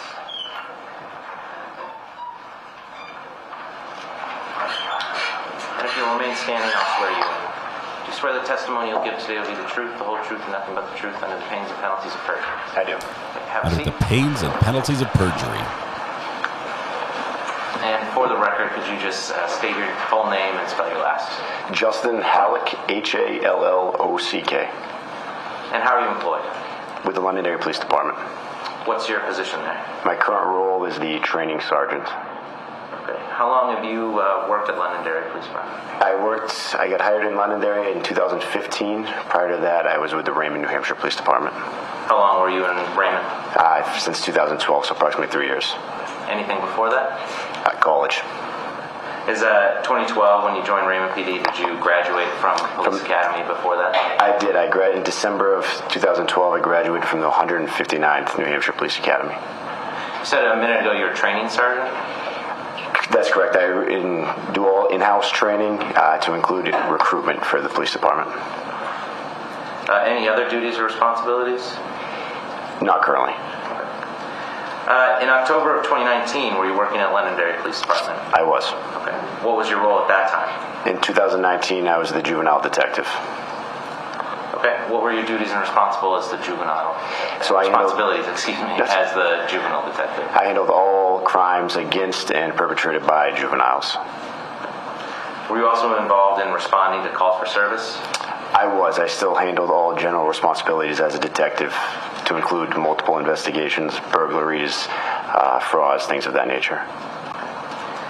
What kind of crimes were you responsible for investigating at that time?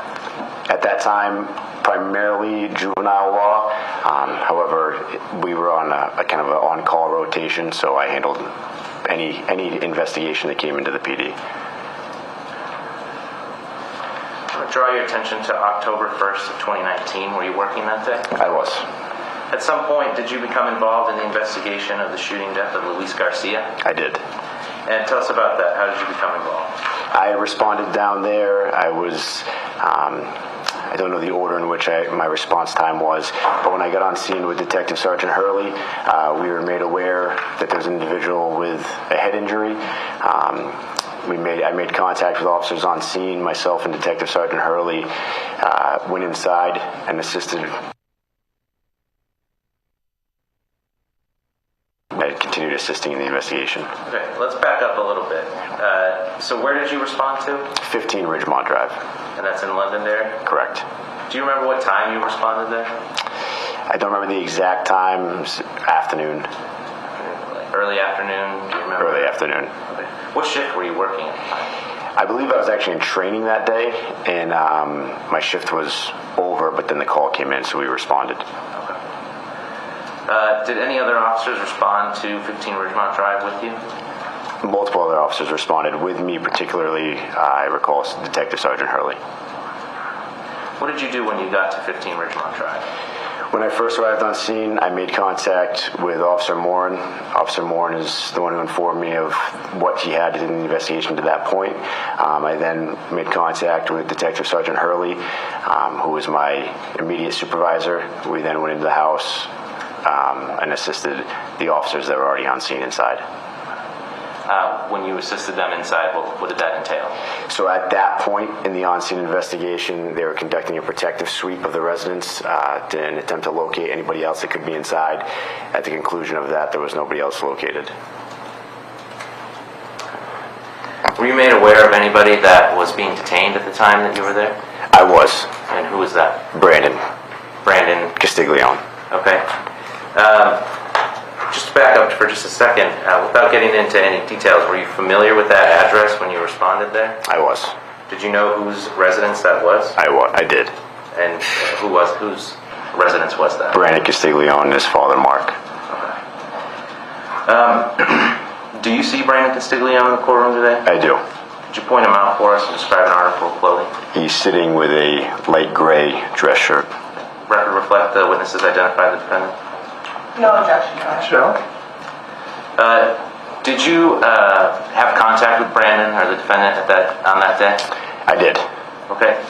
Before we get into all of that contact, what did you first observe about his behavior when you made contact with him? He was crying.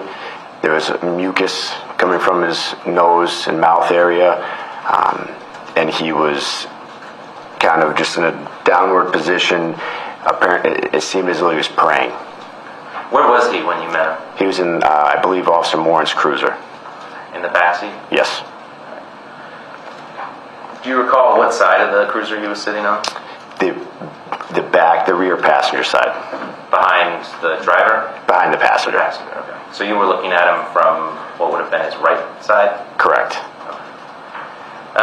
Did you notice anything if he appeared injured in any way? He did not appear injured.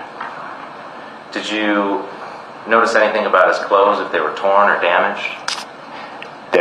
Not that I noticed. You said earlier he was crying. It appeared to you he was praying? It did.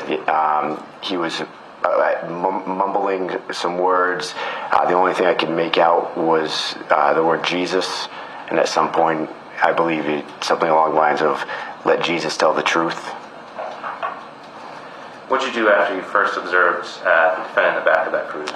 I read him his Miranda warnings. I asked and inquired about his health and well-being, to which he didn't respond to anything. So he didn't answer you at all? No.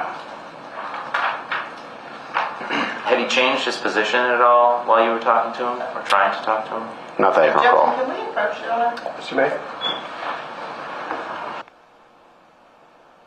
Okay, we that moment was almost identical to the Mark Jensen trial, where we heard that he had snot bubbling up. I never thought we'd hear that again in court, but we did. I went to look for the audio sound effect to play it. And instead, I just have your son just spread feces all over my bathroom. So I don't have the right audio for that.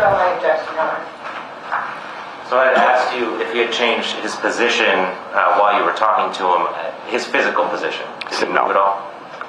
Just in like a downward motion, like his body was kind of hunched over, but he didn't move his physical position other than that, no, from the car. Did anything else occur while the defendant was in the back of the cruiser? Not that I can recall. What was done with him after that point?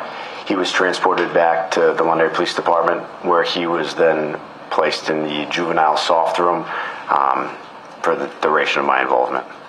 What's the soft room? It's a room that was directly near the juvenile detective's office. It has a couch. It's a non-secure detention room.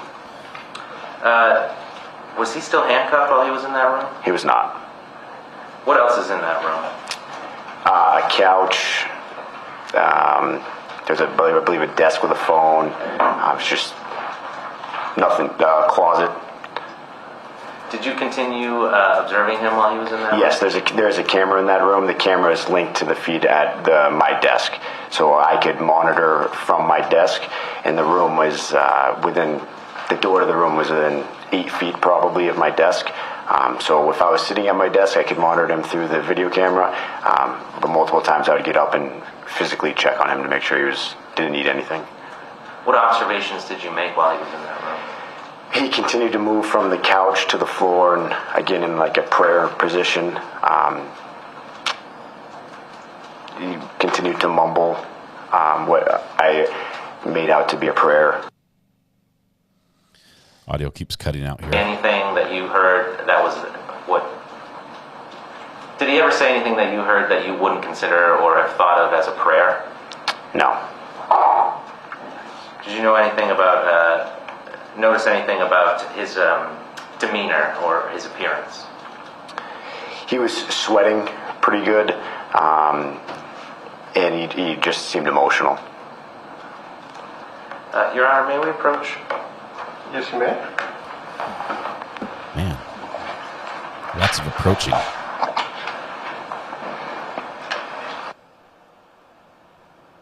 Okay, this question has not been answered. Why is he going to juvenile?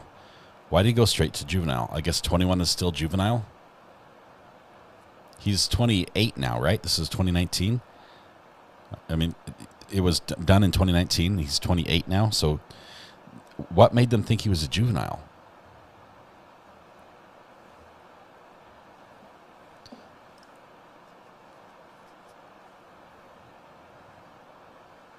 He looked like a juvenile.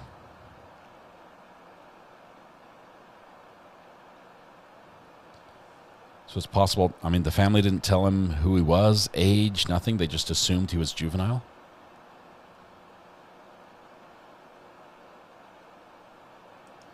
Maybe the regular jail was full, says DMB. He was 24.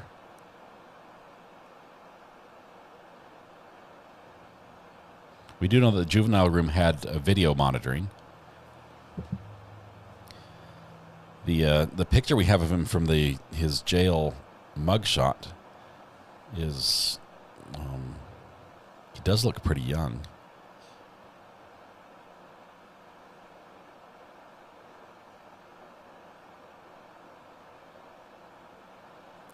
I'm glad my shave job is not analyzed quite this closely on a regular basis.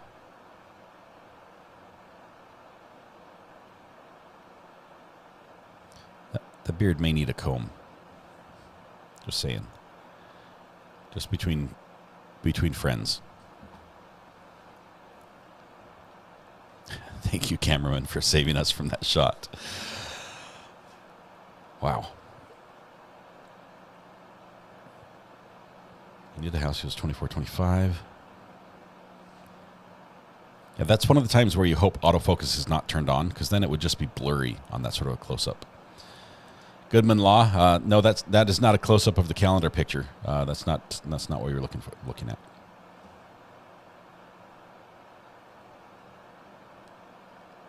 At least he didn't have nose hair. That's the closest close-up of someone I've seen in court. The only thing closer, Lucy, that I've ever seen in court was Court TV's close-up of Lori Vallow before they got kicked out of the courtroom and shut it down for everybody. Because they had close-ups of just like the eyes, like the tear duct with the water coming out. They did some extreme close-ups. The cameraman was almost getting artistic with it.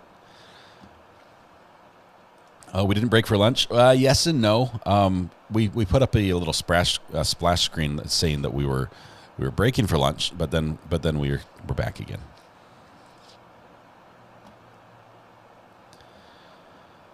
I think because he was the detective that took the case, and he was the juvenile detective, he used that room because it was close to his office. These are good scenarios. I'm just not sure which one's true. This court is going to be full up if every witness that gets dismissed, excused from their subpoena, is going to stay in court, which apparently they're doing. I don't see Grandma in there right now. I haven't heard her coughing, but the sister's there on the back row. Or is that the front row? No, that's the second row back. I think there are only 2 rows. We did go to lunch. I had some homemade Arby's fries. Reading that Brandon was 19 when charged. I think he couldn't be if he's 28 now, because it happened in 2019. And I'm not excellent at math, but that doesn't add up for me.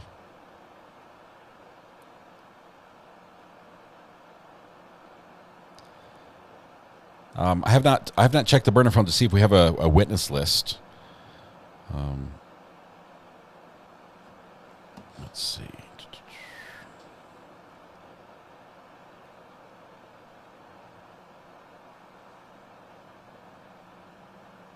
So he was 24 at the time of the crime, maybe based on maturity of a suspect. If that were the case, why was it not a bigger deal that he would be tried? Obviously, he's an adult, but his mental state for this trial. Does Brandon age in dog years? Possibility. There's another good answer. Grandma's behind the guy in the red plaid shirt. Oh, there she is. I see her. She was peeking out. Mark and Brandon known to police due to weed. They did have a prior conviction, I think, for growing, or at least a prior charge of growing marijuana, possibly in that same home.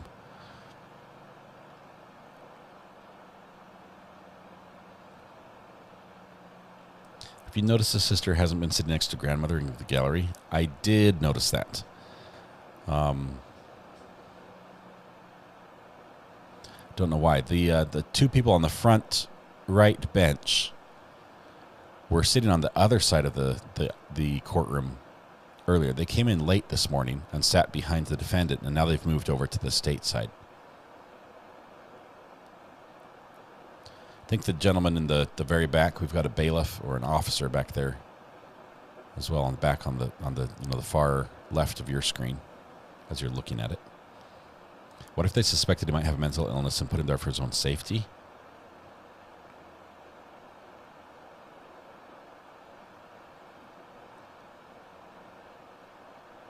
I was wrong. I was looking at a weed growing charge.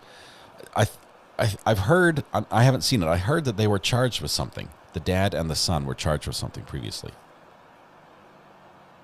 I have a hair that's poking me in the eye. You guys can probably see it, but I can't. I can just feel it. A soft interview room due to recording capabilities, hopefully with sound panels on the walls. Fox News article says Brandon Mitchell allegedly... Brandon Mitchell? Who's Brandon Mitchell, Mighty Heidi? Is this a different case? I don't know the Mitchell name in this one. Or is that just an update on something else? Unrelated. What's the delay? The prosecution asked to approach. They stopped their own questioning of the witness and asked to approach. Let's dig into this New Hampshire thing. Little Miss says, I explained in my comment before that some states consider you a juvenile until the age of 21 due to brain maturity, but they also could have only had room in that section that day. I've never heard of somebody after the age of 24 being treated as a juvenile in the court system. Let's see.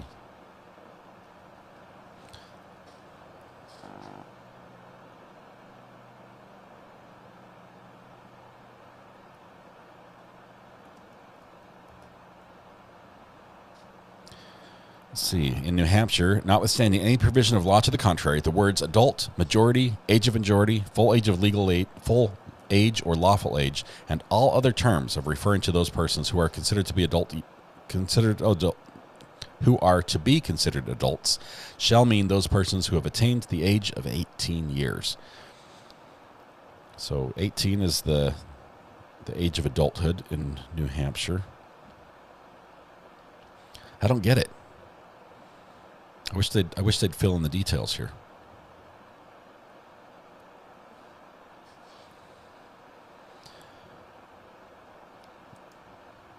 Oh, come on. Who hasn't been busted with a drug operation with their pops? Just kidding. Brandon was arrested in 2013 for operating a drug lab out of his father's home.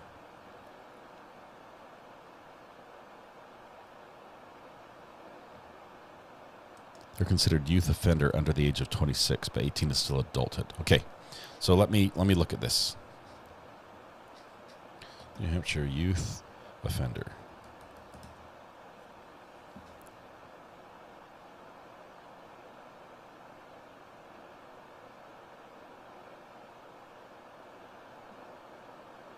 I'm looking at an article here dated from October 2002. It says New Hampshire raises age of majority in juveniles / criminal statutes.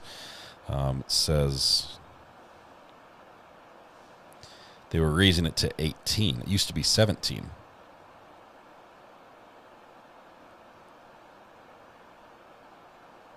Yeah, I'm still not seeing the reasoning.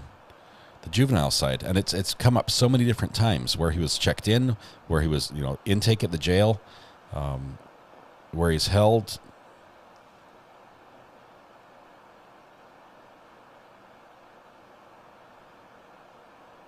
I'm wondering if they didn't know that he was the they arrested him. They advised him of his rights, so it wasn't just taking him into custody because they thought he was involved somehow. They had probable cause.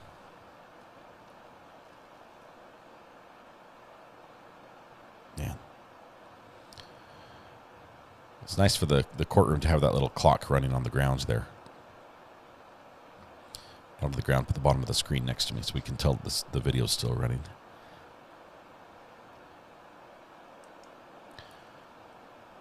Really? The Parkland judge resigned today. Judge Shearer, resigned, or retired. I personally think of all the judges we've watched that should leave the bench, and we have some that are getting up there in age, but I think they're still good. I would say the judge in the Aaron Dean trial probably needs to resign. If you dig into his history and see that he's ordered defendants to be electrically shocked for not standing up or not answering a question when they have a right to be silent, that's pretty bad.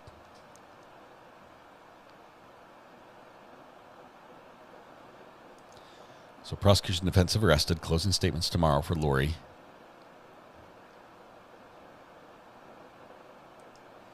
You would have think they would have known his age. The family was there when they arrested him. The family called the police. I'm sure they would have talked to the family and known who he was and how old he was. Speaking of family, getting a close-up there on some of the sisters there in the back. She looks somewhat like Sandra Bullock and somewhat like Anne Hathaway, sort of like a mixture between the two.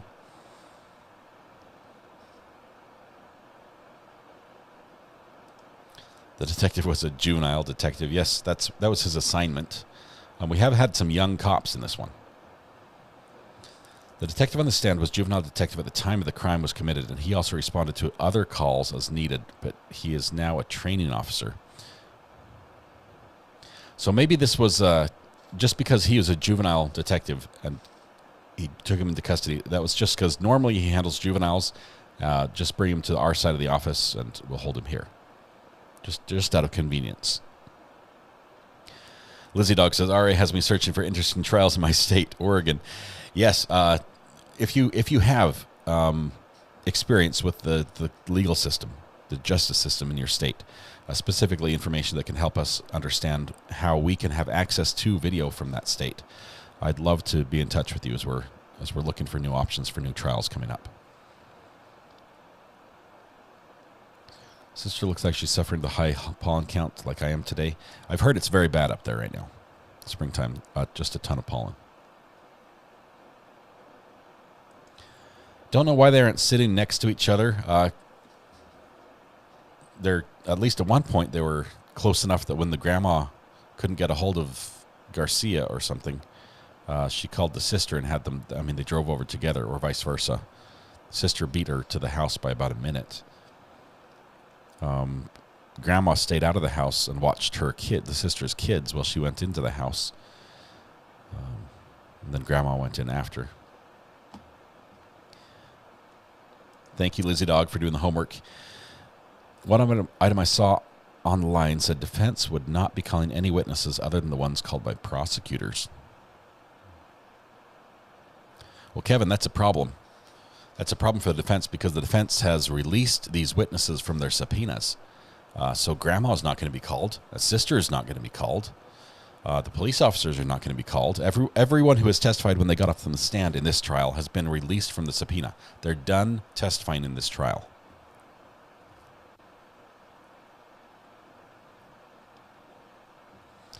Do we know if this court has a day off during the week like the LS trial? I don't think so. And I think the LS trial had that day off because Judge Werner predominantly handles civil cases, not criminal cases. So he has, a civil docket that he has to keep up on, that he rotates duties with some other judges. But don't know about this one. We haven't heard. I think this is mostly a criminal court. Grandma's still alive. She moved, says Nanny Apple. Yes, she's back there. She's hiding behind the Mr. Plaid shirt, who I believe is family of some sort. I think if we look back in the video from earlier in the trial, he was comforting someone after a testimony. Maybe the grandma. Because he was sitting next to her at one point, I think. Maybe the defendant will testify. Oh, okay. Parkland judge caught a lot of flack for hugging after the verdict. Yes, a ton. It seemed very improper.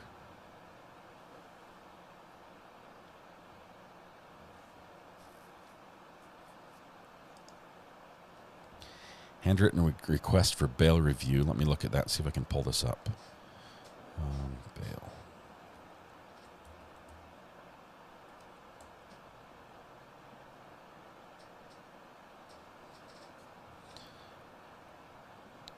This, if it's handwritten, I'm not seeing the handwritten one. If it's handwritten, it's probably from the defendant himself without counsel, because he wrote it on paper with a pen in his jail cell.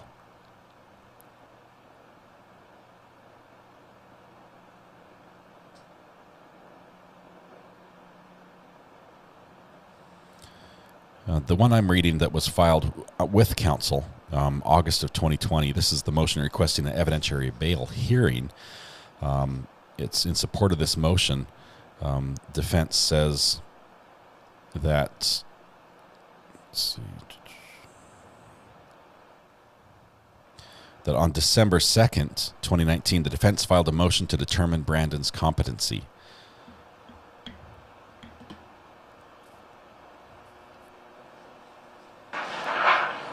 Okay, we may be back. All set? Yes, Your Honor. Okay. All right, ladies and gentlemen, the parties have reached a stipulation, and let me tell you what a stipulation is. A stipulation is to a matter of fact, which you are to accept as true. And in this case, the stipulation, which is agreed to by both parties, is that the gun found at the residence was owned by the defendant, that he had owned it since at least 2015, and that it was a Glock 19 with a serial number TSA 446. Given that stipulation, the objection to admitting these documents is sustained. So you're to accept that fact as true. Everybody's admitting that's a true fact. Thank you. Thank you, Judge. This time the state has no further questions. I'm sure the defense counsel does. Okay.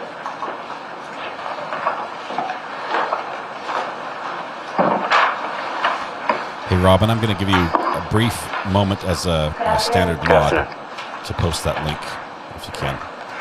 So give me just once. If you can post it, I'll remove that I again. think that you testified that you got to Ridgemont Drive at around 2:45. Does that sound right? Somewhere around that time, I believe. Okay. So more moving into the later afternoon. I know you had said earlier afternoon. Yeah, mid-afternoon. Okay. And when you got there, you spoke first with Officer Morin? I believe he was the first on-scene patrolman I spoke to. Okay. And you learned that Brandon was in the backseat of the cruiser? Correct. There were already several other officers there when you got there, right? There was. Okay. Officer Morin was there, right? Correct. Officer Alfaro was there, right? I believe so. Officer Phillips was there. Yes. Officer Verrier was there. Very, yes. Sergeant McCutcheon was there. Yes. And then you, and then Lieutenant Kearney. Lieutenant Carney. Carney? Yep, Carney. Okay. And Sergeant Hurley. Correct. And Detective Garcia. Yes. Also, I think Detective Archambault as well. Yeah, I don't know the exact time in which they all arrived, but yes, I believe Detective Archambault was there as well. And they were in the house, right? I believe everybody went in the house at one point. Okay. And you also spent some time in the residence. I did. And I think you were talking about helping to do a protective sweep, is that? Correct. Okay, so is it fair to say you all went, not all of you, but someone went into each of the rooms upstairs? Correct. Including the room where Mr. Garcia was? Correct. Including the hallway to get to the room that Mr. Garcia was? Correct. And obviously no one for major crimes was there yet, right? At that point, I believe not. Okay. I don't believe so. And it was a couple more hours before they got there. I don't know when they arrived on scene. Okay. So, no idea at all? I don't know. Okay. You testified about seeing Brandon in the back of the cruiser, crying profusely, I think is the word that you used. He was crying, yes. Okay.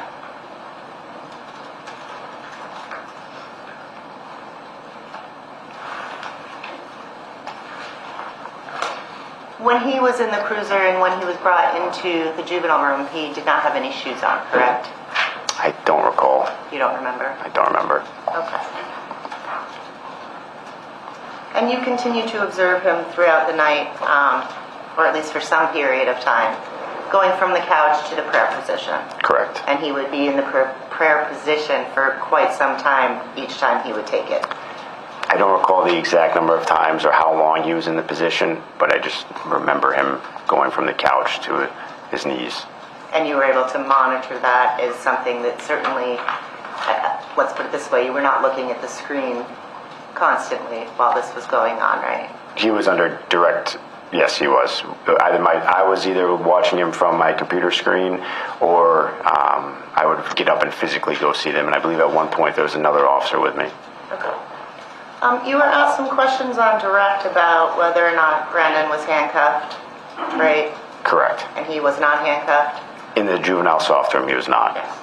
And this sort of goes to what we were just talking about, whether he was handcuffed or not, he wasn't leaving, right? He was detained at that point, correct. Couldn't open up the door and walk out. Correct. One moment, Your Honor.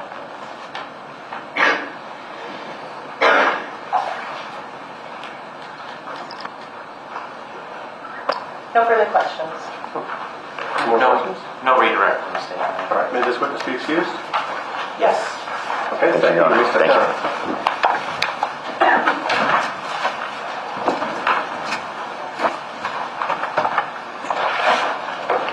The state now calls Lieutenant James O'Leary.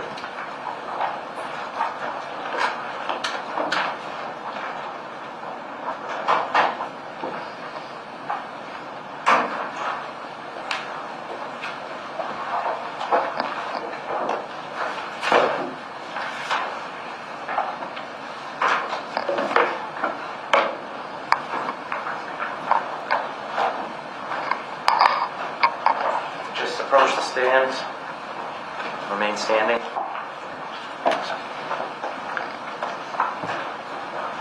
Raise your right hand. Do you swear the testimony you'll give today will be the truth, the whole truth, and nothing but the truth, and the pains and penalties of perjury? I do. Okay, have a seat.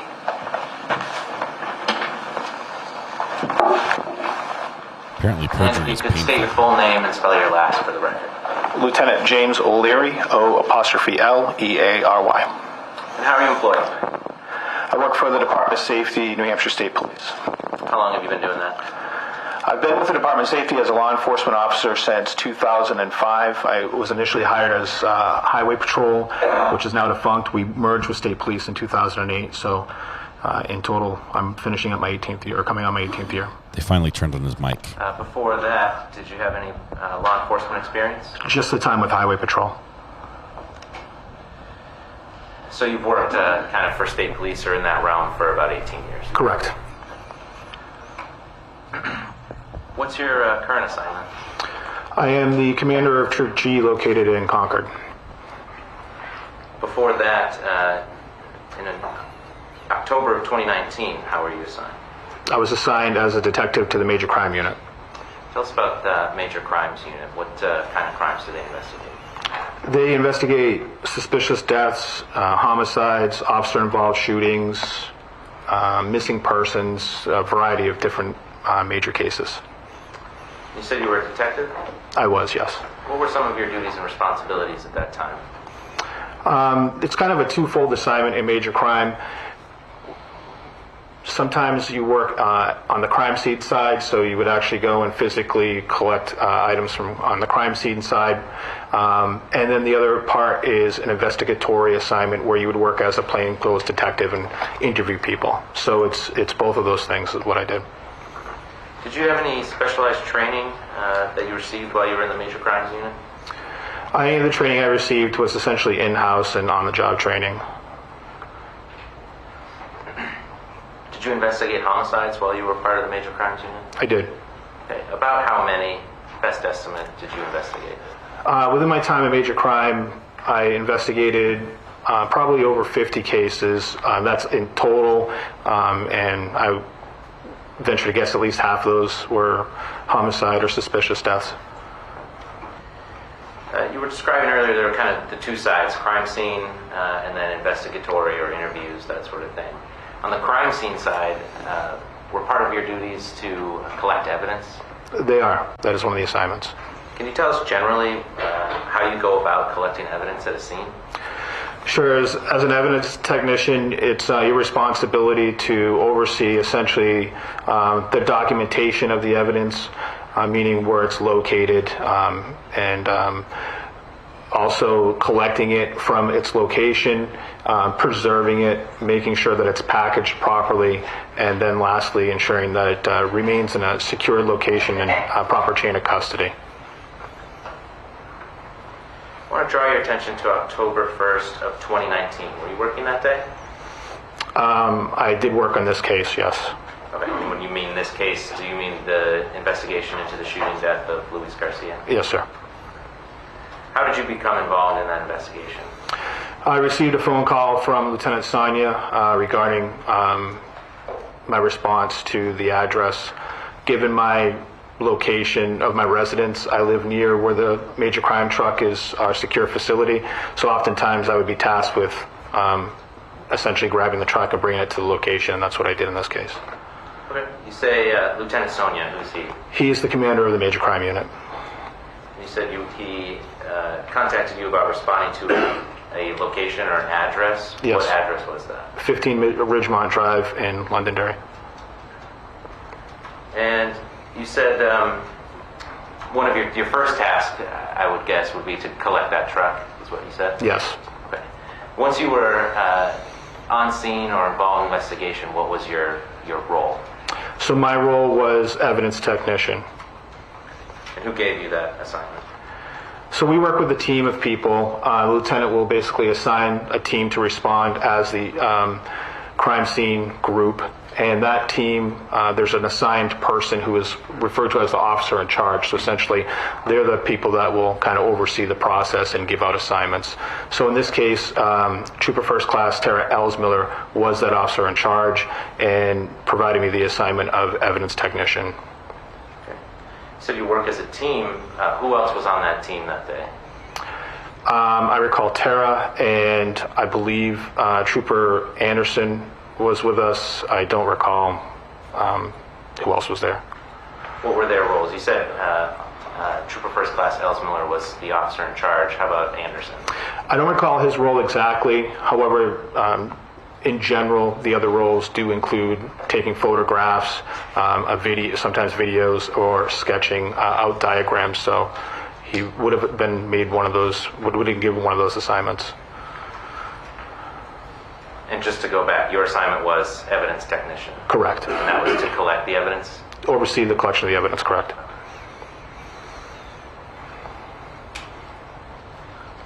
Do you recall where you responded to first after you got that call from Lieutenant Sonia? I would have gone to our secure facility in Belmont to retrieve our truck, which is what we use to help process our crime scenes, and then to the address in Londonderry. Can you talk just very generally about that truck? What do you use it for?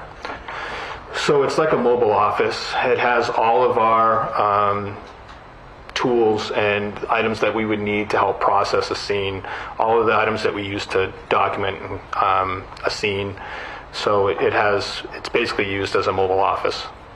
Can the truck be secured if you were to store evidence inside it? So that truck is secured by means of it's locked, and it also is secured in a locked garage. So when it's at the scene, are you able to secure the same things inside of it? Yes. So you responded to 15 Ridgemont Drive. Can you just kind of describe that place for us? My recollection is a split-level ranch. When you walk in the front door, I think there was a staircase that led down to like the basement area, and then if you walk upstairs, there was a kitchen. To the left was a hallway with a master bedroom, and I believe a couple other bedrooms. Do you remember the layout of that hallway? So if you walked all the way to the end of the hallway, to the right, I believe, was the master bedroom. To the left was a bedroom or a room, I should say, that appeared that it was under some sort of renovation, which is where Mr. Garcia was located.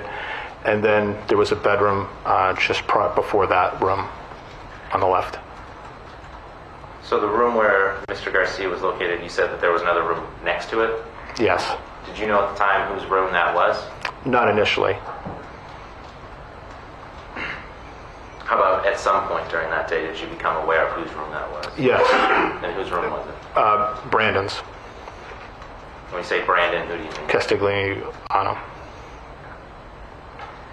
Bingo. Which room, this may seem like an obvious question, but which room did the investigation focus on while you were there?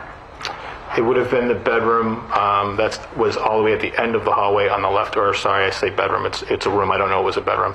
All the way to the left at the end of the hallway. Why was the investigation focused there? That's where Mr. Garcia's body was located. Was that the only place where the investigation was focused? No. Okay. Where else did the investigation lead? In the defendant's bedroom as well.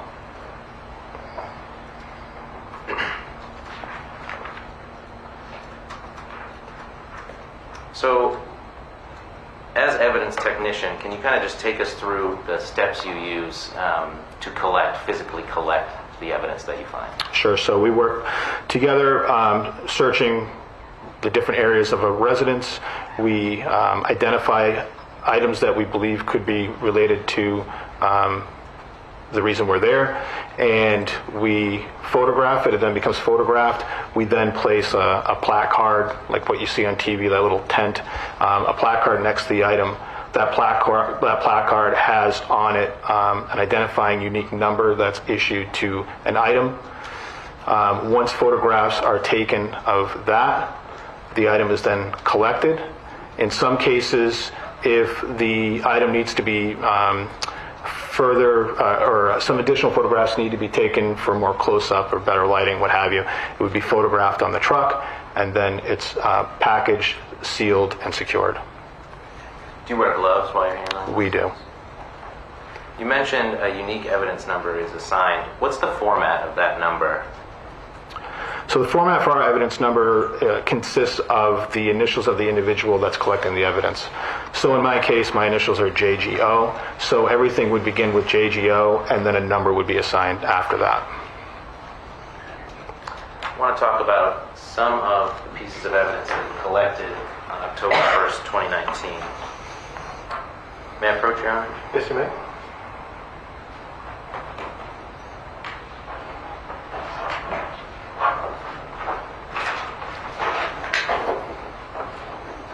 First item I'll be showing you, marked for identification, it states 111.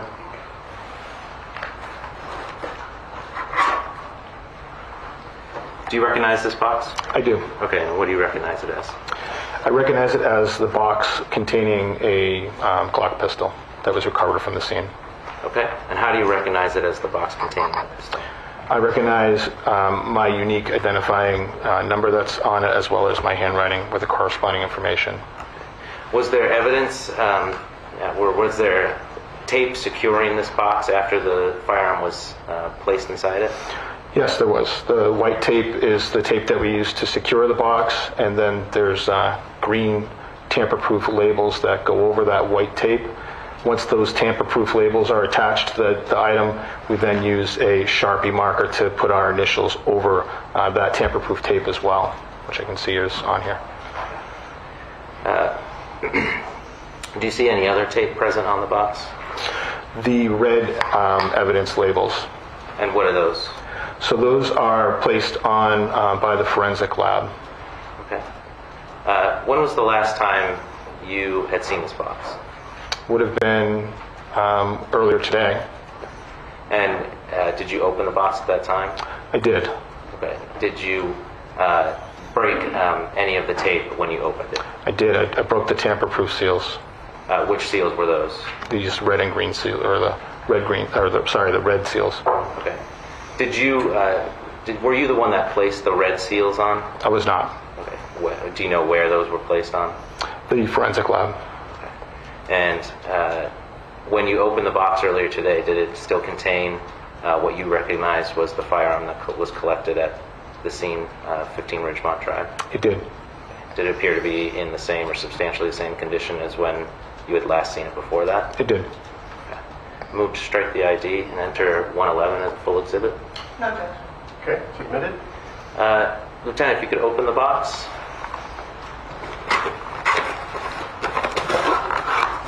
And if you could hold it up, I know there are a few items in there. Hold it up for the jury to see the firearm inside.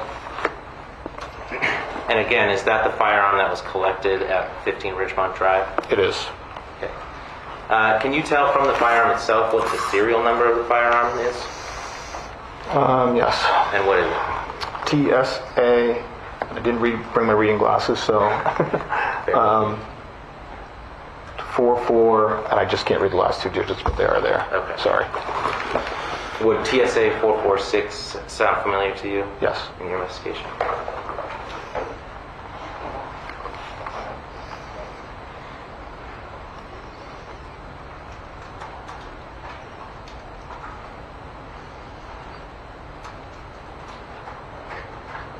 I want to talk to you a little bit about where you found this firearm.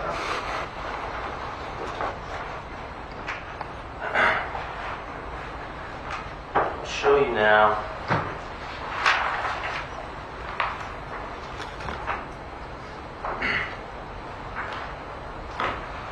One moment here.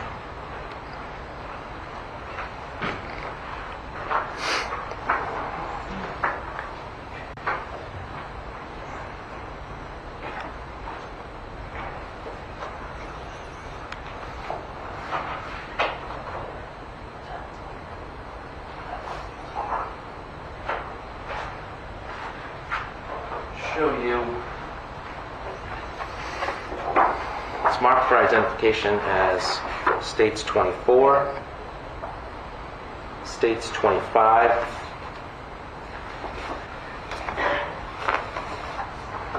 States 26, which is a full exhibit, States 27, and States 28. You can take a look at those. Yes.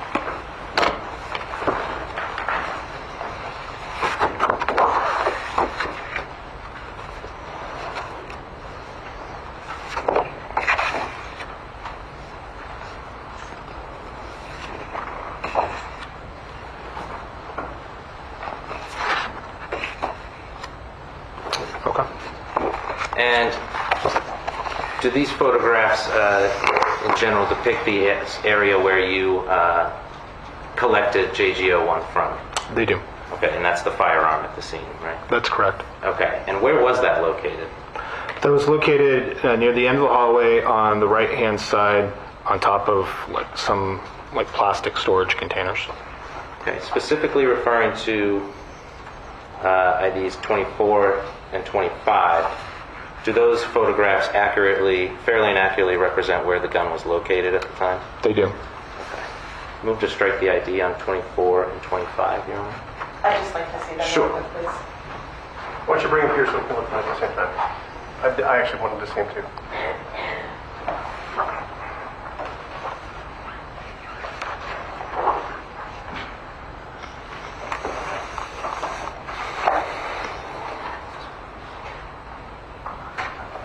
While they're looking at that, this is just the formality of introducing evidence. Nothing strange going on here, but the judge wants to look at it as well. These are the last two I'll be asking. Okay, thank you. Yes, the Vallow verdict is going to be streamed live. We're going to watch it on Brandy's channel. Can you describe what exactly is appearing in photos 27 and 28, States Exhibits? So as I explained earlier, sometimes to get better photographs of an item, we'll remove it from its location onto the truck and get some better photographs. So in this case, we laid down butcher paper to have a clean environment, laid out the items, and gave them the evidence number, photographed them. That's what's happening in this photo. And in this second photo is just a close-up of the bullet that was removed from the chamber of the pistol. Okay, we'll ask you about that in a moment, but do these photos fairly inaccurately represent the firearm after you had seized it and when you laid it out on the butcher paper that day? Yes. Move to strike the IDs on 27 and 28. No objection. Okay, they're admitted. May be shown to the jury.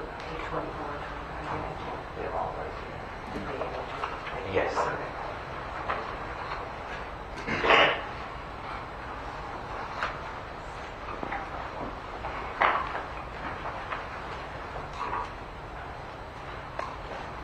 First, showing you a photograph on the screen here. Can you see that all right? Yes, sir. Okay. You mentioned earlier you didn't have your reading glasses, but I want to make sure your eyesight's okay for the TV. Fair enough. Do you recognize what's displayed in that photo? So that's the pistol and the storage containers that I discussed earlier. Okay. And I believe this was States 24. Is that also the location of the firearm that you described earlier? That's correct. And just to be clear, is that is where you seized the firearm from? That's correct.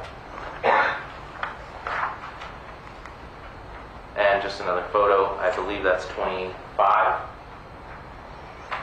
Well, again, does that accurately reflect where that firearm was? Yes, sir. And how it appeared to you that day? Yes. When you collected that firearm, TSA 446, was it loaded? It was. Okay. And when you say loaded, what does that mean? So it had a magazine that had 15 rounds in it, and there was a bullet that was in the chamber as well. Okay. Can you just describe for us, if anyone doesn't know about firearms generally, loaded in the magazine, what does that refer to? That means the bullets are placed inside the magazine. What's a magazine? Oh, I'm sorry. The magazine is what holds the bullets that you place inside the pistol. Okay. And you said there was one round that was chambered? Correct. What is that? So once you put those bullets in the magazine and place them in the gun, in order to have a bullet in the chamber, that's when you rack the gun and it puts it into the chamber. So there was one round that was already chambered, and the remaining were in the magazine. I think you described it a little bit earlier, but when you seized the firearm and the magazine was loaded and there was one in the chamber, a round in the chamber, did you disassemble that firearm or remove the ammunition from it? I did. We render all the guns safe before we collect them for evidence. And I may have misspoke. I didn't mean disassemble. You didn't take the gun apart, did you? No, I removed the magazine and I removed the bullet from the chamber. Okay. And is that what was depicted in States 27? That's correct. Okay. So can you just kind of describe how they're laid out here on the table? Sure. So you see the firearm, that's all the way to the left. In order to render it safe so it can be submitted to the lab, we drop the magazine out, we remove the round that was in the chamber, and then you can see how the slide on the pistol is locked back. So that way the lab technician can look inside the chamber and see that there's no bullet in there. So that's how we secure the evidence. So that's what that photo is. Next to it is the bullet that I removed from the chamber, and then the remaining bullets and the magazine is the black item that's on top of the box there. And now, if we could, may I approach you? Yes, you may. Sorry. So I'm going to show you. It may help a little bit if you can actually. I know it's in the box still, but if you can kind of point to what you're referring to by the slide. So this top part right here is the slide. I don't know if you want to see. If you want to sit down and show the jurors, you're more than welcome to sit right. And I can hold the box for you. Looks like a Christmas package. Sure.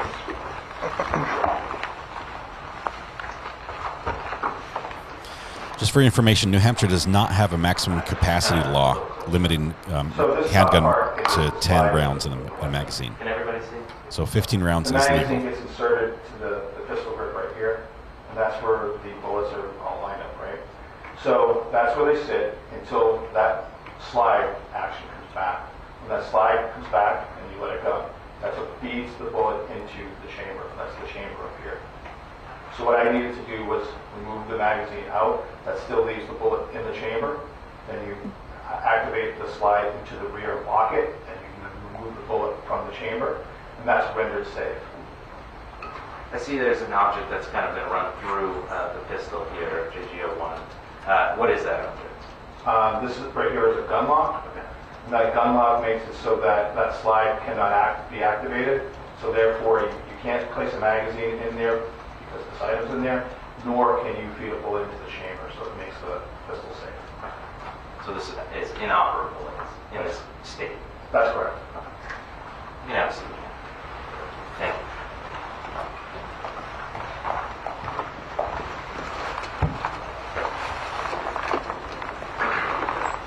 When you removed the round from the chamber and the magazine containing multiple rounds, did you also label those with evidence numbers?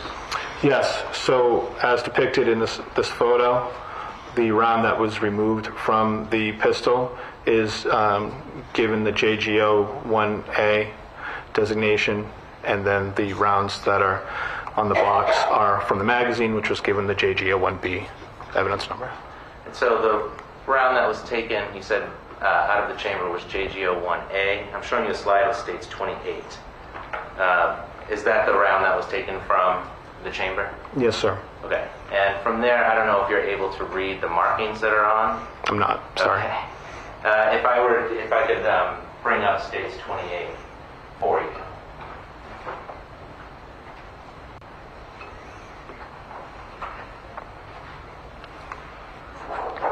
So states 28, is that the same photograph?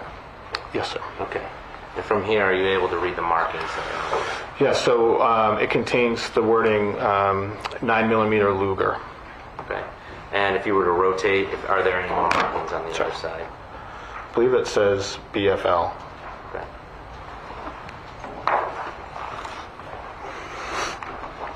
And again, you don't have your reading glasses, so a little. Thanks for rubbing that in.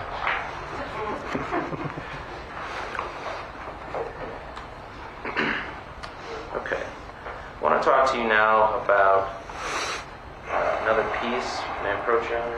Yes, you may.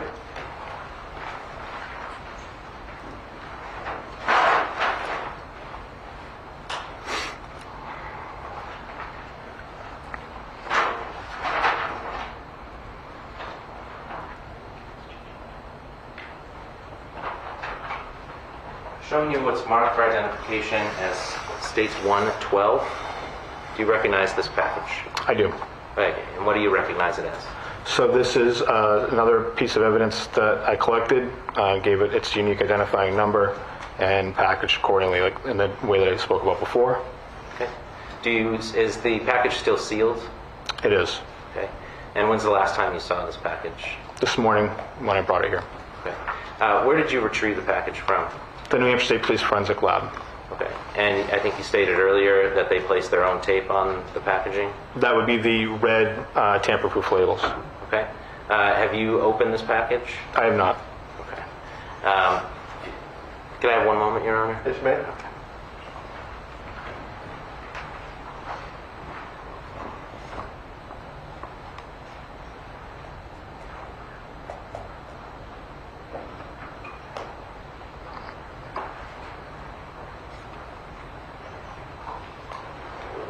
If you're comfortable, Lieutenant, would you open the package? Sure.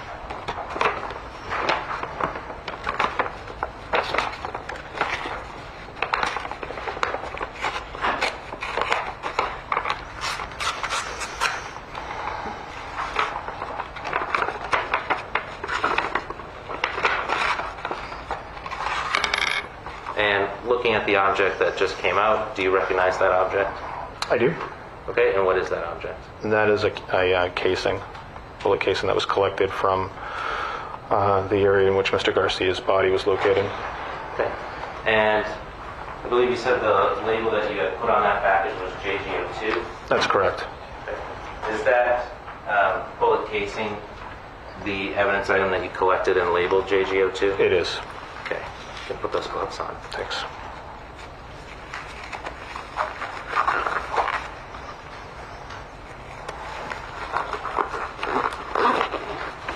Okay, if you could hold it up. Does that object appear to be in the same or substantially similar condition as it was the day you seized it? It does. Okay. Counsel, you may be obstructing the lens. Oh, I'm so sorry. Sorry.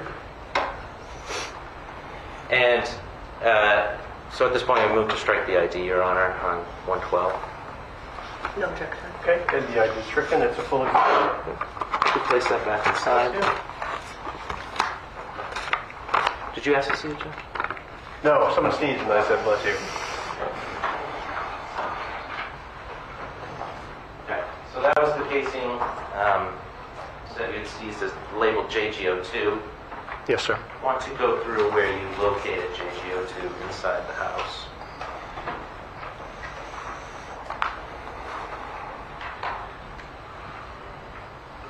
One moment here.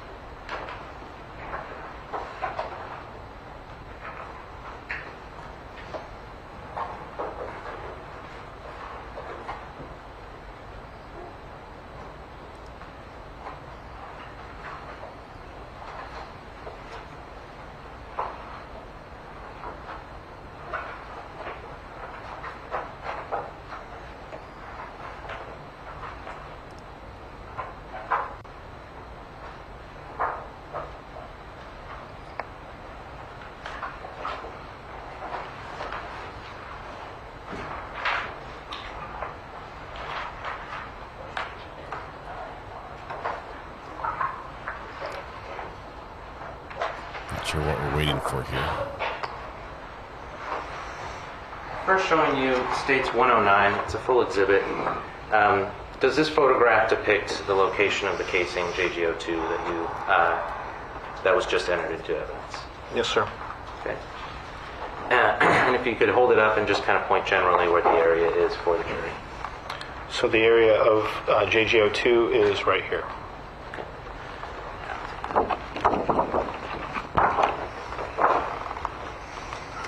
And now I'm showing you what's marked for identification as States 18 and 19. Do you recognize those photographs? I do.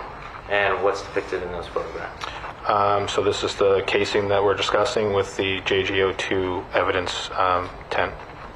Is that as well? Okay, so that's the placard that you Placards, referred to. right. Okay. And do those photos fairly and accurately represent JGO2 after you place the placard next to them? Yes, sir. Move to strike the ID and enter as full exhibit. Just like to see the pictures. Sure. Go ahead.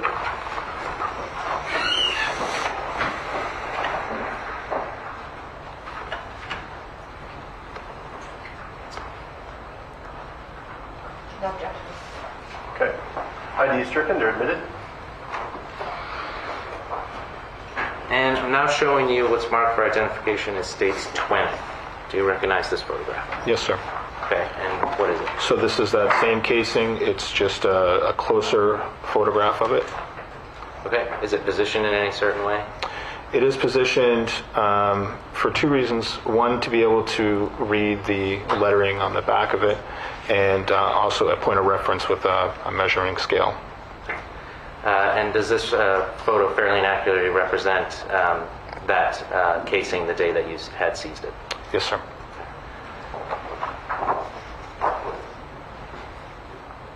No objection. Can I just see that one Yes, first? sir. Thank you.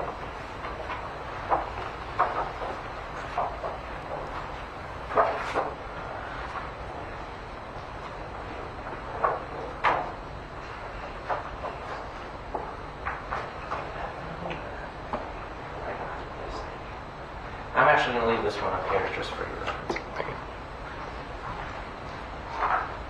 Okay, so that location that you found, JGO2, said that's here, excuse me, in this photograph, which would be States 18. Can you just point out for us where that casing was? So that bottom evidence placard that has the JGO2 on it is where the casing was located. And then, this is States 19. Again, a close-up of that casing. Yes. Is that accurate? Correct.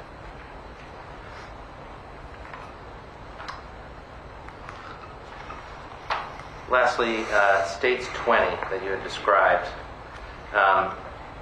Again, this was the casing, but you had stated that it was placed on the placard to read the markings on the back. Is that correct? Correct. Okay, and I left the States 20 in front of you. Thank you. Can you read those markings?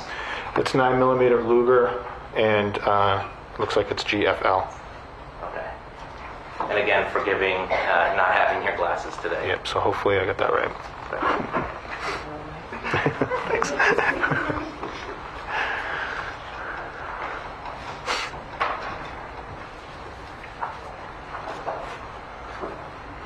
Lastly, I want to talk to you one more piece of evidence. Left it.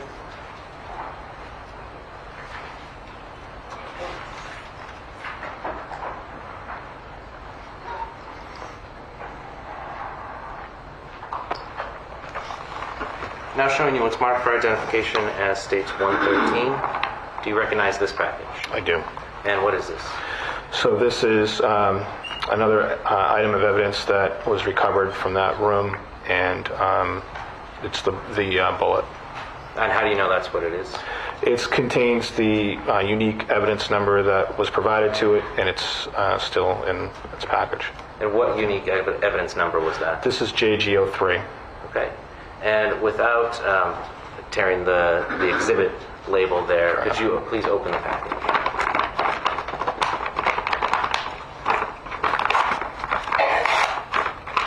I believe the magazine held 15 rounds. 15 plus 1. Could have been a 16-rounder.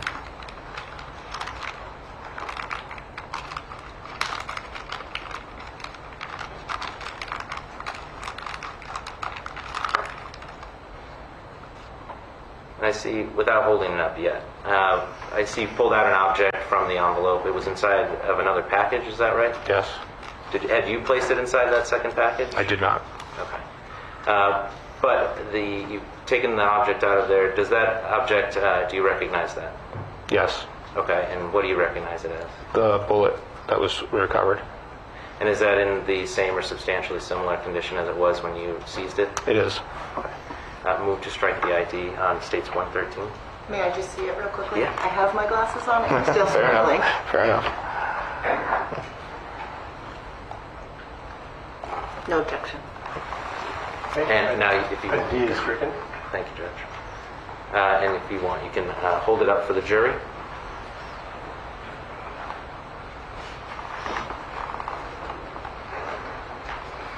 And if you would, just replace it with that. Oh, excuse me. Why don't you, could you get up and actually walk in front of the jury? Absolutely.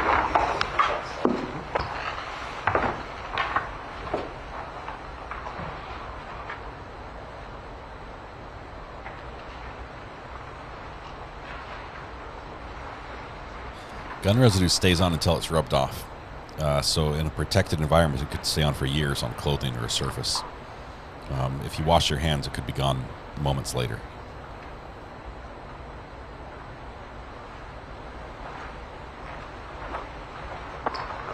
And now, if you would, you can replace that in the bag.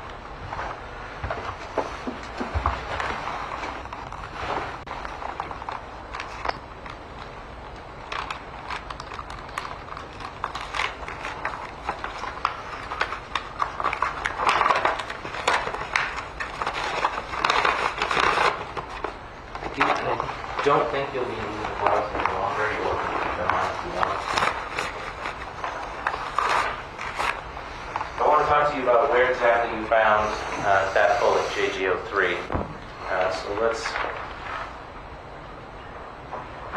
have one moment, Your Honor.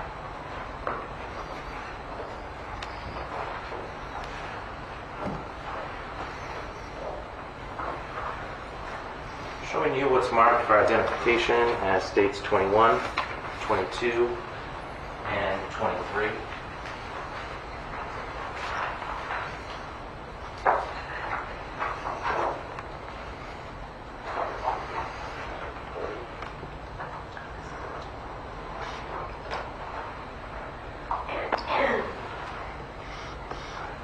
With the understanding that there's no objection, Your Honor, to be entered as full exhibits. Okay.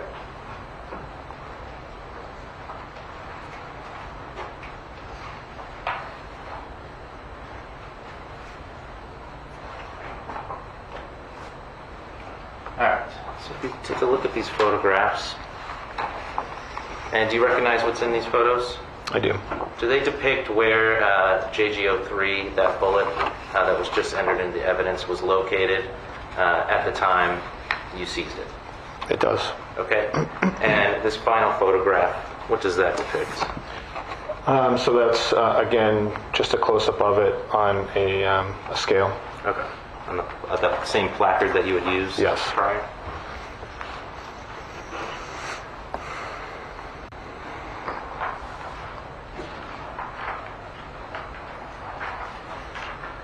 So,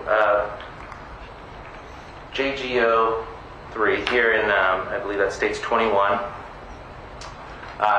What's that red object that's depicted in the photograph? It's a step stool.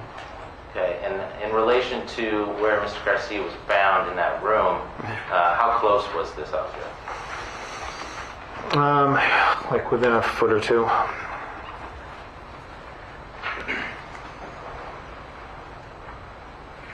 Were you able to make observations about the bullet when you collected it?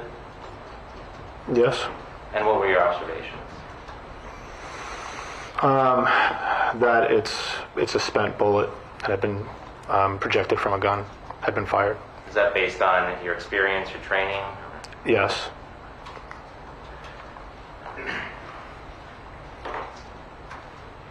And lastly, this was states 23. Again, just placed on the placard for measurement. Yes.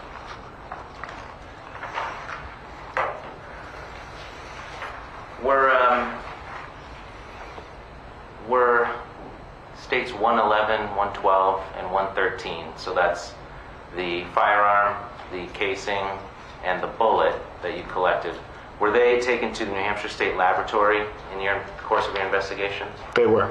Okay. Who delivered them to the laboratory? I did. Before you took them to the lab, where were they placed after you collected them? So they were secured in the major crime truck, which was secured in our Belmont facility.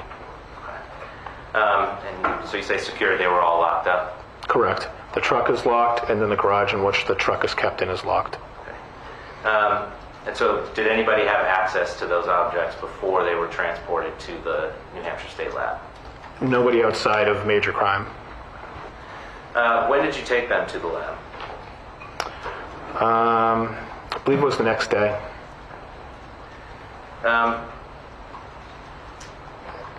So that would have been October 2nd? Yes. Okay.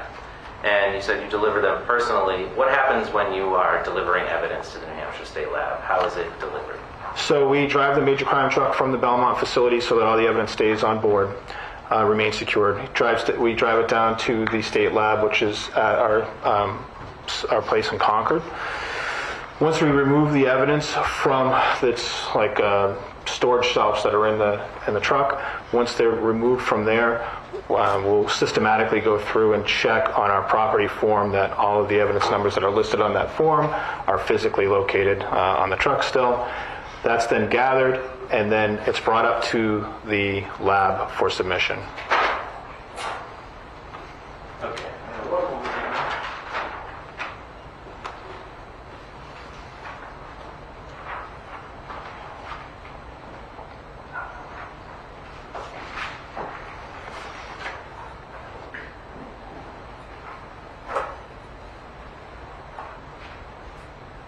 Can I have a moment, Judge? Yes, you may.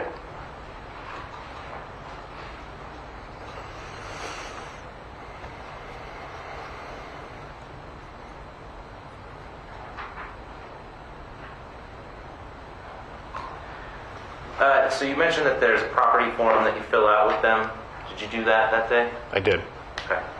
And so were JGO1, JGO2, and JGO3 delivered to the New Hampshire lab for analysis? They were. Did you, when you delivered it, did you tell them what to analyze those objects for? No. Okay. Did you have any role in that part of the investigation? Not anything having to do with analyzing it, no. Were you involved in searching any of the other areas of 15 Ridgemont Drive? Yes. Okay. Did that include the bedroom that was next to the room where Luis Garcia was found? Yes. Okay. And again, you can remind us whose room that was? Brandon Castiglione.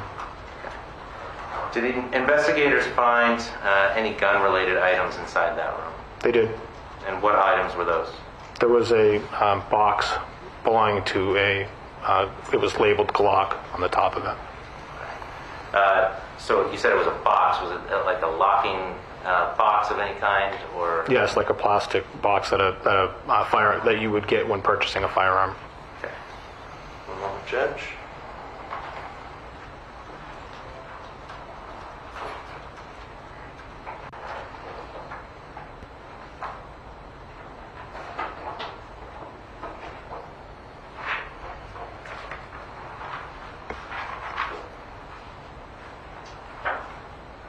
Showing you what's marked for identification as states 37. Do you recognize what's in this photo?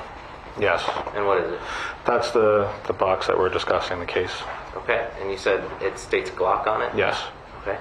Does that fairly and accurately depict the Glock box that you observed on that day in the defendant's bedroom? It does.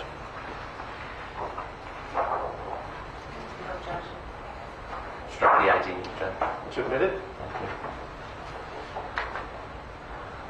Do you recall where in that bedroom that box was located? Yes, to the best of my recollection, it was located in some drawers next to his bed. Like a filing cabinet or something along those lines.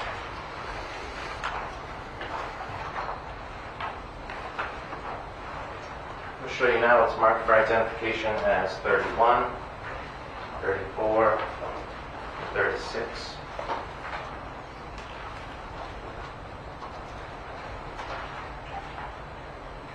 Your Honor, if you understand, the defense counsel is not objecting, asks that these be admitted as full truths. They are admitted. Can you show them to the jury?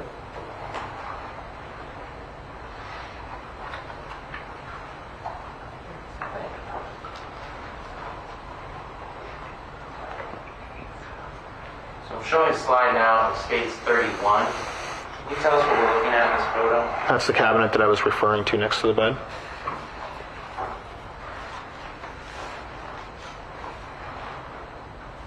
Okay. One more second, John. Apologize.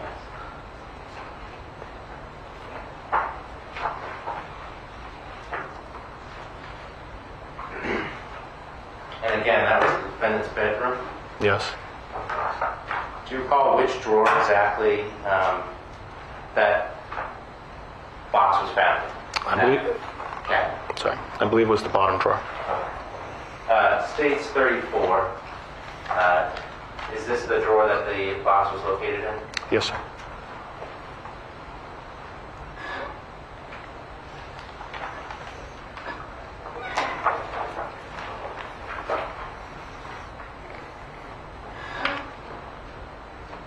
Was that gun case, or this box that says Glock on it, was that opened and searched?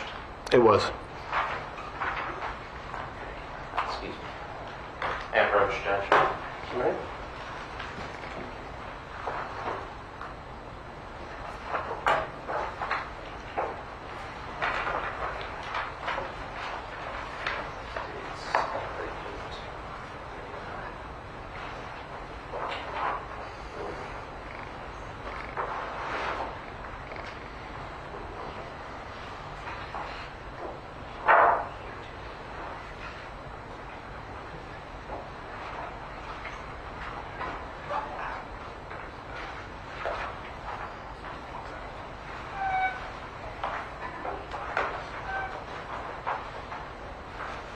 Not sure what they're doing here, but they're taking their time doing it.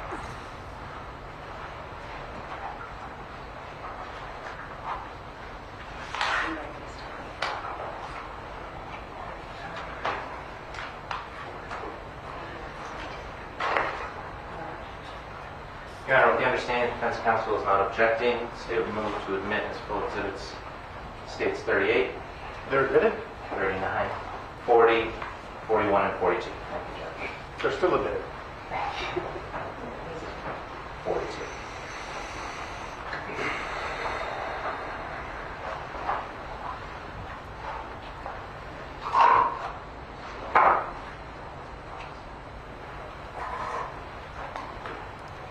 We haven't heard any testimony that the defendant had blood on him. Nothing yet. So looking first at States 38, do you recognize that photo? That is the same box that we've been talking about opened. Okay, so that's the Glock box that was found in that cabinet next to the defendant's bed? Correct. Okay. And just generally in this first photo, what's depicted Just inside some, that case? sorry, some packaging foam and materials related to the weapon. Okay. And States 39, same question. Is this that same box on the inside? It is. Okay. Anything of significance depicted in this photograph that was inside of that box? So again, it has the materials related to the weapon, and there is an envelope containing the serial number. Okay. Mention that envelope. This is now States 41. I know it's sideways, but does that depict the envelope that you just mentioned bearing the serial number? Yes, sir. Okay. I'll hold it up upright over here a little bit. What was the serial number that was on that envelope? TSA 446. And did that match the serial number on JG01, States 111? It did. And then, again, is this that same envelope? Yes, sir. That is States 42. Alright. Go back again. Counsel, we've been going for about an hour and 25 minutes, and then normally take a break right around now for about 15 minutes. Understood. So we're going to stand in recess for approximately 15 minutes. We'll reconvene then. Do not discuss the case amongst yourselves. Do not do any independent research while we're on break. And we'll see you back here in 15 minutes. All rise for the jury.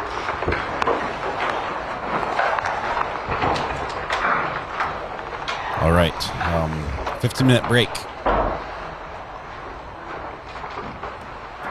the audio going here.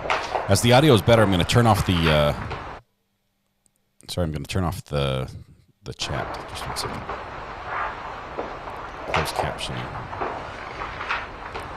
If that's all right. We can move the chat back down to the bottom of the screen. 15 minutes. Thank you. Thank you. All right, so thank you, Joelle Aguirre. Welcome to the gallery. Good to have you as a member. I think we had some other ones in there as well that have dropped off the screen for me. So it is a Glock 19. I'm going to turn the sound down in the courtroom. They're leaving the audio up, but we'll turn it down just a little bit. And it's off. There we go. It might come back on. Occasionally it does. All right, so we have not seen crime scene pictures, and I hope we don't. But, I mean, we've seen some near ones, but we haven't seen any gory crime scene pictures. But they are not giving much warning about it. Let's see. How do you purchase stickers? What sort of stickers are you talking about? I think I might have some stickers in the store, the YouTube channel store. I know I've got some magnets. I have to check. I'm not sure if we have stickers up there. Hope the jury is not as confused as I am. Casey Smith, ask your questions. I'm starting to build the pieces in my head. It's starting to come together. Can we do a quick recap? Yes.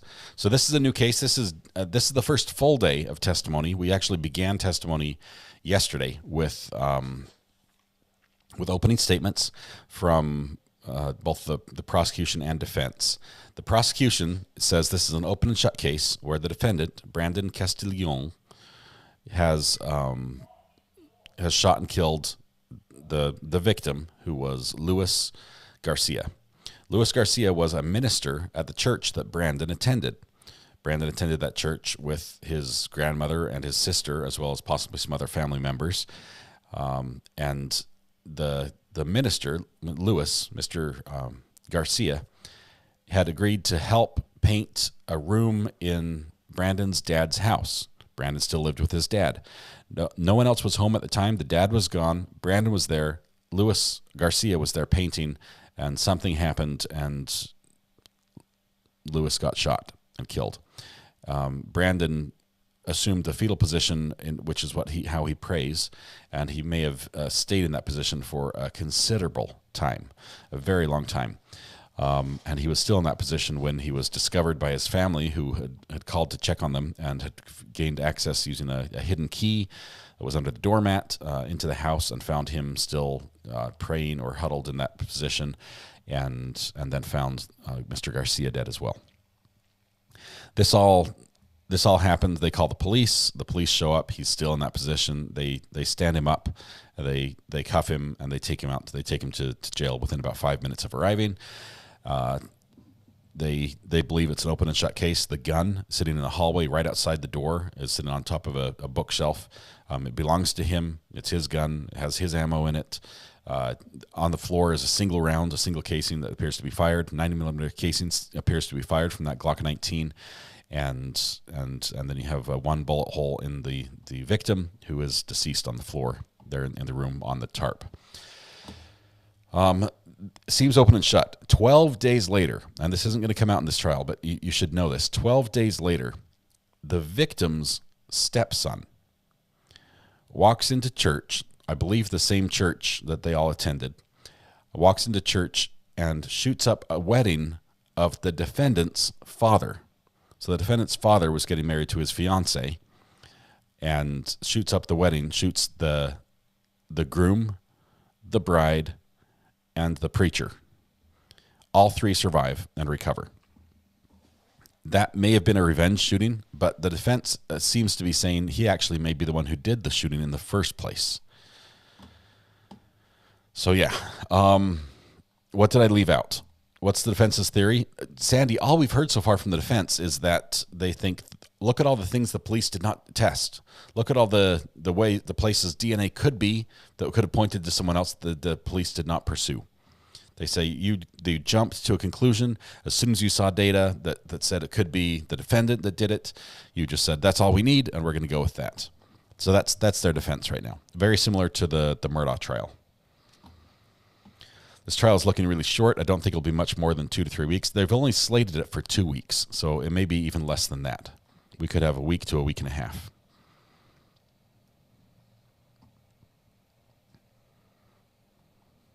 Are there stickers available? Stickers, hit the $sign near the chat arrow. Sharon, do we have stickers? Do we have merch stickers? I should probably know this, but I'm curious. Dude must have been a horrible shot. The victim's stepson is a bad dude in a bad gang up there, says Carmen. I don't have any data on that. In custody, said the truth will come out. It seems that he sort of was saying that let the truth come out type thing, but hasn't made many statements to police other than that. Super stickers. Yeah, those are available. Okay, that makes sense. What did Mark do for a living? Mark was the defendant's dad, and I do not know. Definitely reasonable doubt in this one. Any thoughts if BC shot thinking the victim was an intruder? Okay, so John, that would be a self-defense theory of defense. That is an affirmative defense, which they have not expressed that. They have not said, "Hey, I was in my own home thinking I was, doing my own thing, and suddenly there's somebody in my house and I felt threatened and shot him." They haven't said that. They've not gone that way. And yes, I have merch stickers on YouTube. Thank you, Dinah Do. But did Brandon plead guilty? No, he pled not guilty. If you think he was innocent, he would have spoke up. He may still speak up. He may speak in his own defense. He may testify in this one. I'm having trouble with the bullet. They found gun only fired once. Did that bullet pass through the victim? Morpheus, the casing they found, did they say they found the bullet, like the tip that had passed through the victim? Because wasn't what I heard. I heard they found the casing that said 9mm Luger on the back, GLA something. I forget what the initials were. That was the casing. The bullet is the tip that would be fired out of the gun. The casing comes out the side. There's an explosion. The casing comes out the side. The bullet goes out the front. And the bullet is what obviously ended the life of Luis Garcia. But the casing is ejected onto the ground, and they picked that up. I thought that's what they saw. Dallas-born, Boston-bred, happy birthday. This is the defendant who should be pleading temporary insanity, not Letitia Stout. He sounds a little off. Sounds like there may be some issues in the past. Read an article on Holloway. He put his public defender in ICU. Oh, my goodness. That's one we've got to follow. I missed the pic of the deceased. Was he on his stomach or on his back? He was on his back. If the shot was from back to front of skull and came out under chin, I would think he would fall on his stomach. I don't know. It's more likely that he was shot very close from that position in the hallway or near the doorway, based on where it looks like the casing was discovered. It's the doors locks that's throwing me, says Don. The house was all locked up. They were the only two in it. Why second-degree murder versus first degree? Probably they would have a difficult time proving that he meant to do it, proving that he had it was premeditated. There are elements to the first-degree murder that they have to find. I'll have to look up New Hampshire. Let's see what their elements of the charge are.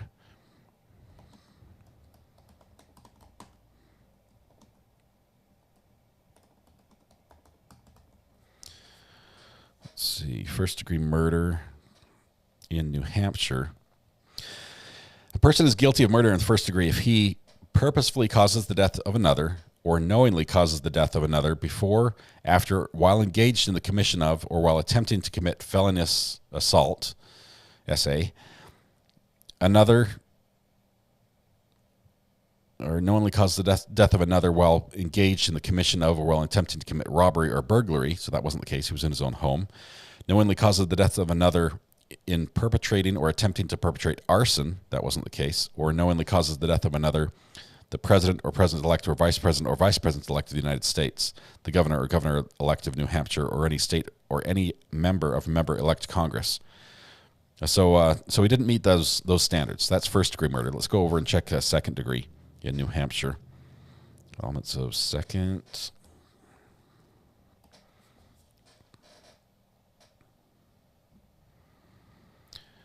Okay, person is guilty of murder in the second degree in New Hampshire if he knowingly causes the death of another, or he causes death recklessly under circumstances manifesting extreme indifference to the human value of life.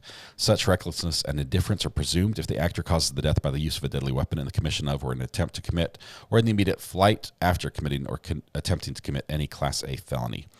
Murder in the second degree shall be punishable by imprisonment for life or for such term as the court may order. So up to life imprisonment on this one.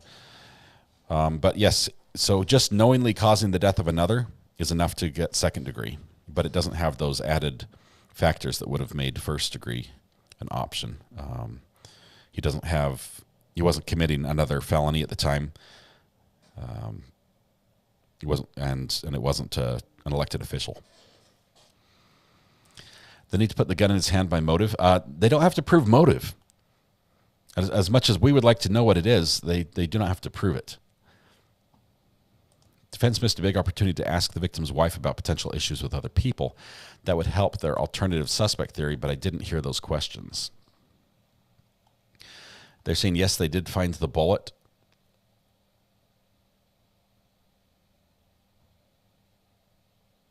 The same cop said bullet wound in face and bullet found. It's rare for the bullet to go through somebody and then be found like just sitting there in the room. Typically, it goes through someone who's found embedded in something else. Holloway pled guilty to his shooting, Minderella. So the stepson of the victim in this case pled guilty to the shooting. So there will be no trial there. Little Miss, it's very hard to determine how he would land. You have to understand if he was standing on a ladder, if he was standing on a step stool, if he was leaning over one direction or the other, or supporting himself one where his body weight was, he could have just collapsed and he could have hit something on the way down and turned. I mean, he could have caught the edge of the dresser. We heard that there was a dresser with a drop cloth over it, and that could have spun him as he landed. So it's really hard to piece that together without knowing exactly where we're standing. Jimmy says drug-fueled insanity could be the defense in this case, seen as who was found, didn't run. We'd have to have some evidence of drugs in his system, though, right? Sarah Boone also being charged with second degree because they don't have evidence for premeditation in Florida on that one. That's going to be a fun case to follow. Who bought him the gun if it was in Christmas wrapping paper? Shelley, I made that comment. It looked like a Christmas wrapping paper box, but really the gun as the defendant had it, and as he probably purchased it, it was in that black Glock case. That black case, that's typically how you get a handgun. It comes in a case stamped with the maker's logo on it. Sometimes they have locking capabilities, sometimes they don't. But that's how you receive a gun when you purchase it. Sometimes it's also in a cardboard sleeve, but not an issue. The box that was presented in court with the evidence in it, the firearm in it, that was wrapped in evidence tape, and it just so happens to be the evidence tape is both green and red, and the two evidence tapes together just made it look like a big old candy cane package, and thought it looks like a Christmas gift. That was a comment I made, it wasn't actually a Christmas present that I know of. Okay. Another felony has to have occurred for it to be a first degree in New Hampshire. Unless Garcia had been rolled over to see if he was still alive. The cops that talked about moving something at the scene said that all they did was move the tarp back from the cloth that was hanging over the furniture in the middle so they could see better. I don't think they actually tugged on it to move him. Yes, when the medical examiner testifies, we'll probably get a good idea of trajectory and how they think that everything went down. Jamie says this trial is awkwardly suspenseful. There's something we don't know, and I wonder if we ever will. I agree. Let's see. Step stool, who explained the angle also. It could also do that. with the height. We'll have the height of the victim. Probable shooting height is most likely going to be shoulder height for a victim or slightly above, or for the defendant. Generally, you don't fire a pistol from the hip. It's generally held sort of mid-chest or higher. Does not calling 911 count as extreme indifference? No, because I think the extreme indifference has to exist prior to, not during. The timer's up on the brakes. We're waiting for the feed to come back here any minute now. Audio's on, but we're not getting anything yet. I believe the gun was registered or was rightfully owned or legally owned, which is strange. I'm not sure if they're... We'll have to probably hold off on the legally owned. We just know that the gun belongs to the defendant. If he had diagnosed mental issues, most states don't allow you to own a gun, depending on what the diagnosis is. We'll have to look at. We'll do some digging on New Hampshire's gun laws, because it's going to vary state by state. Some states it's just fine, and they don't link medical health or mental health with gun ownership as anything else. To be of interest significantly. Kevin says, glad to be part of the crew. Grateful to have you. 4 months as well. Thank you so much, Kevin. Appreciate that. Anyone else cycling indoors watching Recovery Addicts? 7. No, but I need to do it. I need to start figuring out a way to exercise while I do this. How do you know if you're timed out or in the dunce corner for chat?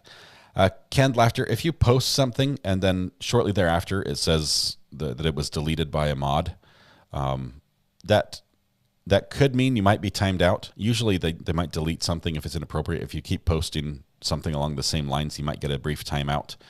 But the fact that you appear here and I can see it means you are not timed out or in the dunce corner. We don't have a dunce corner, really.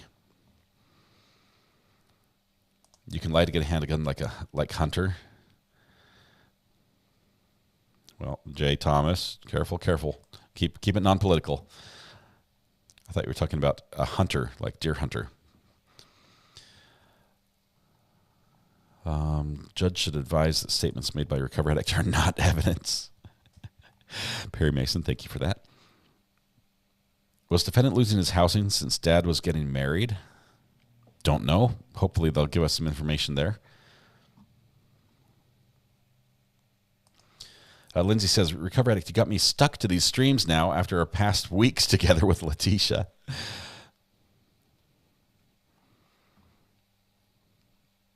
When you're timed out, you get a message saying a moderator has placed you in timeout when you try to comment. Right. And Lost Souls Paranormal, know that this happens to good people too. Getting timed out happens to good people. It doesn't necessarily mean that you're in trouble.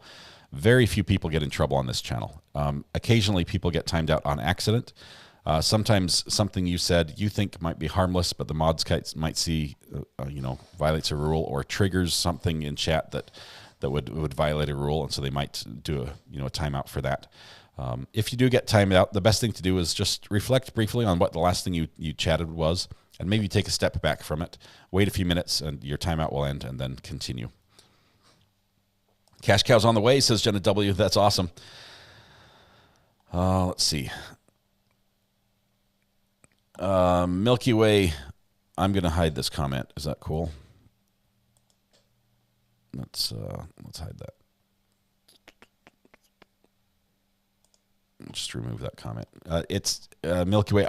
We don't have evidence of that, and it's borderline libel is what we can get in trouble there.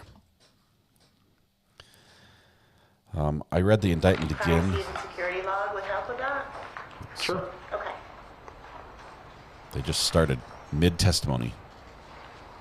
Nice. May I approach you on it? Yes, you may.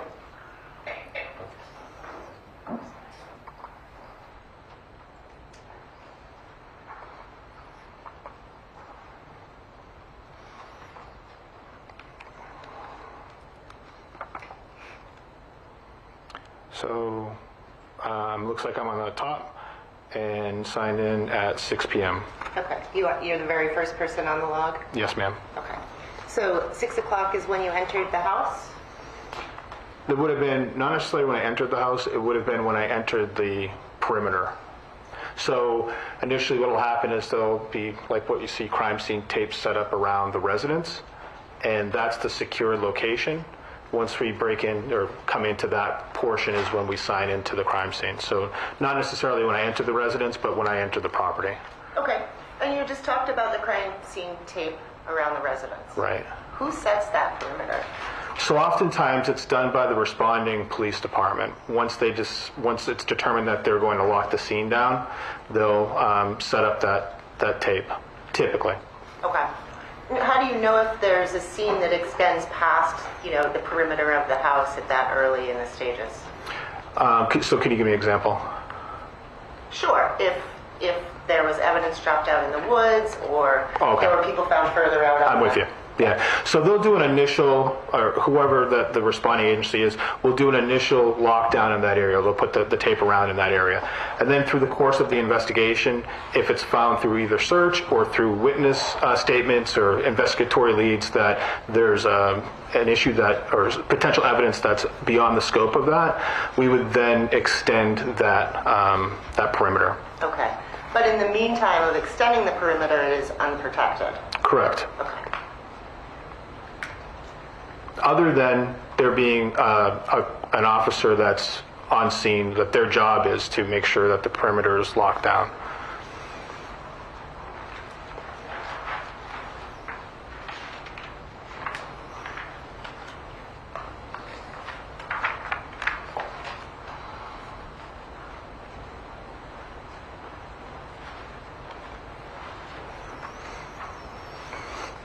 How do you decide, or does your team decide, which items are going to be evidence?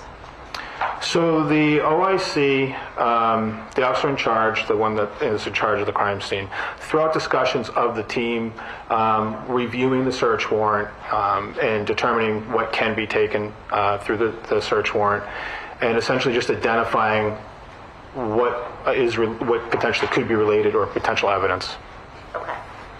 And when you talk about search warrant, your team actually decides what to ask for in that search warrant, right? Well, the prosecuting attorney does. Okay. Yep. We work with them. Okay. So you see when you get the warrant back what you're allowed to search for. Am I understanding that correctly? Yes. Okay. If at some point you find other evidence that could be relevant, I assume that you can increase your search warrant? So then we could stop and request an amendment to the search warrant. Okay.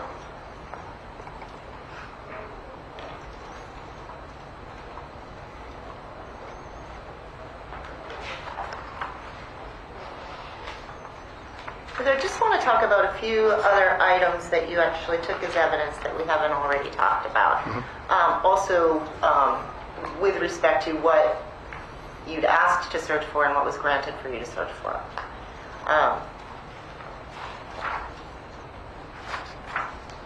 And we'll start with what you asked to search for, what was granted, and then we'll go from there. Okay. Okay. One of the things in the warrant was human tissue, right? So I just so you're aware, I haven't reviewed the warrant in some time, so I would be more than happy to review it. If you're telling me that's what's in it, I have no reason to believe that it wasn't. I am happy to have you review. I have it in here.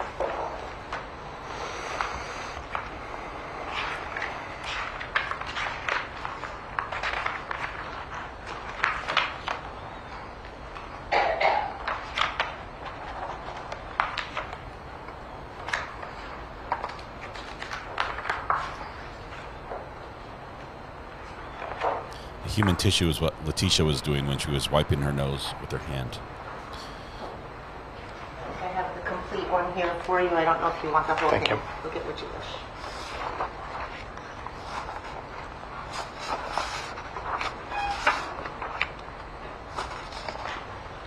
Okay. Is this the area that you're referring to here? He's a little nervous, but he's doing a great job.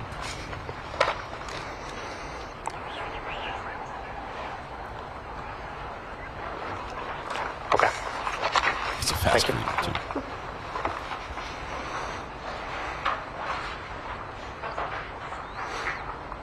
So what you asked to look for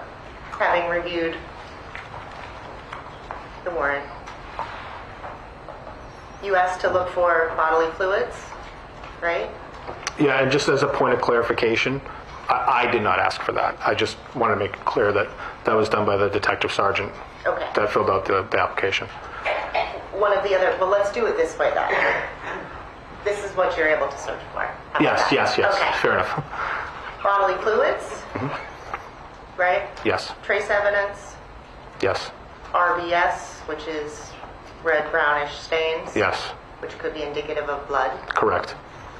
Human tissue, Yes, human hair, yes, fibers, yes, firearm and ammunition, correct. casing, and then pictures and diagrams And video, I believe. and video. You're right. Sure. Okay. What is not in the warrant is Brandon's cell phone. So Brandon's cell phone was never seized as evidence. Is that right? I don't know that to be true. You don't know that to be true. Let me ask it this way. Did you ever drop Brandon's phone off to the state lab for testing? I don't recall. Would it be on your evidence request logs if you did? So it would be on a evidence request log, yes. Okay. With your name on it if you did it? Yes, if I dropped it off, yes. Okay. And so you would have that in a file of your materials for this case, is that right? No, so how it works is the investigators throughout the course of the investigation may collect items of evidence. I oversaw the evidence collection that was done at the residence. If there's a detective that's interviewing a suspect or a witness and they want to collect evidence from that person, it's their responsibility then to collect that evidence. But since I'm going to the state lab to deliver all that evidence to begin with, what will end up by happening to ensure that any of the other investigators have their items secured, they bring their items that they've collected onto the truck. It is then all of the evidence collectively secured on the truck, at which time it gets brought into the forensic lab. So I may deliver an item of evidence, but it might not be me that collected or have the background to be able to give on it. Okay. So let's talk about the search of the bedroom. Mm-hmm. Brandon's cell phone was sitting on his bed, right? I don't know. It could have been. May I approach? Yes, ma'am. She's already halfway up to the witness when she says, "May I approach?" This is interesting. Cell phone on this one, it could have been useful if they're trying to show any activity pre-crime that might have led up to this. So yeah, I wouldn't be surprised if they had collected it. But at the same time, this is a shooting in his own home. They weren't trying to place him using like cell phone ping location data at the scene of the crime. He was at home, and he was still there. So on that front, they probably didn't need to determine his location very well. Could have had a lot of evidence, for sure.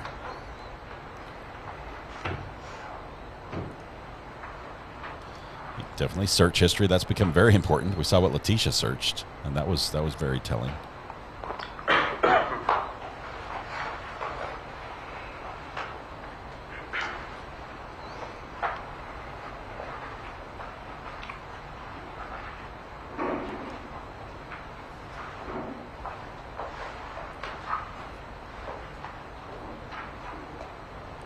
That yawn came out of nowhere. Sorry, guys.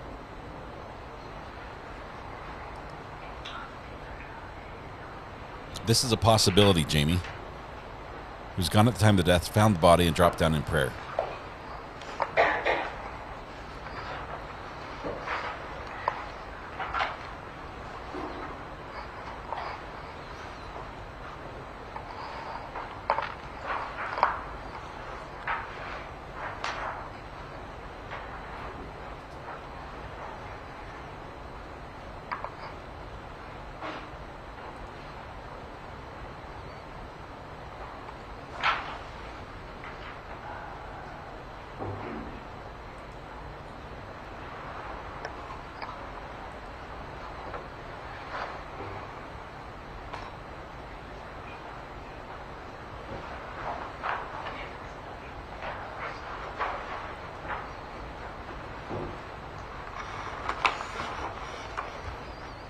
Do you recognize the background in this picture? I do. What is that? Brandon's bed. Okay.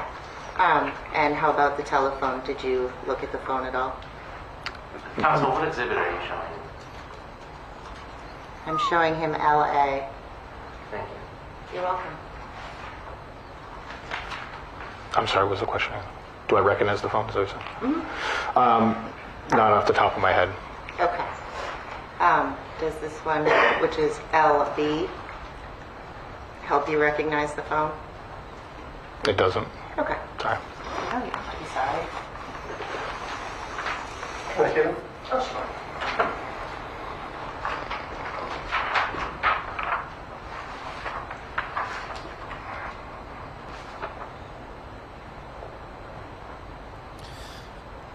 It's interesting they didn't collect the phone. There's testimony from the people who came to the scene initially that they made phone calls to that phone. So maybe at least they retrieved the records.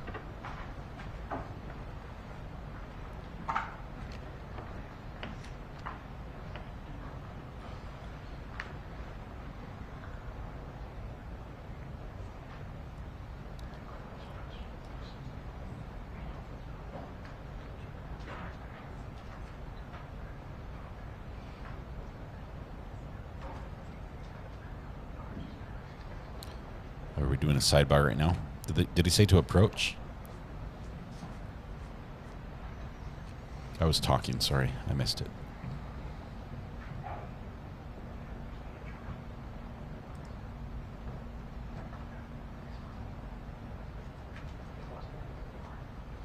Mr. Upper Torso, in this specific case, with the level of religious fervor that this family appears to exhibit. No, it's okay, Your Honor. I would actually still move to admit these exhibits through earlier. I don't think he's laid the foundation for it, though.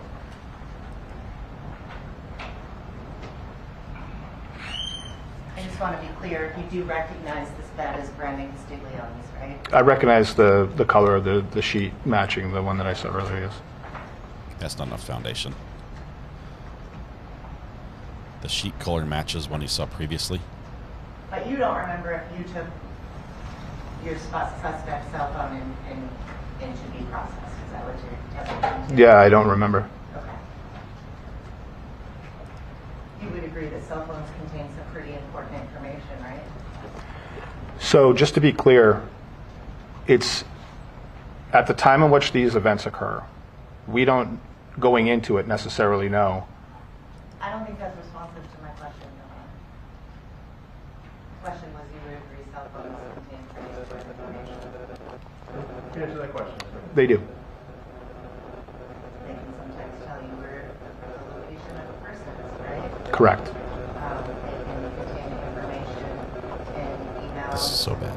Text messages, phone calls about what their plans are for the day, right? Correct. If anyone is coming over, right? Correct. If anyone's having any issues with other people, Yes. right? Hmm? There's also social media stuff on phones, right? Right. And there's other sort of apps where you can tell how many steps a person has taken in any given day, right? True. Okay. But you're not sure if it was seized in this case? I do not recall. Okay.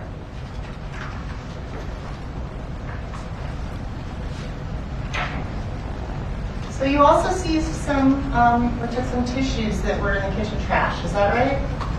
Yes. They looked to have RBS on them. Correct. Which again is a potential for blood. Yes.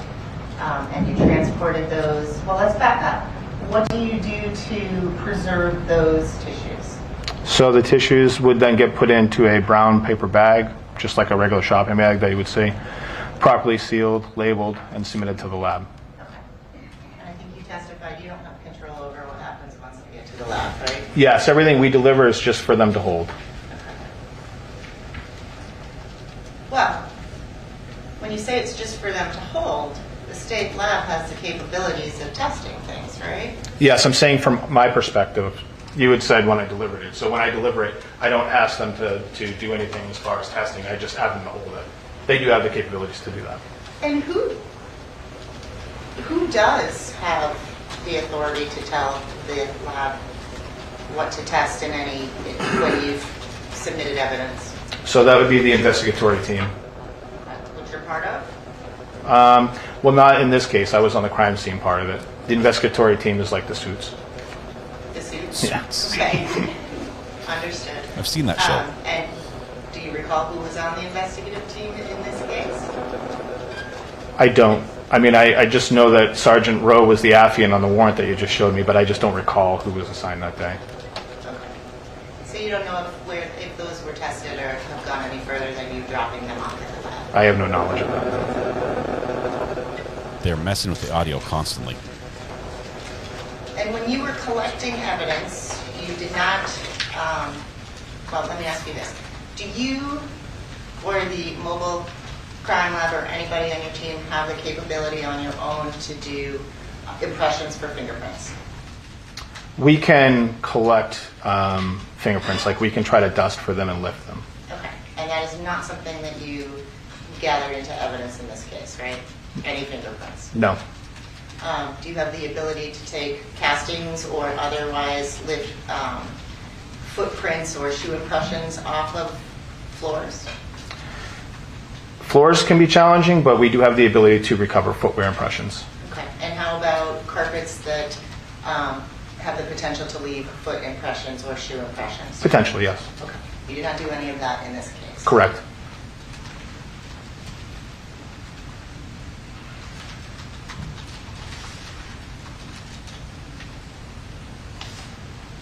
So one of the other things that I believe you, I'm sort of switching gears here for a second, that you transported to the lab in a mobile crime, what the mobile crime what? It's just a major crime van. Major crime van, Mhm. okay. And is that because of the investigation, everything is sort of packed in there at the same time? As far as the evidence is concerned? Yes. Yeah. It's like our mobile, like I said before, the mobile office. So it would make sense for you to make one trip instead of a bunch of trips? Correct. Okay. It doesn't preclude other investigators from bringing their own stuff, but oftentimes it'll be collected there and we'll just bring it together. Okay. So you did bring to the state lab evidence of Brandon's body search, is that right? If I did, it was on behalf of another detective. Okay. If I could, I'm going to show you the evidence exam request form. Yes. Okay. And this is page 301. This is defense questioning of a state witness. Yeah, so this is a same examination form that we talked about earlier. This was received by Trooper McCauley, stored on the major crime truck, and then delivered to the lab when I brought the other items in. Okay, so you signed that form, right? Mm-hmm. So you're signing that you acknowledge that those articles of evidence are brought to the lab? Correct. Okay. So if I could have Sure. that back, or maybe we can look together. Sure. So what you brought to the state lab was a blue long sleeve shirt, right? Correct. A blue long sleeve shirt with RBS. Yes. White tank top with RBS. Mhm. Black jean or blue jeans. Yes. A left sock. Correct. A right sock. Correct. A necklace with a cross. Correct. Red boxer shorts. Correct. A GSR kit. Correct. And a GSR kit would be a kit for testing for gunshot residue, right? That's correct. Okay. And also buccal swabs. Correct. Did I say that right? Yeah. Okay. Sometimes I say buccal. Right? Yeah. Okay. And could you describe briefly what those are? So then there's asterisks down below just designating if there were no other items. I'm sorry. I don't think I made a good question. Okay. Can you describe just generally what buccal swabs are? Oh, I'm sorry. That's okay. So the swabs are used to collect typically DNA, like saliva. And so those are all items that you dropped off Yes. as well? Okay. And to be clear, you don't know what the results of those items being dropped off at the lab are? Correct. My only involvement was dropping them off.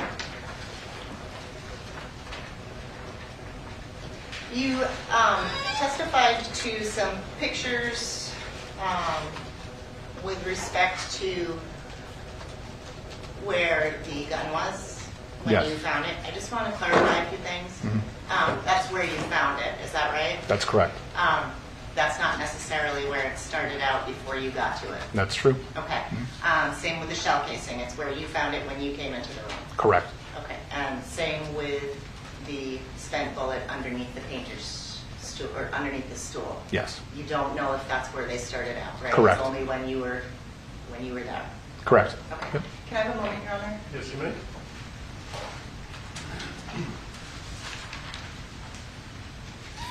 When they say, "Can I have a moment?" they're referring with their co-counsel to see if there's anything they need to ask that they forgot about.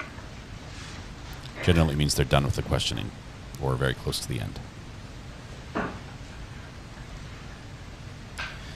A Faraday bag only comes in if they do collect the phone but don't put it in. No further questions. Okay, so they're done. Let's do some redirect. So you went through on cross your investigator's ability to lift footprints from carpet, for instance. Yes. Would the ability of investigators to do that be impacted by the number of people that have walked on that same carpet? They would be. Okay. So say if between some event occurs and in the intervening time, by the time you get there, there are multiple sets of people that have walked in that area, walked on that same carpet, would that impact your ability to find who had walked on that carpet at that prior event? That's correct. If you know that to be the case, would you attempt to locate footprints in that carpet? There would be no evidentiary value at that point, And what's the reason for that? because any of the evidence that would have been pure at the time, if it was just a sole footprint, would have been destroyed by everybody else that had walked through there. You went through with defense counsel what you're able to search for and seize pursuant to a warrant, right? Correct. And those warrants, when you get them, are they approved by a court? They are. Okay. And what's the standard in order to get those warrants approved by a court? You have to establish probable cause. What is that probable cause? It's essentially facts and circumstances that would lead someone to believe that a crime has been committed and that evidence of that crime is within that residence or area to be searched. Okay. So the items that you're allowed to search pursuant to a warrant, as you said earlier, I believe, is that decided by you? No. And are the items that are listed in a warrant, those are the only ones that are approved by a court when they approve the warrant? That's correct. So when you go into a scene where you expect a crime to have occurred, you don't just grab anything you want, is that right? That's correct. It's got to be in that warrant? Correct. 1 second, Judge. Nothing further. Briefly, Your Honor. She's limited to the scope of what he asked. You can ask for whatever you want for evidence, correct? In getting a search warrant, you can, yes. Because the worst that could happen was if they say no, right? Yes. I mean, again, if it is relative to that probable cause that you've established. You can ask for any piece of evidence or anything that you think is relevant to your investigation, correct? Given the certain circumstances, yes. And when you are looking for certain pieces of evidence, it's a pretty routine request to ask for cell phones of people that are involved, right? I would love to explain that to you. I'm asking you if it's Then no, the answer is no. the answer is it's not a pretty regular request. All right. Love that.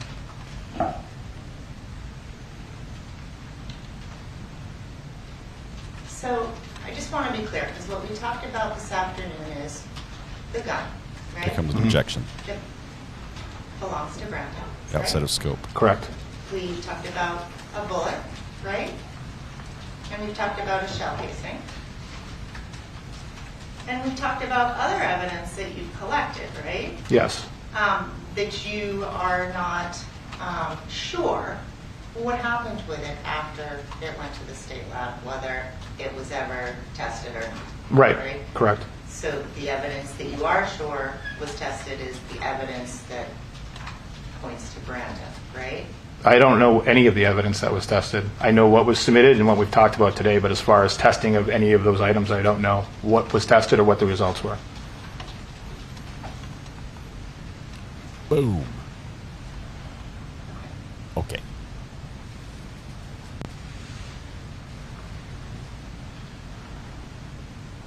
I want to talk to you about the rug for a minute, okay? Mm-hmm. So what's your understanding of private citizens that went through the home after the death scene was discovered? I have any knowledge of it. Any knowledge? Would it make any sense for, after the police showed up, to find or to start an investigation? Would it make any sense that there would be non-law enforcement personnel or medical personnel in the house? There would be the ADME would walk through there along with a trooper. Okay. But not any private citizens, right? not outside of anybody like on EMS or anything like that from the initial call. So the police have control over who comes in and walks all over the evidence, right? Correct. Okay. No further questions. Okay, we've got about 45 minutes left of trial today. Thank you. You may step down. Thank you. We got one more witness. Can this witness be released here? Counsel? Is this witness excused? Yes, Your Honor. Okay, thank you. You may be excused. Thank you. They are releasing every witness at the end of testimony. I don't know who the defense are going to call if they say they're only using state's witnesses.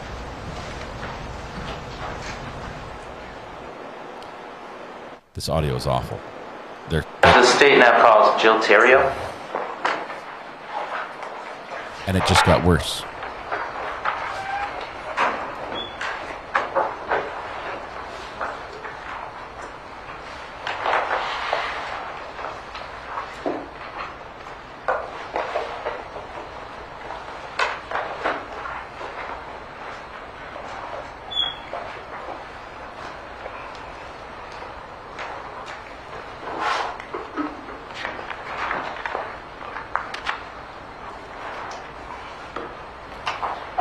They could pull a Lori Vallow and have no witnesses. Okay, he's turned down the right audio. So the audio guy should be able to isolate whichever microphone is bringing in that static. Say will be the truth, the whole truth, and nothing but the truth under the pains and penalties of perjury. Yes, I do. Okay, you can have a seat.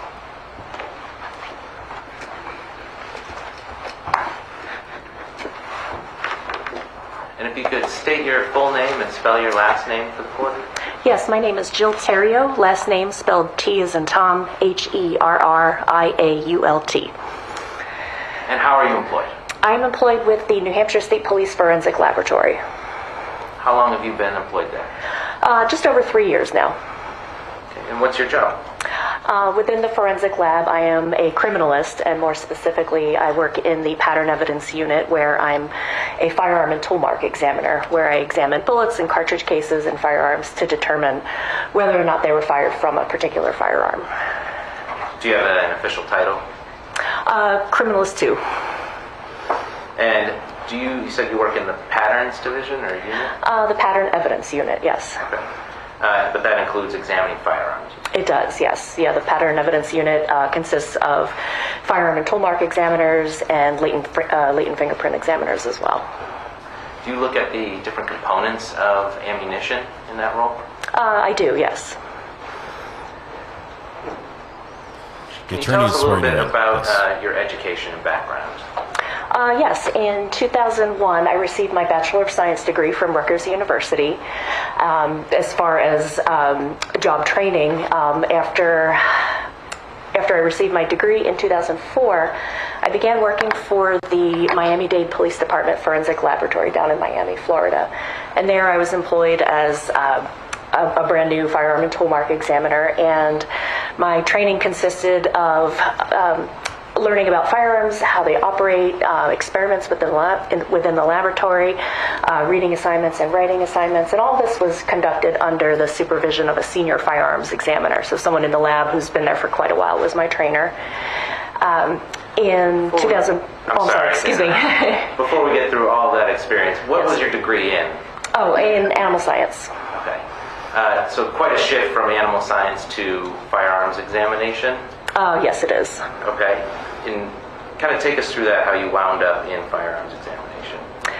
Well, as I mentioned just now, my degree is in animal science, and at one point I thought veterinary school was a possibility, but that didn't pan out, and I had always been interested in forensics. I'd read a lot of detective fiction and forensic fiction, and I always thought that was very, very interesting. And so in a job search, once I finished school, I was looking for a place that was looking for entry-level, brand-new folks, and that's where Miami-Dade Police Department happened to be hiring for, looking for entry-level, brand-new firearms examiners to join the unit down there. And you went through a little bit of what you were doing down there. How long were you at Miami-Dade in total? I was down there for 10 years, from 2004 until 2014. Were you conducting firearm examinations, ammunition examinations in that role? Yes, I was. Did they let you do that right away, or did it take some time to build up to that? It generally does take a little while to build up to that. The training to become a firearms examiner takes about 2 years. So for the first 2 years that I was employed by Miami-Dade, that was in a training capacity, again, learning about all of the different facets of becoming a firearms examiner under the supervision of a senior firearms examiner. Did you complete that training? Yes, I did. And so then you said 10 years, 2 years training. Did you then spend about 8 years working as a firearms examiner in that department? Yes, I did, and I just want to go back to my training a little bit. So in addition to the 2-year training program in-house with a firearms examiner at the laboratory, I was also selected by ATF, which is the Bureau of Alcohol, Tobacco, Firearms, and Explosives, to participate in their National Firearms Examiner Academy. And this was a training academy that was held in conjunction with the in-house training, again, covering all of those topics. So how firearms work, how their internal parts and pieces work together, how to examine bullets and cartridge cases, and my trainers were all different firearms examiners from different laboratories across the country. When did you complete the ATF training? That was from 2004 to 2005. So when did you stop working in Miami-Dade? At the end of 2013, at the beginning of 2014. What'd you do after that?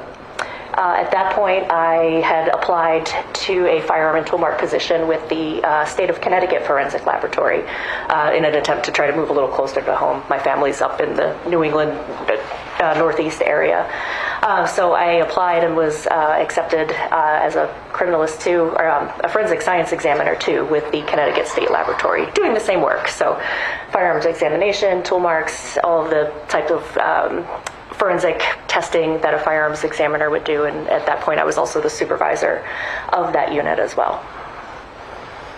As the supervisor, did you have any additional tasks? I did, yes. In addition to the examinations you were doing? I did. What were those? A lot of administrative type of duties, such as reviewing my coworkers' work product, so reviewing their case files, approving time off, things of that nature. Have you continued your training in firearms examination since joining Connecticut? Yes, I have. And obviously, you said you now work at New Hampshire State Lab. When did you join their department? It was the very end of 2019, so December 2019. In your time working in firearms examinations, about how many cases have you been involved in? Gosh, it's going on about 19 years now, so probably in the thousands, I would say, over the last 19 years. Best estimate, in the thousands? I don't know. Okay.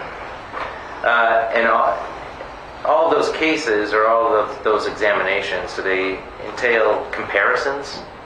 Many of them do, yes. But is it all of them? It depends on the type of case. The majority of the work that I would do would be comparing some type of evidence from a crime scene, and sometimes there's examinations of unknowns like bullets and cartridge cases, and there may be some other duties too, such as serial number restoration, which is trying to restore an obliterated number, like a serial number on an item, or tool mark examination, or gunshot residue examination. Those are all additional duties that I perform in my capacity. Have you ever testified as an expert in court? Yes, I have. In what field? In the area of firearms examination, I believe also in serial number restoration, and mostly it's been in those two fields. Have you testified as an expert in firearms comparisons? Yes, I have. When have you testified? The first time I testified was in 2007 when I was down in Miami, Florida, and it's been just about over 100 times since then in state court in both Florida, Connecticut, and here in New Hampshire, as well as federal court as well. When was the last time you testified in that? I had to travel back to Connecticut for a case, and it was the beginning of March of this year. Your Honor, the state tenders Jill Terrio as an expert in the field of firearms examination and comparison. She can't be an expert. She doesn't have a lapel pin. Without objection. Okay. I want to discuss with you some of the terminology that you use in your work. I think we've heard some of it now, but I want to kind of get into some definitions with you. Are you able to explain what terms you use when examining a bullet? Yes, I can, yes. Have you brought a model or a visual representation with you that will help explain the different parts of a bullet as we go along? Yes, I did. Okay. Could you pull out that model for us? And just kind of display it for the court. Oh, sure. Yes, so what I have here are two plastic bullets and a plastic cartridge case. Okay. So you've already used a few of the words. Can you tell us and use the model as you wish what a cartridge is? Well, a cartridge is what is called a live round. Sometimes people will refer to that as a bullet, but an actual live round of ammunition, the best appropriate term would be a cartridge. And that cartridge is composed of 4 different pieces. So what we have here, this is again just plastic, but this is a plastic bullet model or a cartridge model. So there is a bullet, which is this piece, which is seated in the mouth or this opening of this cartridge case. And this cartridge case is typically filled with gunpowder when it's a live round before it's been fired. And on the back of the cartridge case here, if you can see, there's a small silver circle. That area of the cartridge case is called a primer. And so all of these components together, the primer, the cartridge case, the gunpowder that's seated inside here, and the bullet, form a live round of ammunition. You talked about the primer and where that is. What does the primer do? The primer is, it's located on the bottom or the back part of a cartridge, and it's made of shock-sensitive material that when it is struck by the firing pin, which is a part of a gun, it causes a small detonation. That small detonation then ignites the gunpowder that's housed inside of the cartridge case, and all of that builds up a huge amount of energy, and so that energy then will send the bullet down the barrel of the firearm, and then depending on what type of firearm it is that you're shooting, this now empty cartridge case will either be extracted and ejected from the firearm, or it can actually remain in the gun until it's manually removed. Just a couple more terms I want to go through. Do you use the term rifling in your work? Yes, I do. What does that mean? Rifling is a feature that is found on the inside of a gun barrel. It's a set of spiral grooves that are carved into the inside of a gun barrel by the firearms manufacturer. And what that does when a bullet travels down a gun barrel when it's shot, it causes the bullet to spin. So the bullet will enter the barrel of the firearm, and those rifling marks, those lands and grooves, because they're areas of high and low, they grab onto the surface of this bullet, and that bullet is getting pushed down the barrel of the gun, and it's causing the bullet to spin. Now those marks, those rifling marks, will be left behind on the surface of the bullet. And as I said, the bullet's spinning when it comes out of the end of the firearm, very much like how a quarterback throws a pass. When he throws a spiral pass, it's spinning so that way the receiver can get it. The bullet is essentially doing the same thing. So it's spinning to increase its accuracy when it is headed towards a target. Is the rifling inside of a gun, is it unique to any particular gun, or is it uniform across all guns? It can vary from manufacturer to manufacturer. The whole point is to cause the bullet to spin when the gun is fired, but different manufacturers can come up with different combinations of rifling. As I mentioned, it's spiraling marks that are on the inside there, so it can either twist to the left or twist to the right, and then there can be a different number of lands and grooves or rifling inside there. So typically one would find 5 lands and grooves or 6 lands and grooves, and with a twist to the left or right, but it's really up to the manufacturer of what they decide they want to have manufactured on the inside of their gun barrel. In your work, have you become familiar with, or do you have access to data about the types of rifling you see in particular manufacturers? Yes, I do. Okay, so are you familiar with the common rifling patterns in some of the more significant gun manufacturers? Yes, I am. Does that include Glock firearms? It does, yes. You used the term a couple of times, and I just want to get a real definition on it, of lands and grooves. What are those? Again, those are the spiral marks that are carved inside of a gun barrel. If I may, I do have a representation of a cutaway of it's a plastic piece, but it's also a demonstrative aid that I can use to further describe rifling. Another model? I do, yes. She brought the full kit, not just the bullet. She bought the deluxe model. Please tell me they fit together. Can everybody see her when she's using these demonstratives up here? Okay. But she can step down. I've seen them before. Okay. I may step down? Or well, if you want to hold that up, can everybody see that? Or, okay. Okay. Why don't you step down and we can teach the class a little bit? Now we don't get to see. She's right in front of the jury now. They might pan out a little bit, but she's going to be right off the screen if they do. Okay, so this is sort of a cutaway of a pretend gun barrel, for example. So it's as if it were sliced this way. So this would be if you're looking down the gun barrel. And there's areas of low here, and then there's also areas of high. So when a gun barrel is made by the factory, there's a piece, or there's a part, or a tool that comes in that's actually scraping metal away to cause these raised areas and these lowered areas. So those are called lands. The areas that are high are called lands, and the grooves are the parts that that tool has cut away at the manufacturer. So you can see on this way how they're kind of pointing in one direction. They're kind of pointing in one direction, so that's what I twist when I'm talking about which way that rifling twists. Okay. I'm sorry, could you also please show that to the defense table? Oh, yes. Thank you. We'd like to learn this as well. This is the plastic model of it, and here you can see the grooves as well as the lands. Thank you. And you can retake your seat. Cameraman's slow. He has to be careful panning left here because of the jury. Very slow. And the last thing I want to ask you about as far as the terminology you use the term breech face? I do, yes. And what is that? The breech face is part of a firearm. I'm going to refer again to this plastic model.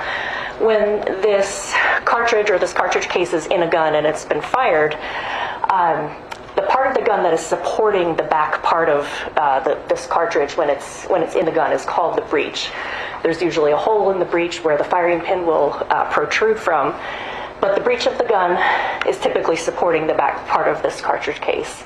And in the firing process, like I said, all that energy that sends the bullet that way is also going to kind of push this cartridge up against the breech, and there can be an impression left behind on the primer because it's relatively soft material, but it can accept marks, manufacturing marks of the breech that are imparted to it at the factory when the gun was being made. So this essentially gets almost like a fingerprint of that breech area of the firearm. You had briefly, I think, have explained the general mechanics of firing a cartridge. And you stated earlier there's that small amount of gunpowder inside of the cartridge. Is that right? Yes. Once, as you described it, and that's what propels the bullet out of the cartridge and the barrel of the gun. That's right, yes. Okay. So once that gunpowder is ignited, what happens to the powder? Well, it undergoes a burning process where it's ignited from the detonation of the primer, and as it's burning, it's causing all of that energy to build up, and it sends the bullet down the barrel of the firearm. And in addition to the bullet leaving the barrel of the firearm, there can be lead and smoke and soot and burned and partially burned gunpowder pieces that sort of follow the projectile or the bullet as it's exiting the gun barrel. Is there a term for that partially burned gunpowder pieces that you just said? All that material, that smoke and soot and bits of burned and partially burned gunpowder is generally referred to as gunshot residue. Once a bullet's fired and that gunshot residue is created, what happens to it? It'll sort of follow the bullet as the bullet is traveling, and now it's not going to follow the bullet completely along its path, but generally speaking, it's about 6 feet or so from the end of the firearm. It kind of comes out as a puff of smoke and soot and things like that, and eventually it just sort of tapers away. Do you know, once it's out in the air, can it move around at all? I believe it can, yes. Is that part of your knowledge as a firearms examiner? Well, in my area in firearms examination, part of what I do is what's called distance determination, which is trying to figure out how far the muzzle end of a firearm was from an object when it was shot. So that can include interpreting whatever particle patterns are left behind on that item, such as a jacket or a shirt or things like that.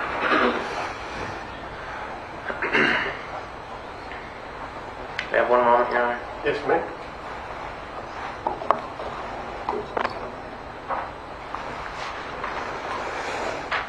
You mentioned some of your duties involve examining cartridges or its fired components to determine whether they've been fired from a particular firearm. Is that right? Yes, it is. I want to talk a little bit about that process with you. So first, is a firearm always available to compare a cartridge to? Not all the time. In my capacity, I can have, or not me personally, but there can be pieces of evidence submitted to the laboratory. It could just be bullets, it could just be cartridge cases, and they're able to be compared amongst themselves. And if there is a firearm, they can be compared to a gun, but sometimes there's not always a gun submitted. So those items can be intercompared amongst themselves. If a gun isn't submitted, is there any way to determine what kind of gun a piece of evidence was fired from? There's resources at my disposal that I can use to try to determine what possible firearm could have fired that type of firearm. That's an investigative bit of information that I can provide to whoever's reading my report at the end. That way the investigators aren't looking for every firearm under the sun. They might be able to, based on the evidence that they submitted, they might be able to narrow that search down to a few possible manufacturers. I want to focus a little more on the times when a firearm is available to you to compare. Can you kind of take us through the general steps that you take in that process? Well, when the items are submitted to the laboratory, they're marked with whatever type of request or testing is required of them. So for the items that do come to the firearms unit, typically those items will be compared. And generally what I do is I compare, I first take notes about each piece. So every bullet, every cartridge case, it gets inscribed with the case number that's related to it, as well as what submission number or exhibit number it's been associated with. So that can be a crime scene placard number that corresponds to that piece. So first I want to gather up all of the physical information I can about the piece, whether it's a bullet or it's a cartridge case. So once I've collected all of that information, I can then move to a comparison where I can look at different parts, for example, of this cartridge case where the guns come in contact with it. We talked a few moments ago about breech face marks. There's also, I think I mentioned earlier, there's a piece called the firing pin that strikes that primer area. And it's going to leave a little impression of itself on the primer area of the cartridge. Those are all features that are left behind on a cartridge that I can examine with a microscope. And I'm able to, with this piece of equipment, this microscope, to look at two things at the same time. So that comparison would involve basically looking through one set of eyepieces on this microscope that lets me see two things at the same time, under the same magnification, with the same lighting, and I can look for the markings that are left behind on the surface of one cartridge case and look for similarities or patterns, basically pattern matching, looking for that same set of marks left behind on the other pieces. there different kind of characteristics that you look for when you're conducting these comparisons? Yes, there are. And what are those? The first set of features that I'm looking at is called class characteristics, and those are features of an item that help to distinguish it from others, and they can be very gross, general types of characteristics. So if we're talking about, for example, cartridge cases, that would be the caliber of it, what size the cartridge case is, the shape of the firing pin that struck the primer. That's a class characteristic because it's a feature or a characteristic that the gun manufacturer determined. So it's a predetermined feature by a manufacturer. The shapes of the breech face marks, sometimes they can be arches. It just depends on how the firearm was produced and the different tools that were used to produce that gun. So all of those features are class characteristics, and they can be shared across several types of different firearms. But for me to be able to say that this cartridge case or this bullet was fired from a particular firearm, I'm looking for individual characteristics, and those are microscopic in nature, and they're imparted onto different parts of a gun, not on purpose. They're sort of incidental to manufacture. So by the nature of the way that the gun manufacturer creates its barrel or it creates that breech face, there's marks that are left behind that are microscopic, that are individual, and under a microscope, they're able to be individualized to a particular firearm. When you're first looking for those class characteristics, those overarching features, do you use the microscope then, or just your naked eye? Just my eyes. And when you're looking to compare a bullet to see if it's been fired from a particular firearm, what's the first item that you look at? I'm sorry, could you explain what you mean? So would you look at the bullet first, or the cartridge, or would you look at the firearm first? Oh, generally I will look at all of the unknown pieces first, so all of the pieces that were submitted from the laboratory, or from the crime scene rather, so all of the unknowns. And why is that? In general, it just helps me to determine, like, if there is a firearm that I need to examine at some point, it'll give me an idea of what type of ammunition I might need to test fire in that gun. So depending on what style the bullet is or who made the cartridge case, the laboratory has a pretty large reference collection of ammunition that I can use to test fire a gun.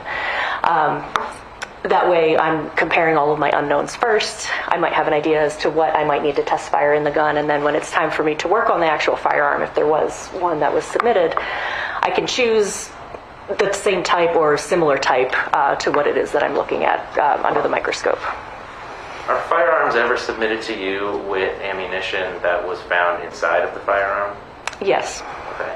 And in that instance, do you ever use that ammunition to conduct your test firing? Occasionally I do, yes. When you're looking at a firearm for these examinations, do you look at photographs or the actual firearm itself? The actual firearm itself.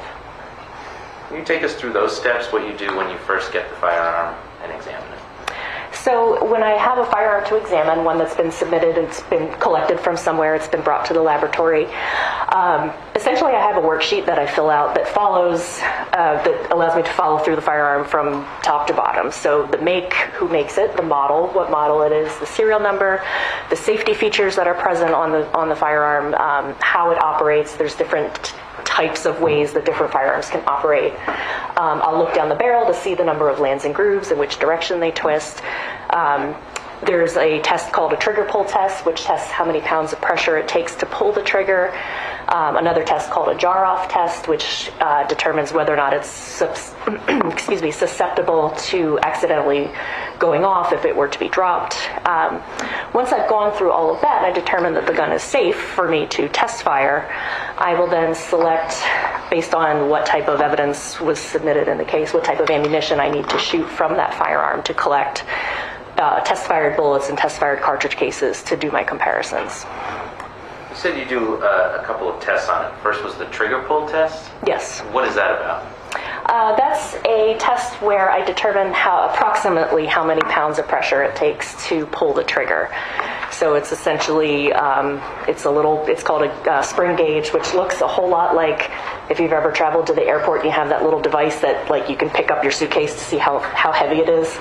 It's basically very similar to that in that I can use it, I can put the hook on the trigger and then pull the trigger backwards as if it were being fired, and that is relayed to a scale, and it shows me approximately how many pounds it takes to pull that. What's the reason for conducting that test? It's just a general part of a firearms operability testing. And then you mentioned a test for jaw rot. Yes. What does that mean? That's a test that I do to determine whether or not, if a firearm is dropped, for example, if it will cause the firearm to accidentally go off. How do you conduct that test? Well, I don't want to actually drop the gun on the ground. So essentially what I'll do is put it in a cocked position. So depending on the gun, that might be what's called racking the slide, or putting the gun in a position where it's ready to fire. I have about a 3-pound rubber mallet that I'll take, and I'll strike different parts of the side of the gun, the front of the gun, the back of the gun. And each time I do that, I'll strike it with the mallet and then pull the trigger. And if it sounds like, when I pull the trigger and it sounds like the trigger is being pulled and I hear a click, then I know that striking motion didn't cause the firing pin to go forward and strike a primer, in a cartridge.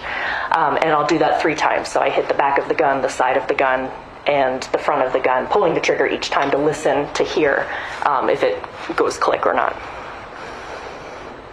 So that was some of the tests you do on firearms. When you're examining a bullet or bullet component, so the cartridge case or the bullet itself, do you handle the actual item or do you look at photographs? I handle the actual items. And what are you looking for when you first start that part of the examination? Well, first I want to collect all of the class characteristics or the physical features of the bullet or the cartridge case. So again, I have a worksheet that I fill out that allows me to capture all of that information. So if I'm talking about a cartridge, or a cartridge case rather, who the manufacturer is, what shape the firing pin is, if there's breech face marks on it, what the cartridge case is actually made of. It sometimes can be brass or nickel, what the primer is made of. So collecting all of that information first before I move on to any type of microscopic exam. And that same process I do for bullets as well. So with bullets, I will weigh them to see how much they weigh, how many lands and grooves are on the surface of the bullet, and how much it weighs, the style or the type or any design features of the bullet, and the overall condition of it, because sometimes they can be damaged when they strike something. You mentioned that some of the things you look for or determine when looking at those class characteristics are the manufacturer of a particular bullet or cartridge. How do you determine the manufacturer from looking at those? Well, on a cartridge case, typically the manufacturer information is stamped on the bottom of, or on the head of the cartridge case, along with the caliber. On a bullet, that information is not always completely obvious. Sometimes that might take a little bit of research, either online or through the laboratory's reference collection to determine a possible manufacturer. And sometimes that's not even possible because it might be a very generic looking type of bullet. You mentioned just a couple moments ago that you weigh bullets when you have them. I do, yes. How do you weigh a bullet? There's a balance or a small scale that's available to me in the laboratory, and that measures how much a bullet weighs, and bullets are typically weighed in what's called a grain, or in grains. That's a unit of measurement that the industry uses, that ammunition manufacturers use to determine how much gunpowder or how many grains a particular bullet will weigh. Is a bullet's weight pretty standardized per manufacturer or determined by the caliber? Generally, different calibers will have a set of weights that they can be. So for example, like a 9mm bullet is a common cartridge, and those bullets, there's a couple different varieties within 9mm that those bullets can weigh. Do manufacturers of bullets, do they indicate on the packaging how much the bullets inside of the package would weigh? Yes, they do. Right. And do those bullets precisely weigh what they're claimed to be from the manufacturer? In my experience, what I've seen is if they're marketed as a particular weight, sometimes they'll be within a few tenths of a grain of that. So if it's like, for example, 115, marketed as 115 grain bullet, when I actually put that bullet on a scale, it might weigh 115.2 or 115.4. So in that general ballpark. Are there any factors that you've observed in your experience or your training that can change a bullet's weight from what it's purported to be by a manufacturer? It could sustain damage to it, which could change the weight. So the damage might remove parts of the bullet from it, which will have it weigh less than what it would normally weigh. Is the process you just described for examining a bullet, is that generally similar to when you examine a casing? It is, yes. Once you've examined the firearm and a bullet or its components, how do you then compare the two and analyze your results to reach a determination as to whether a cartridge or a bullet were fired from that particular firearm? Well, I want to compare bullets to bullets, so I will examine and compare the unknown bullets that were collected from the crime scene to bullets that I have just test fired from that particular gun. And going through that process of using the microscope and looking at the two things at the same time. I'm looking for scratch marks on the surface of the bullet or breech face mark impressions on a cartridge case to determine whether or not I can say that that bullet or that cartridge case was fired in that gun. I'm comparing what was collected from the scene to what I had just fired from the gun. Is there a range of conclusions you can reach after comparing firearms and cartridges? Yes, there is. What's that range? Well, there's three different conclusions that an examiner can come to. One is an identification, meaning that this bullet or this cartridge case was fired in this particular gun. There's the opposite of that, which is an exclusion or an elimination, meaning that after examining it, I could say that this bullet or this cartridge case was not fired in this gun, and that can be based on several different factors. And then there's right in the middle of the road, which is called inconclusive, which means that it can't be eliminated and it can't be identified. So typically that happens, that's the conclusion that an examiner would come to if a bullet is damaged or there's not enough information, microscopic information left behind on that bullet surface or on that cartridge case for me to say one way or the other. So again, that could be due to a variety of factors, but depending on what it is that I'm looking at, like it can't be identified or it can't be eliminated. Okay, I want to turn now to the examinations that you did in this case. Relative to this case, did you examine a pistol with the unique evidence number of JG01? Yes, I did. And did you examine a fired cartridge case with unique evidence number JG02? Yes, I did. Did you examine a discharged bullet with unique evidence number JG03? Yes, I did.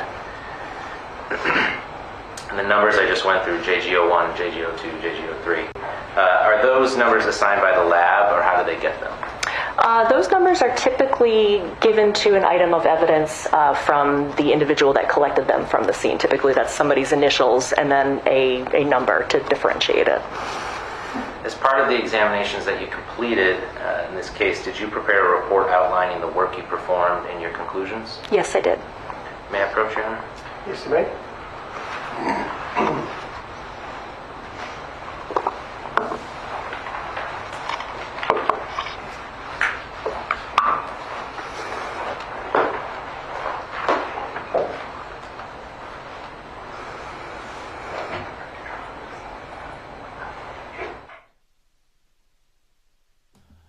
Wendy, I think someone beat me to it. I don't know. I think you said something that might have come across as not good. No, you're here now. It's all in the past. Stand up, take a break. Hakuna Matata.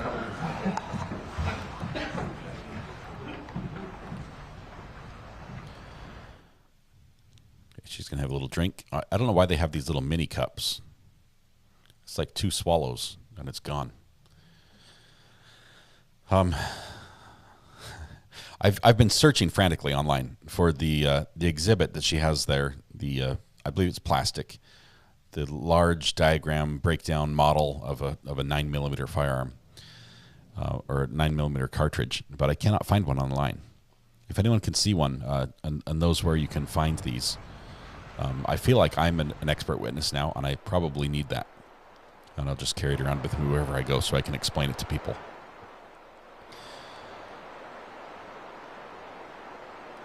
I sound muffled as well. Is it because the audio in the background? Does it sound better now? Is that any better, or is it just the noise? Just drink from the pitcher. Somebody's going to be like, chug, chug, just pouring down the face. Kuna Matata, hey, there you go. Good to have you here. You were lurking. I didn't even know you were here. It's specimen cups is what they're drinking out of.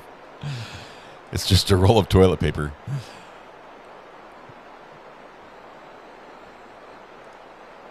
I think she did a good job. Of all the firearms experts, the tool and firearm experts that we've listened to, I think she did a really good job. Not going in too much detail. It helped that she talked fast because it ended quicker. Because I realize a lot of people just zone out when we start talking about firearms. It all makes sense to me. I do. I mean, I'm quite familiar with firearms, having fired them for most of my life. But I need that exhibit. I need that sample.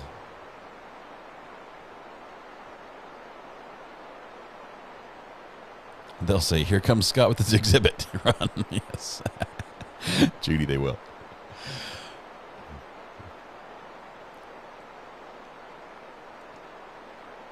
This might be a really quick case. It might be a week, just in and out. And of course, that'll be good. We've got, I'm thinking 2 weeks is about right. But we've got a Brian Koberger hearing later in the month, I believe, that we need to stay focused on, have an open slot for.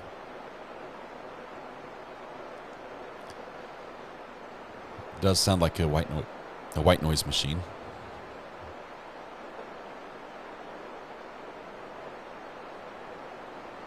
It's so bad. Okay, let me see if I can find this frequency of static.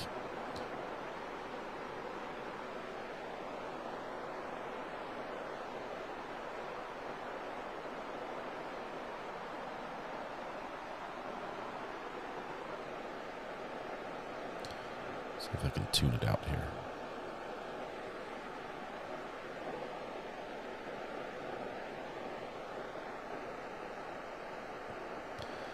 Got a little bit of it out. There we go.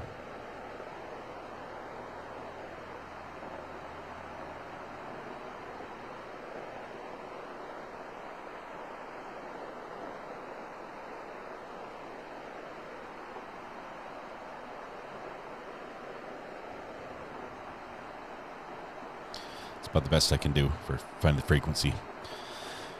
Let's see. It's the ocean. We're used to it. It's like the waves. Sonia says, all right, I've been here since yesterday, but on YouTube, on TV, YouTube, your channel instead of iPhone. That's cool. Glad you're here. Either way, it's great. State Defense Rest in Lori Vallow case. They're done. Yes, we're going to have closing statements tomorrow, I believe, in that case. And then verdict watch. And the verdict watch is the verdict's going to be live on Brandy's channel. Is that Brandy's ocean? She might be piping the sound of the waves to us from the beach.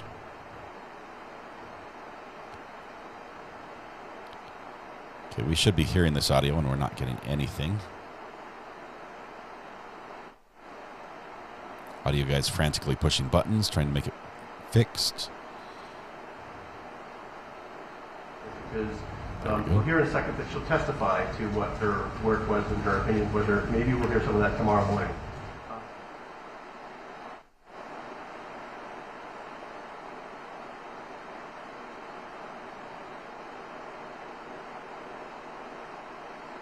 Brandy, thank you for the soothing white noise that you're sending to us. Judge is talking to the jury right now saying, hey, it's time to go home. I'm not a camel.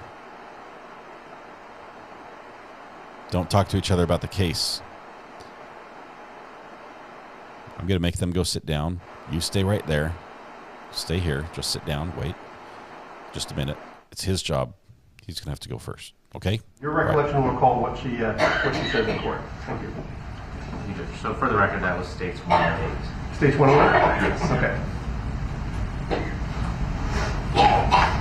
Somebody's dying there in court. So I'm showing you States 108. Is that your report that you completed in this case? Yes, it is. Okay, and as you said, does that contain your conclusions with regard to the evidence that you examined? Yes, it does. Okay. And what are the exhibits that are listed there that this report accounts for? It lists Exhibit JGO1, which is a pistol, JGO1B, which is a magazine and live cartridges, JGO2, which is a 9mm cartridge case, and JGO3, which is a bullet.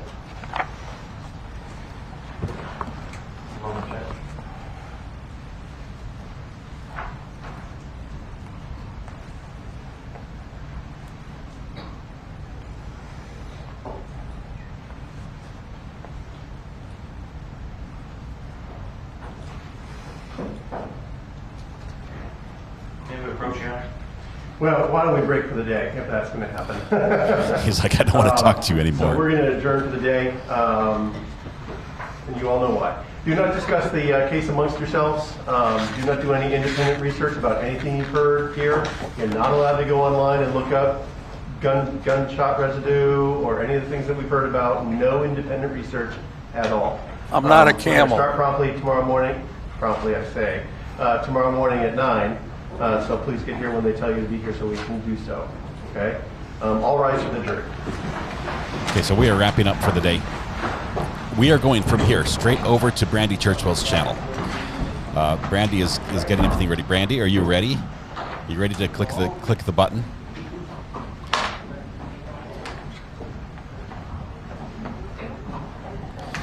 And the best part about this is I don't think you have to do anything. There will just be a little pop-up on your screen, and it will invite you to join us. We're gonna raid Brandy's channel right now. It's gonna be fun. Oh, okay. This is where we're going. Do we need to discuss anything else? Okay. Okay. All right. Thank you. I'll see you in the morning. See you in the morning. All right. So court is over. We're going to raid Brandy's channel. Let's see. Let me first make sure she's there, because it would be embarrassing if we go there and she's not there. So she should be starting here any minute now. Hold tight. She might still be in chat here as well. So let's see. There it is. We've got 9 people waiting. We're going over there. She's about set up. This has been a fun day. I realize that was a slow bit. There will be slow bits in trial. There always are. At every single trial, there's a little time where it's like, okay, I could really catch up on some lost sleep during this segment and not miss anything, right? And that for a lot of people is what we saw today. But we're going to get to the good stuff, and there is a lot to get to in this case. There's a lot of fantastic stuff that's coming up. Let's see. I'm as ready as I'm going to be. Okay, Brandy, you pull the trigger. Here we go. Everybody, we're going to go. Here, stealing my mug. Oh, my wife's giving me a clean mug. Switch. For tomorrow, I'm going to have a red mug. It's going to be this one right here. Thank you, Mrs. R.A., for that. No more pink mug. All right, thank you. I will sign us off first on this side, and then we're going to go over and say hi on to Brandy's side. So here we go. Tonight, after Brandy's stream, when you go home, please hug the people you love, smile at someone, make the day just a little bit better. Please stay safe till we go live again. We'll be tomorrow morning at 8:45, 15 minutes before court starts. We're not going to get too early because that just is crazy. But we are going to take a portal over to Brandy's right now. It's going to be an RA raid. It's going to be a lot of fun. Please, everybody will make the jump over there. It's going to be fun as we get prepared in the Lori Vallow trial for the verdict. Ask all your questions about Lori Vallow to Brandy. Let's make the jump here in a little bit. Thank you so much, everybody. Have a great day. It's been amazing. I apologize to those who got timed out on accident. Please forgive us. We're just mere mortals making mistakes in chat. So thank you very much. All right, here we go. Beam me up, Scotty. There's no intelligent life here. Isn't that what the saying is from Star Trek? All right, here we go. Have a good one. We'll see you guys. Wait, I need that. Right. Oh, wrong button. Wait, hot mic. Hang on. Keep the music playing. I'm not ready. Wait for it. I almost switched to the lunchtime picture, which is not good. Okay, media. Boom. This guy here. This one there. Media 1. That one off. And dissolve. All right, we'll see you in a bit.